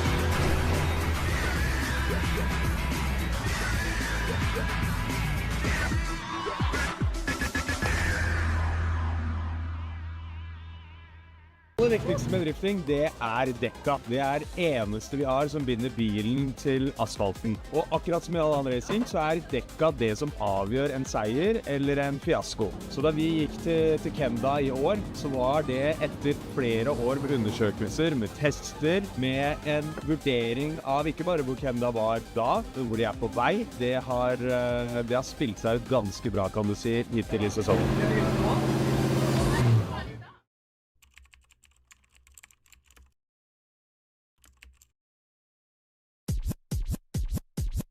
Check this out. Okay. I look good. Okay. On the street and I got my swag on. Okay. Get the money, gotta get my bag on. Okay. Triple back.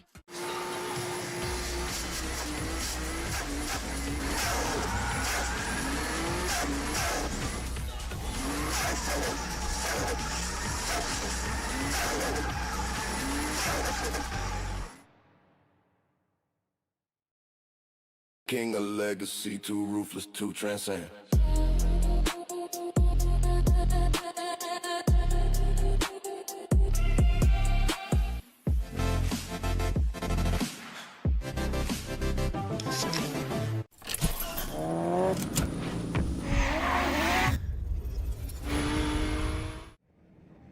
Right guys, so we are back here for the second half of the fourth place playoff between Stephen Halferty and young Jack Caldwell. Stephen Halferty doing a workaround fix in the pits of a leaking fuel tank again, well, a breathing fuel tank as it was. And the guys in the pits kind of getting a makeshift catch can, I believe, on the fuel tank. So, Adam, we are ready to rock for the second half of this battle. Might be tiny advantage from Halferty in the first one as he flicks the big BMW across the track, and look at this, almost backwards in around the first clip. Does just about manage to get the nose pushed in for two, but a little bit wide. Now Caldwell with the quick snap transitions finds the door to Beamer.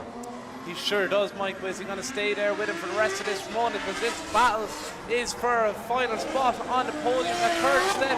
Here we go. As Stephen Halferty is in the lead position, pushing it right out to the edge of the track, trying to gain proximity as much as he can. But Jack Caldwell is right there to push him across the line. Huge round of applause for our third and fourth place playoff. Yeah, as I get a couple of lungfuls of tyre smoke up here, as you can see, guys, on the live stream, absolute clouds of tyre smoke blowing in on top of us here from these two cars. And Stephen Halferty there with a really nice lead. Jack Caldwell with the snap transitions, maybe not quite on that outside line. And Halferty then doing everything pretty much right in the lead position, just right on the outside of the track there. And we will, of course, let you know if we have a result or not. And we will announce that result on the podium should we come to a conclusion for this third, fourth place playoff. Judges still watching the replays here, Adam. Maybe always a sign that it's going to be a tight call if they're watching multiple replays. That's for sure, Mike. Maybe just re-jogging our memories on the first part of that battle. But as we see both drivers heading off the track now, just give them a bit of a round of applause. Yeah, of course, guys. We will be celebrating the podium as the crowd show their appreciation for our two gladiators there down on track who have battled their way through all opponents to the final four. And we will do the podium celebrations, guys, down on track right after the final here at IDS round 2. And I am just seeing the thumbs up from head judge Kieran Hines, signaling that we do indeed have a result, guys. So we will be giving you that result down on the podium in about, I would say, 10-15 minutes time, because unless now we do have a one more time in the final, which is very, very possible.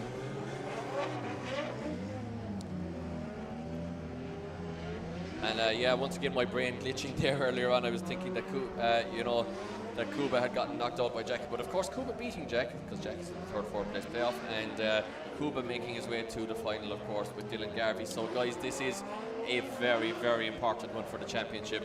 Now, Kuba will already be picking up quite a lot of points from at least second place here. He qualified in third position as well, gaining him 9 qualifying points.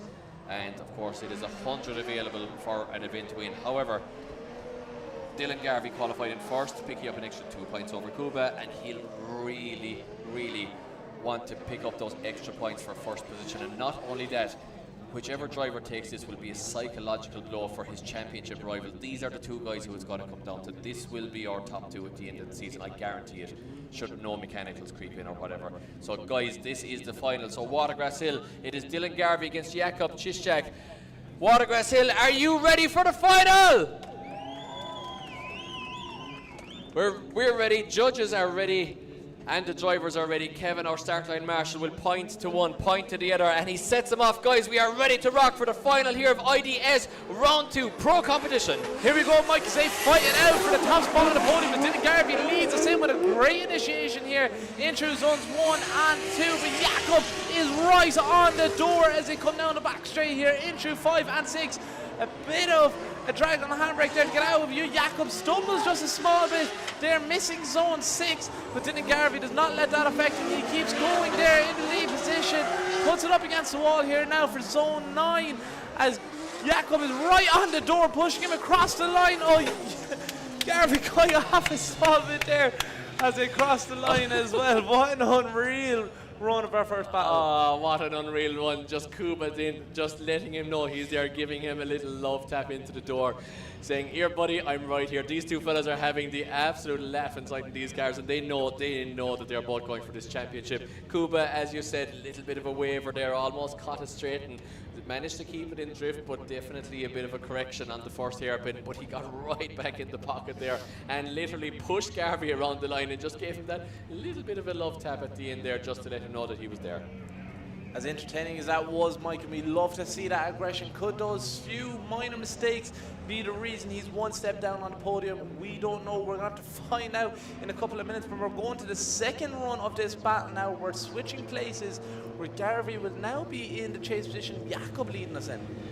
Yeah, Jakub to lead us in, and I mean, it's going to be a close one. You have to say here that Garvey might be at a slight advantage just because of that mistake from Kuba where he nearly straightened up on the first hairpin.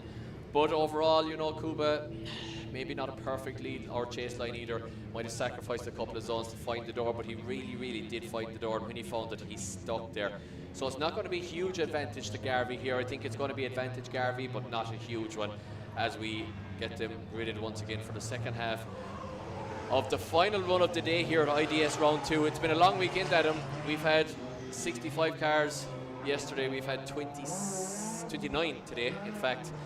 And it's been an arduous weekend for the machinery here in the summer sunshine, the July sunshine here in Ireland. And we are ready to rock, guys, for the second half of the battle. So Watergrasshill one last time for the last run of the day. Are you ready? Here we go, Mike, as we're about to find out who is the king of the hill 2026 as Jakub Ciszek leads in, chased down by Dylan Garvey. He is absolutely chased down by Dylan Garvey very closely. In fact, look at Dylan Garvey sticking the S13 to the S14 of Kuba. Both drivers full throttle. Oh, Garvey almost loses his front bumper, nearly over rotates as well. It's all happening here in the final. Dylan Garvey now puts foot to floor right behind Kuba. Kuba is on the perfect lead line though. Look at this from the Polish driver. Absolutely textbook stuff as Garvey still sticks it to the to the S14. I'm losing my words. The crowd are going crazy. We're going crazy. Guys, what a run. Huge round of applause. You know what, Mike, I don't care what the result is in this. I want it to be a one more time. These drivers are going full send out there, and I want to see that again. What a pair of beautiful men after that one. But Dylan Garvey, what is wrong with you? There is something wrong with this boy. Look at this chase from him as he sticks it to the door of Kuba from just about here on. And Kuba though with the perfect lead line, then he was on that 95-point qualifying line.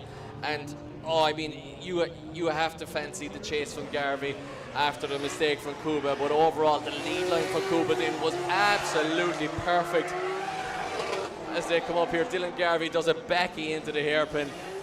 And guys, let's wait for them to get out of the cars, but putting on an absolute show worthy of an Irish final. The country who loves drifting, this country, we're so proud of it. We're so in love with this sport, guys.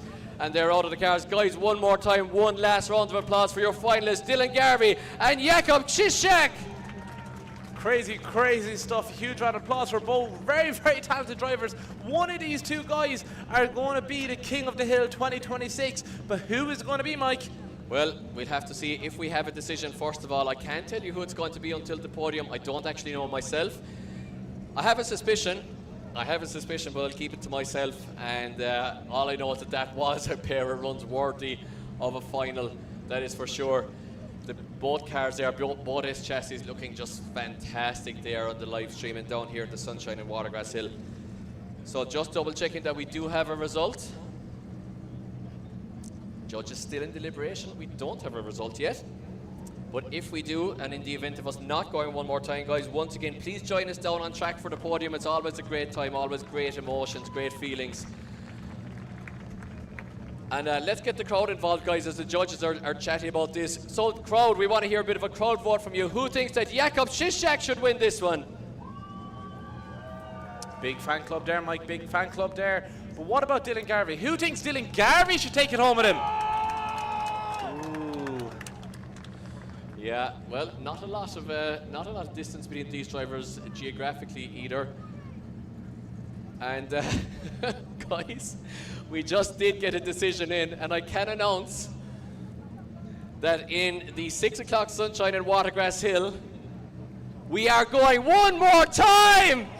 Exactly what I wanted to see, Mike. These two drivers not holding back one bit.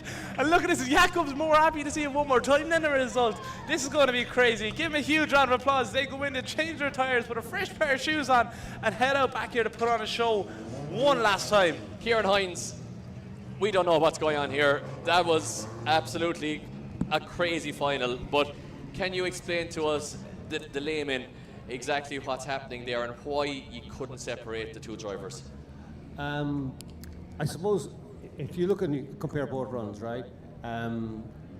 Dylan, when he was leading,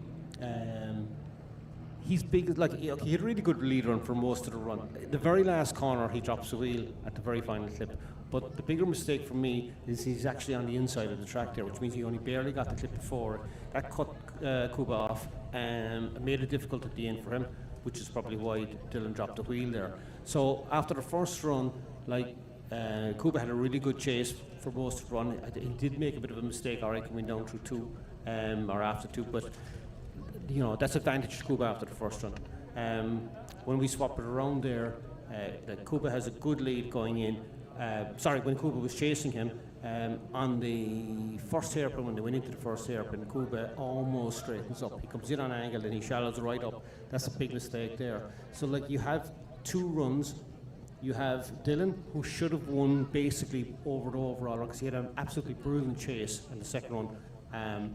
But like that big chase has been balanced off the mistake he made when he was leading on the last hairpin, which was a big disadvantage. So you know, that brings it really close, and you know, we're here trying to split hairs, trying to make a decision. So it's the best thing to do here is just go one more time. Well, thank you very much, Kieran Hines. Great in-depth explanation there. I mean, from the layman's perspective, you have to say that we saw the mistake from Kuba, and then we saw the sheer proximity from Garvey. But great to get the in-depth explanation there, Adam. You know, I would have favoured, I guess, Garvey again, looking at it from a commentator's perspective there, or one more time. But once Kieran explained it there, thinking back on the run, it made perfect sense. The little nuances that crept in, the little small things that separate the drivers in terms of their precision on the clips, and great to hear it once again there from Kieran Hines. That is for sure, Mike, and as technical and as precise as we can get about these little things. I don't care, I'm just delighted to see both of these guys back out there again. It was incredible driving by both of them, and I can't wait to see them put a foot to the floor again and have such a tight battle. Yeah, absolutely. So the crowd here hanging on for you know, this beautiful sunshine and hanging on for the final here at IDS Round 2 Pro Action 2026 here in Watergrasshill. So guys, we're just going to go to a couple of ads once again on the live stream, and just after Adam goes through are you going through Adam? I'm just going to go through who's making the Irish Drift Series possible, Mike. Oh yeah. Before we close out today as well, so I just want to give a huge shout out to our title sponsor this year, Lucky Day Competitions and Red Bull Energy Drinks. Without them, this would not be possible, along with our other sponsors, Kenda Tires, Drift Mafia, Strom Wheels, GMD Tire and Service Centre, Eugen Factory, Group D, Turn Tire Distribution, Max Flow, Exemplar, Exact Signs and Lexi Brake, all those supporting Irish drifting, making it possible. Yeah, so like all companies, they're involved in everything from car bodywork to parts and tyres and lots more as well. So please support those companies. Red Bull, of course, doing brilliant things in motorsport, supporting absolutely crazy stuff worldwide and Irish-wide, putting on great events and supporting the likes of Conor Shanahan, of course, making his dreams come true and propelling the sport to new heights and supporting Irish drifting and IDS in particular so well. And Lucky Day Competitions as well, long-time sponsor at this stage. Entered a competition myself with them there lately because they had a couple of shiny bits going there with 2 wheels, and I was very tempted. So great competitions from the guys at Lucky Day as well, and thank you to them for their long-term sponsorship of the Irish Drift Series. Guys, we are going to go to a couple of ads just as Dylan Garvey and Kuba Chishak get a couple of tyres on their respective S chassis, and we will be back in just a couple of minutes time for a crazy one more time where I think the guys are going to turn it up to 11 if they weren't already at that, for the one more time final here at IDS Round 2 2026.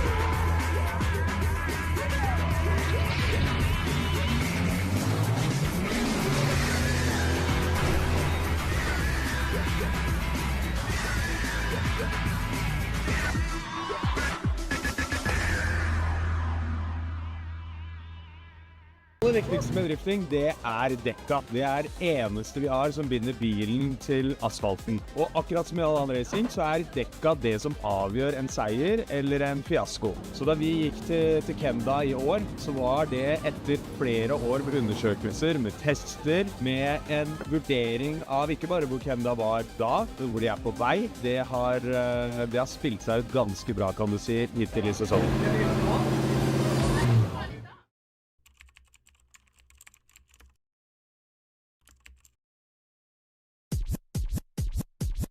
Check this out. Okay.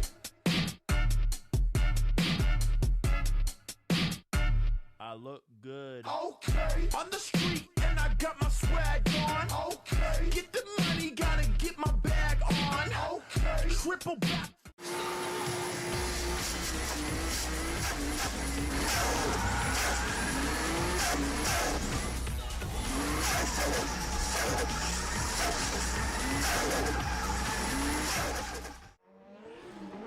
Okay guys, so we are back one last time here at IDS Round 2 for the one more time final between Dylan Garvey and Jakob Chishak, and I'm out of breath, Adam. I'm running on no sleep, a long weekend of drifting. You know what? The adrenaline is keeping me going because that first final that we saw was absolutely insane.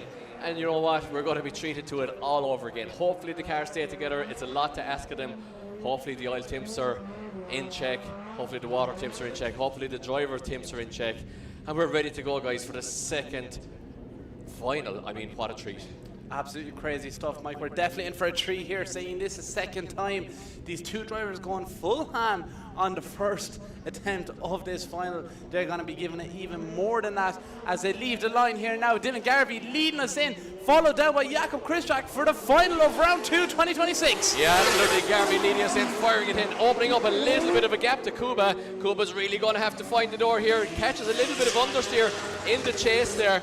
Manages to manage it very well. To be fair, not a big correction. Now we get into the first hairpin where Garvey's on that perfect, inch perfect in fact, outside line. Kuba finding the quarter panel of the 180SX of Garvey. Now the fuel lab sponsor car looking very good in the lead here. Kuba now is right on the door once again. Look at this of the Polish drivers. He pushes Garvey across the line. Incredible stuff, Mike. That small bit of an error there going through 1 into 2. Maybe the deciding factor on this if it's anything to compare to the first attempt of this final as well. As we watch the replay here live on the screen in front of us, a bit of proximity opened up just until we got to zones 5 and 6. We were really close and tightened up again, where Jakob Krzyzak pushed up on the quarter panel of Dylan Garvey in the lead position. Yeah, Adam couldn't have said it better. I mean, it's still all to play for here, guys, at the final. Championship hopes lie in the balance here as well. Remember, Kuba is leading this championship, but Garvey desperately has to beat him in this battle if he is to find himself, you know, really in that championship hunt with a 5-round championship. Because, you know, each round is worth so much. It's not like an F1 season where you have 500 million races. It is literally just 5 events, and each event is worth so much. So Garvey really has to put this one to bed, Adam, if he wants to, you know, strike fear into the heart of Kuba. That's for sure, Mike. If he can do what he done in the first final that we had, he's taking this home. But it could go anyway. We've seen this time and time again. We always say it. It's drifting. One person could make a mistake. There could be mechanical. 101 different errors could happen, and they could be the deciding factor of this final. But I know for a fact both of these drivers are going to go full strength, full send into this now, as it's the last run today. Well, guys, we have written Irish drift history over the decades at this stage in this country, and it's been written right now in front of you. Remember this battle, remember this moment here in Watergrasshill, because again, it's going to come down to these two guys at the end of the season. These are the two standout guys. These are the guys who will be fighting it out at the last round if my predictions are going to come true. And remember this moment, because Kuba now is to lead us off the line. Dylan Garvey leads us in Watergrasshill. Get ready for the last run of the afternoon as Kuba leads us in. Here we go as Kuba sends it in right up against the wall, but Garvey's right there with him. Kuba is watching a small bit wide, missing zone 2. Oh no, what's happening here? Dylan Garvey's right there. Look at the transitions from these drivers. Garvey's right up at the door through zone 5 and into 6. Kuba's giving it full set, bellowing the place with loads of smoke.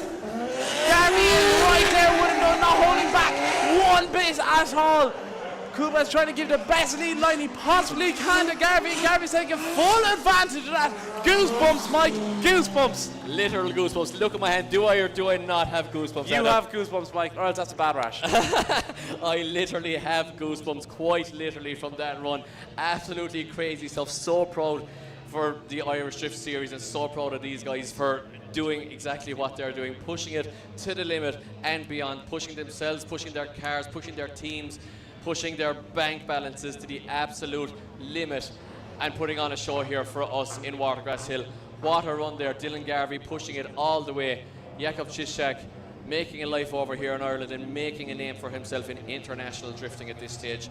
And both drivers taking it to the absolute ends of the earth and crossing the line. That is for sure, Mike. Our judges are going to have to come to a decision. As I see them take off their headsets, I can confirm we do have a decision. That means that the chosen person to be King of the Hill 2026 has been decided.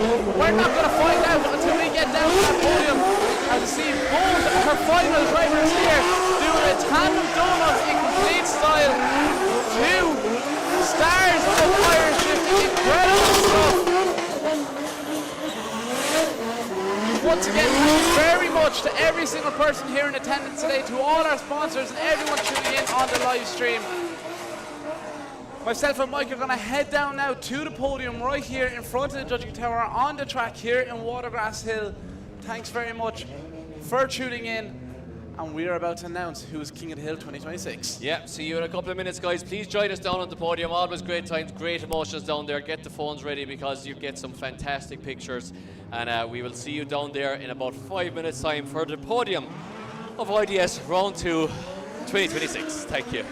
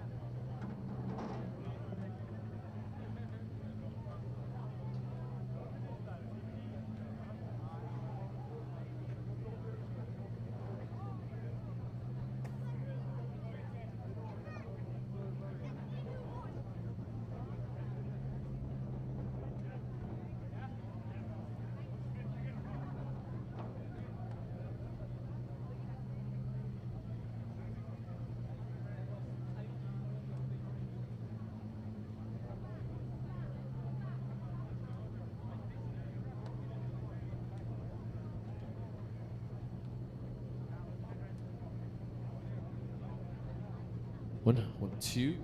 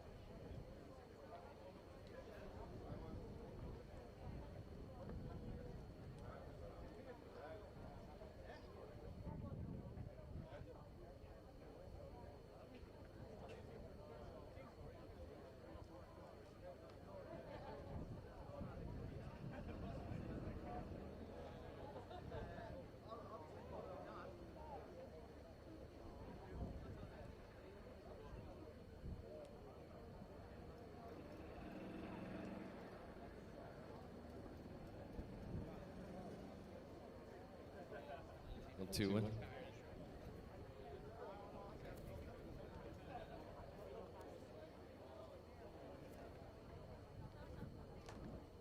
Right, guys, so thank you very much for joining us once again for IDS Round 2 2026.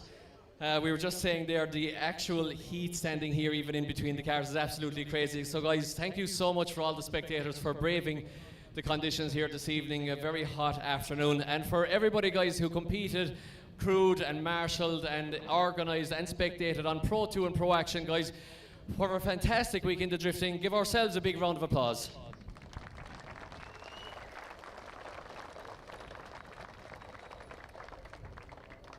And a massive congrats to all the competitors over both weekends as well. It was a tough weekend of drifting for sure, and yeah, very, very entertaining, from a seamless Pro 2 top 32 yesterday all the way through Pro competition today. The world's eyes are on us, guys. We're continue to do great things in Irish drifting, and you know, just a massive well done to all crews.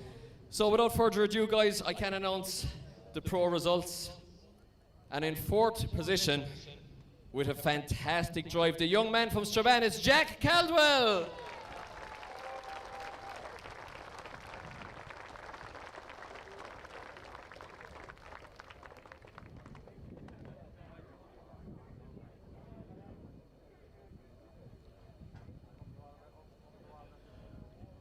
Which must mean, guys, that in 3rd position, it is the one, the only, the man with the boiling E36, it's Stephen Halferty!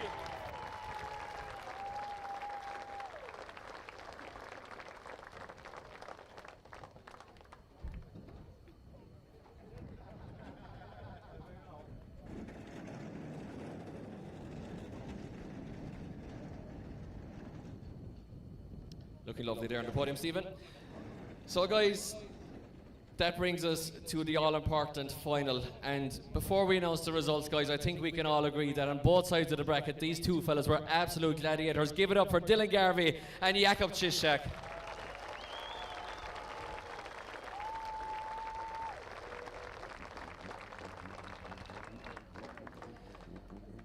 So we can announce, guys, in 2nd position after a monumental pair of battles.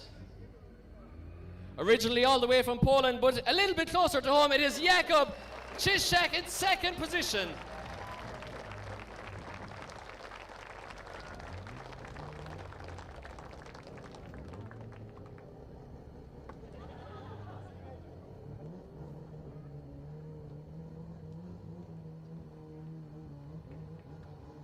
Round of applause again, guys, for Kuba. What a driver.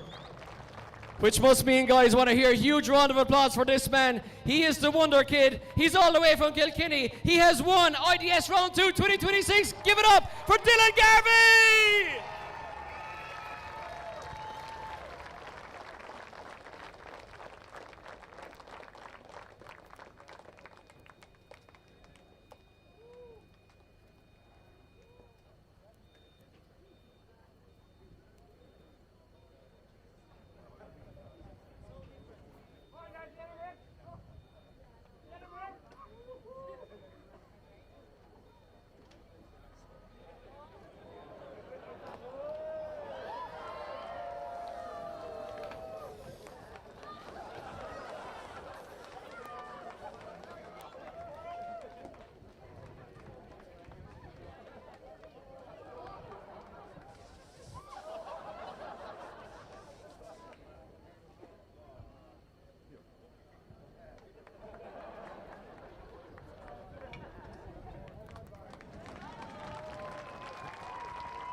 Guys, once again, give it up for Jack Caldwell, Stephen Halferty, Jakub Czyszczak, and your winner, Dylan Garvey!